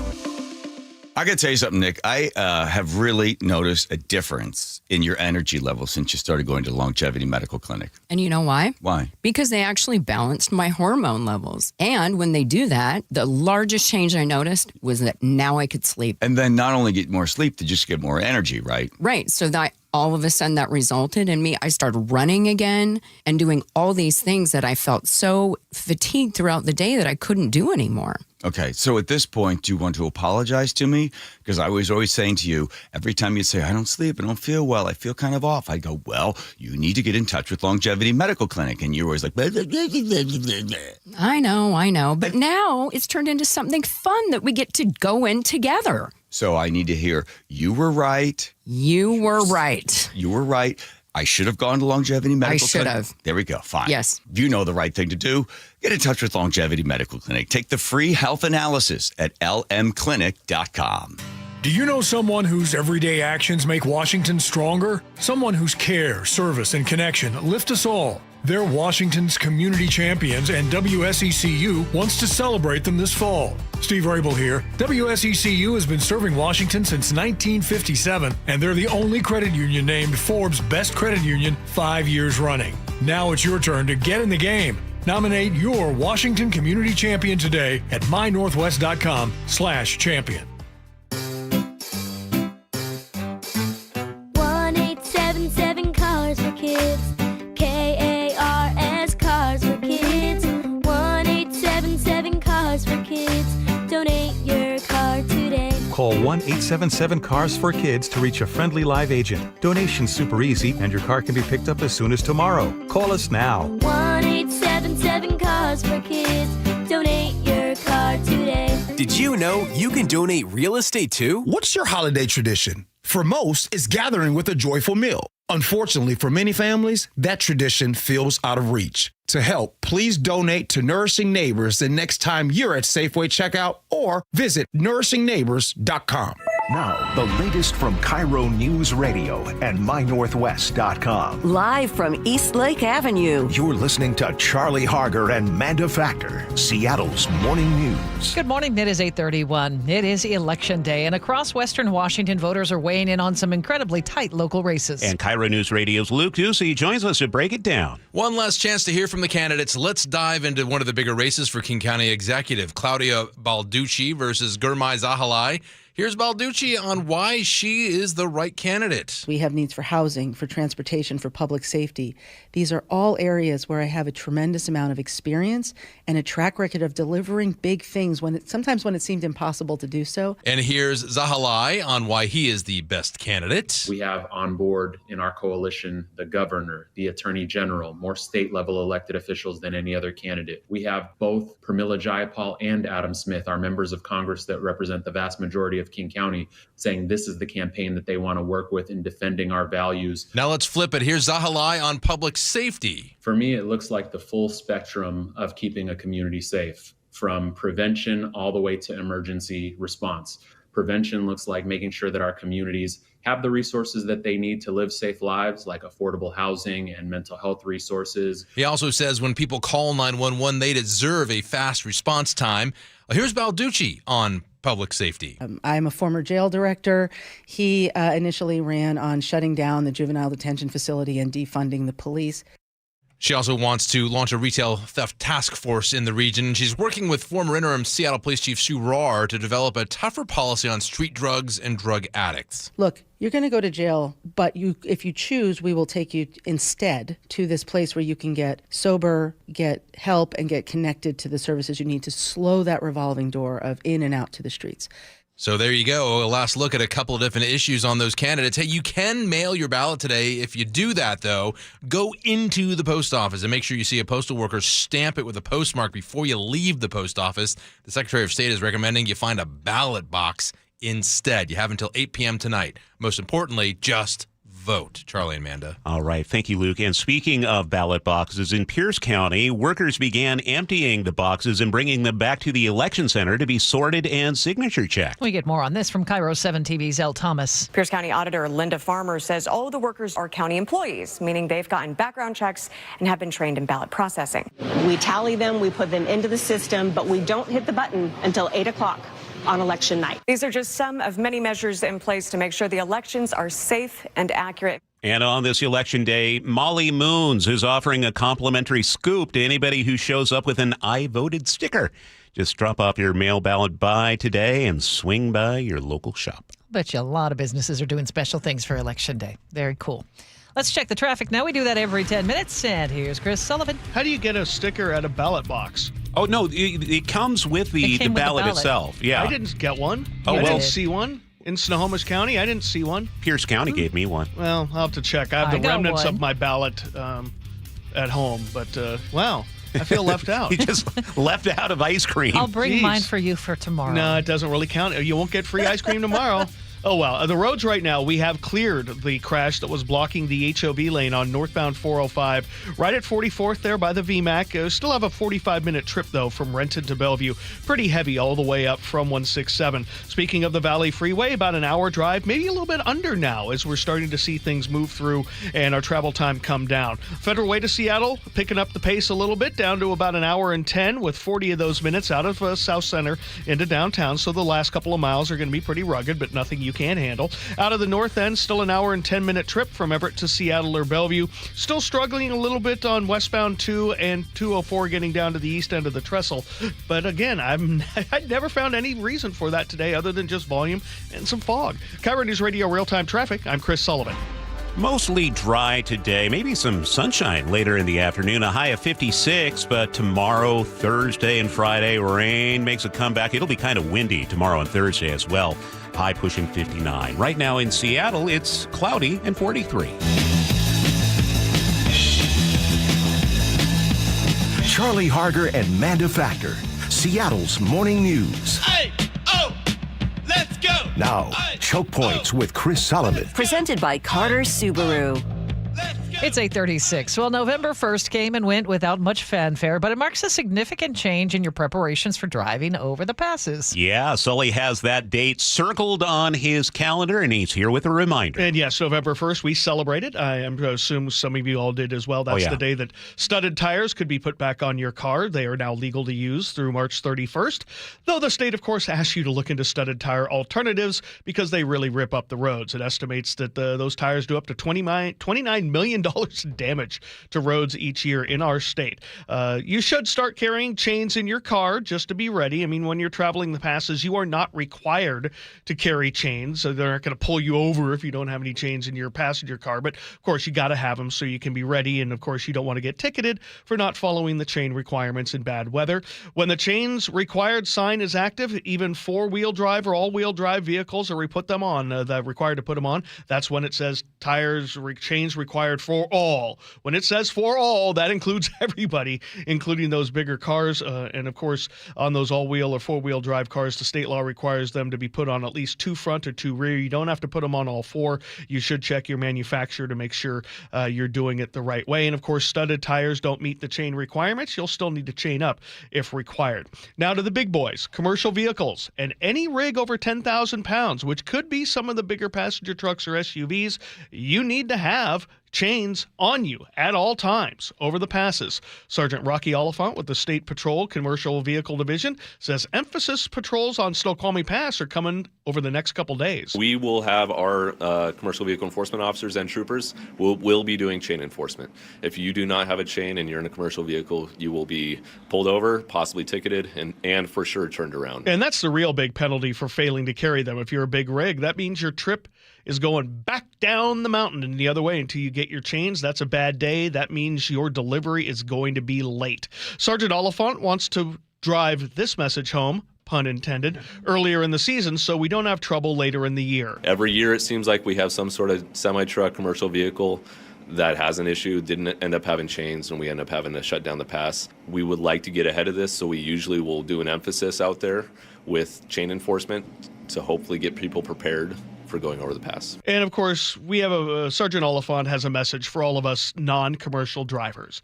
Give those big rigs plenty of room, especially when the weather turns. Don't make sudden moves around them, and don't be the reason for a truck losing control. Give semi-trucks extra room. You know, a lot of things that we see, and this is something that I've tried to focus on a little bit more, is aggressive cars around trucks.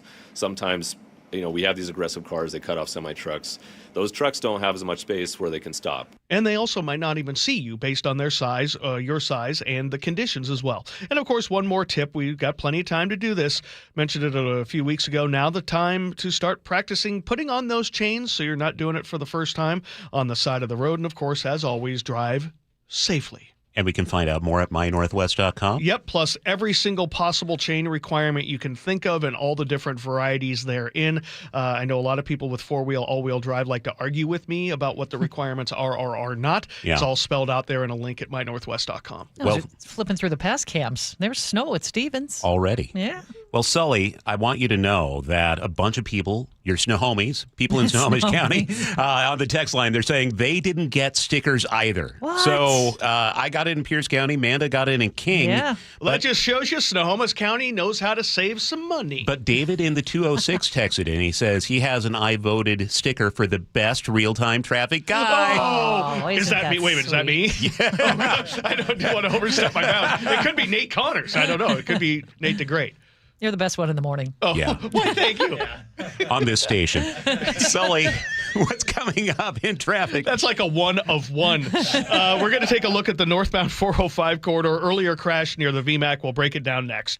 The Northwest's trusted news source, KIRO Newsradio. Police in Federal Way are investigating what appears to be a car explosion. KIRO Newsradio's Luke Ducey is live from the neighborhood. I can't tell you enough how crazy this scene is here. Coverage you depend on. A massive police presence in Kent. From voices you know and trust. We have an active fire inside one of these buildings here. KIRO Newsradio on 97.3 FM, the app, YouTube, and your smart speaker. So my mother is thinking of switching from Verizon to Pure Talk, but she's worried the deal sounds too good to be true. Michael, she said, how can those Pure Talk people offer me the same basic service as Verizon for so much less money? I said, Ma, go ask Google how much Verizon spends on advertising and promotions. A few seconds later, my mother said, oh my goodness, $12 billion a year? That must be a typo. I'll tell you what I told my mom. It's not a typo. Verizon spends $12 billion a year on advertising and promotions, and their customers are paying for it. Well, Pure Talk doesn't spend that kind of money on commercials. Trust me, I would know. That's why they can offer you and my mother unlimited talk, text, and plenty of data on a crazy fast 5G network for just $25 a month. And if you're a business owner, you could really save a fortune. Dial pound 250, say the words Mike Rowe, and you'll get an additional 50% off your first month. That's pound 250 Mike Rowe. Pure Talk. Everything you need and nothing you don't. If you're 55 or older and into that whole saving money thing, T-Mobile has an exclusive phone and internet bundle just for you. Right now, get 2 unlimited phone lines plus 5G home internet for just $30 each per month with autopay, plus taxes and fees. And with 5G home internet, setup is easy with just 1 cord and no technician needed, which is great if you're also into that whole keeping it simple thing. Switch now and experience the best mobile network in the U.S. Visit your local store to start saving. T-Mobile, it's better over here. Based on analysis by Ookla of speed test intelligence data Q4 2024 to Q1 2025. Ookla trademarks used under license. Unlimited on our network. Customers on voice plan may notice speeds lower than other customers and further reduction if using more than 50 gigs a month due to data prioritization. Video streams and SD on this plan. Home internet pricing after $20 in monthly bill credit plus $5 per line without autopay. Debit or bank account required. See 5G device coverage and access details at T-Mobile.com. Health insurance is broken, but it doesn't have to be. That's why Scan Health Plan was founded as a nonprofit, so we can create Medicare Advantage plans that focus on the real needs of seniors. We've been people first since 1977, and we're here to make Medicare work hard for you, because you deserve more than a broken system. You deserve a plan that fights for you. Visit scandifference.org to learn more. Scan Health Plan is an HMO plan with a Medicare contract. Enrollment in Scan Health Plan depends on contract renewal. 8:43 now. Let's check in with Sully at the traffic desk. And I'm searching for a new crash on northbound I-5 right around I-90 in the left center lane. DOT's reporting it. I haven't quite found it on the cams, but I haven't had too much time to look. But either way, we're looking at a very heavy drive from the middle of Boeing Field on in, and still 45 minutes from South Center, which pushes us to about an hour and 5 because that drive from Federal Way up through South Center is actually much better. Rented to Bellevue, now that we've cleared the crash at 44th, is calming down a bit, back under 45 minutes to make the drive. Valley Freeway still rolling at about an hour. Still have a semi in the ditch, partially blocking the right lane on eastbound 18 as you get across Tiger Mountain. It's down on the downhill side as you work your way towards the raging river. Across the lake, starting to see some westbound slowing on both of the lake bridges. Coming down out of the north end, still hour and 15-minute trips for both of Everett to Seattle or Bellevue, with an hour alone just away from Linwood. And for those of you heading southbound on 99 coming out of the tunnel just past the Stadium District and before the West Seattle Bridge. We've got a crash blocking 2 lanes to the 2 inside lanes, so only the far right lane is getting by. Again, this is on southbound 99, just south of the tunnel. This report brought to you by Superior Linen Service, 98 years, servicing quality uniforms, floor mats, and more. Call Superior Linen Service. They answer the phone, or visit suplinen.com. Our forecast should be dry for the bulk of the day, even some sunshine by afternoon, warming up to 56. And then you're going to get wet for a couple of days. Rainy and breezy tomorrow and Thursday. We'll have highs in the upper 50s, and then Friday, tapering off to scattered showers and back to some sunbreaks by afternoon and 55. Dry for the weekend. Right now in Seattle, it's 42. It's 8:45 now. The star behind a denim ad, which stirred up controversy, is finally speaking out. Here's Katrina Gishard. You may remember Sydney Sweeney's American Eagle ad from this summer. But if you said that you want to buy the jeans, I'm not going to stop you. But just so we're clear, this is not me telling you to buy American Eagle jeans. Sydney Sweeney has great jeans. You see what I did there, right? The ad seemingly included a double entendre of great genes and great biological genes, but Sweeney says the message was simple. It's all about the denim, adding, the reaction definitely was a surprise, but I love jeans. All I wear are jeans. I'm literally in jeans and a t-shirt every day of my life. That's good. That's good. I still don't understand why that was such a big deal, but that's just me. Thank you, Katrina. 8:45 now. Guess who's coming up next, Manda? Oh, gee, Scott. Yeah, he's going to talk about the Seattle mayoral race. He's on the way next on Seattle's Morning News. So what will you have today? Vanilla, chocolate, strawberry? When it comes to picking ice cream, there are lots of choices, and they all look and sound so good. Choosing a Medicare plan is a lot like that. So many options, all sound good. But if you pick a plan that's not right for you, there can be serious consequences. Hi, this is Herb Weisbaum, the Consumer Man. Open enrollment season is underway, and we're all being inundated with advertisements encouraging us to choose this Medicare Advantage plan or that one. Maybe the best choice for you is traditional Medicare. To make an informed decision, you need to do your homework. The Insurance Commissioner's Sheba program has a free Medicare Jumpstart Toolkit to get you started. This is Insurance Commissioner Patty Kuderer. Our Medicare Jumpstart Toolkit has a checklist of 7 easy steps to help you decide which Medicare plan is right for you. Order your free toolkit today at insurance.wa.gov. That's insurance.wa.gov. Or pick up a copy at your local library or senior center. Then go get an ice cream. Stacey Rost here from Seattle Sports. Ladies and gentlemen, this is for you too. Stubborn fat is really hard to get rid of. And then there's all those gimmicky lasers, fat freezing methods, prescriptions. But imagine a simple solution that takes just one day and provides immediate, noticeable results. Introducing ProSculpt. ProSculpt uses air-assisted technology that's safe and gentle, yet powerful, delivering instant fat-reducing and skin-tightening results. Performed by board-certified plastic surgeons while fully awake, ProSculpt contours your body with minimal downtime. It's designed to target problem areas: waistline, face, neck, arms, thighs. ProSculpt gently removes unwanted fat and tightens loose skin with FDA-cleared plasma technology, all in a simple, guaranteed one-day procedure. ProSculpt is one and done. For your free consultation and $250 off, visit ProSculpt.com for powerful permanent fat removal and skin tightening that works for ladies and you men. It's ProSculpt.com. Guys, tired all the time, gaining weight, low drive? These aren't just signs of aging. They could be low testosterone or other underlying issues. Right now, Revive Men's Health Washington is making it easier to get answers with a comprehensive wellness panel. It's not just a lab test, it's where better performance begins. Our providers will check your testosterone, blood sugar, cholesterol, kidney, liver, thyroid, and heart health. A $400 value for just $99, or free if you start treatment. Over 120,000 men have trusted Revive to restore their energy, mood, and confidence. So if you're ready to feel better and live stronger, call 206-529-1111. That's 206-529-1111.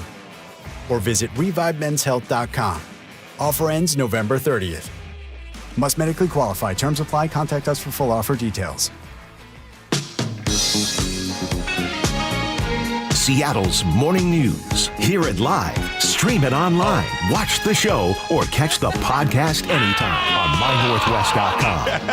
What the heck is going on around here. Yeah, if you're watching on the YouTube channel, we've had some issues. Give me some light. God dang. Hey, what the?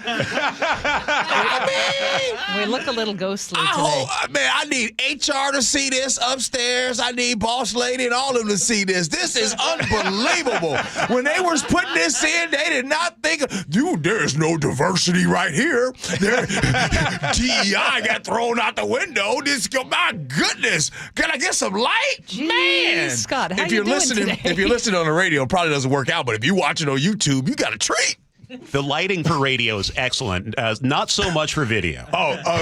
Good morning, Manda. Man, I know how uncomfortable you get when I go off the chain like this, but good Lord, man. I look like I'm in a damn scary movie or something like that. Look like I'm in the Blair Witch Project. You go off the rails. As long as it's not on politics, go off the rails. Whatever you want. What's happening, y'all? Well, we've been teasing it all morning. We have the mayoral elections happening all across the state, and the big one, of course, for Seattle is Bruce Harrell, the incumbent, versus Katie Wilson, the challenger. Yeah. What are you thinking as we get close to the election deadline? I'm thinking that more people will vote in November than they did in August, number one.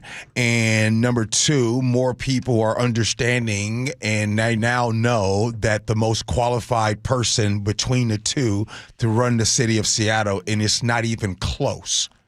It's not close, and it's Bruce Harrell, right? And when I say it's not close, and by the way, I think Katie Wilson's a nice person. Mm-hmm. And by the way, some of the things that she talks about, I actually like some of her ideas. So I don't want to just sit here and I'm not bad-mouthing her at all. Nice person, great ideas, no doubt about it. With respect, there's no way if you have never had employees, now all of a sudden you're going to have and be in charge of 41 departments in the city of Seattle? I don't know about that. And the most you've managed is $200,000?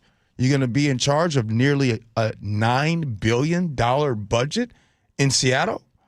I don't think so. We were talking to Dave Ross, though, and Dave was saying he just sees a lot of reaction to President Trump and people wanting to basically send a big bleep you to, Dave doesn't say that, but to the Trump administration by getting someone the polar opposite. What do you think? Yeah, I mean, I think he's not off. I mean, look at the response that we have to Obama being the president of the United States. And look at where we are right now. Right? So I don't think Dave Ross is wrong, right? Like there are, for some reason, emotional responses, right? It's not like there are a lot of things that are logically thought about. Like, for an example, on January 6, 2021, you know what you saw with your own eyes, but that guy is now president of the United States today. So back to this mayoral race, I didn't mean to go too deep. Sure. I mean, we have a situation where there are a lot of people that are feeling a certain type of way in the city of Seattle. One of the topics, whatever your topic is, there's a lot of hot topics that go on in the city of Seattle. So the choice is now. You're going to find out who is it going to be. Is it going to be Katie Wilson or is it going to be Bruce Harrell? As long as we brought up the president, I kind of want to bring up what you mentioned when you walked in the door when it comes to SNAP benefits. And the president has posted on Truth Social this morning. Yes, he did. And he posted on Truth Social, and I have it right here. And he says, SNAP benefits, which increased by billions and billions of dollars, many-fold, during crooked Joe Biden's disastrous term in office, due to the fact that they were hazardly handed to anyone for asking as opposed to just those in need, which is the purpose of SNAP, will be given only when the radical left Democrats open government, which they can easily do and not before. Thank you for your attention to this matter. So basically, he's basically saying that yesterday, Luke Ducey and everybody was talking about it was going to be up to half of the benefits for SNAP recipients. He's basically saying, no, there's going to be none. And but then don't you forget, so somebody might say, but he's defying a court order. Remember, you can't hold him in contempt because he's untouchable. This is something, of course, we'll be following throughout the day. Yeah, I know a lot of people on SNAP are worried. It's really messed up my mood because we're the United States of America, and the thought of people hungry actually bothers me. Well, we'll at least try to have better lighting. Next time, we'll fix it for you. All right. Thank G and you. Ursula coming up at 9 to noon. Okay, Sully, what's happening at traffic? Well, we're still struggling as we try to wind down this commute. We are very heavy across the lake on I-90 because of a crash we had just outside the Mount Baker Tunnel. Also very heavy on 520 in the westbound direction as well. We're still working with this crash just south of the Stadium District on southbound 99. 2 out of the 3 lanes are blocked. The 2 left lanes are blocked there. We're also looking for a crash just north of the West Seattle Bridge on I-5. I haven't found it yet, but it's bumper to bumper from the beginning of Boeing Field all the way up. You've got 45 minutes out of South Center and an hour and 10 all the way from Federal Way. Still hour and 10-minute trip from Everett to Seattle or Everett to Bellevue. Rented to Bellevue, 45 still, even though the crash has cleared that we had by 44th, and we're looking at about an hour drive still from Puyallup to Renton. Home Comfort Alliance brings us this report. Tired of uneven home heating and energy bills? The Quilt Ductless Heat Pump from Home Comfort Alliance will give you room-by-room control and savings. Visit homecomfortalliance.com. Mostly dry for today, a high of 56, but tomorrow on Thursday it's going to be rainy and breezy both days with highs in the upper 50s. It's 42 in Seattle right now. And Mayor Bruce Harrell joins the G and Ursula show in the 11 a.m. hour as we continue our election coverage on KIRO News Radio. G and Ursula, weekdays from 9 to noon on KIRO News Radio. Underestimating the trucking industry is one of the biggest mistakes I see victims and other lawyers make. Trucking companies have an army of lawyers and experts who act quickly after an accident to protect the company. Only an experienced trucking accident lawyer can navigate the complicated federal and state laws to protect your rights. If you or a loved one has been injured in a trucking accident, call Davis Law Group today for a free consultation or get my free book on trucking accident law at washingtonaccidentbooks.com. You're listening to Leaf Filter Radio, and the guru of gutter protection himself, Chris Coonahan, is here to take your most pressing leaf-related questions. Hey, everybody, Chris here. I understand we have Ron on the line. Ron, where are you calling from? Uh-oh. Ron, are you calling from a ladder? Well, I was. I wanted to ask Chris what I need to do to get my gutters ready to have leaf filter installed. Oh, Ron, you don't have to do anything. A Leaf Filter Trusted Pro will come out and clean out your gutters, realign and seal your gutters, and install Leaf Filter, America's #1 gutter protection system. So I didn't need to get on this ladder? Ron, Leaf Filter Trusted Pros are in your neighborhood and ready to help. Just visit leaffilter.com/deal to schedule your free gutter inspection and get up to 30% off. Thank goodness. What was that site? To get this special radio offer, go to leaffilter.com/deal for your free gutter inspection today and get up to 30% off. That's leaffilter.com/deal for up to 30% off. leaffilter.com/deal. See representative for warranty details. Are your investment dollars working as hard as they should be? You've spent years building your future. Don't let outdated advice put it at risk. Hi, I'm Jeff Jr., founder of Trajan Wealth. We're a veteran-owned firm proud to bring a new standard of financial care to the Seattle area. Our nationally recognized advisors are fiduciaries, ethically bound to put your interests first. That's the highest standard of care in the industry. As a privately held company, we answer to you, our valued clients, not shareholders. For households with $500,000 or more, let us build you a customized plan. From Bellevue to Tacoma, get advice you can count on. It's time to take a fresh look at your financial plan. Call Trajan Wealth, 206-656-3300. That's 206-656-3300. Trajan Wealth. Plan smarter, dream bigger.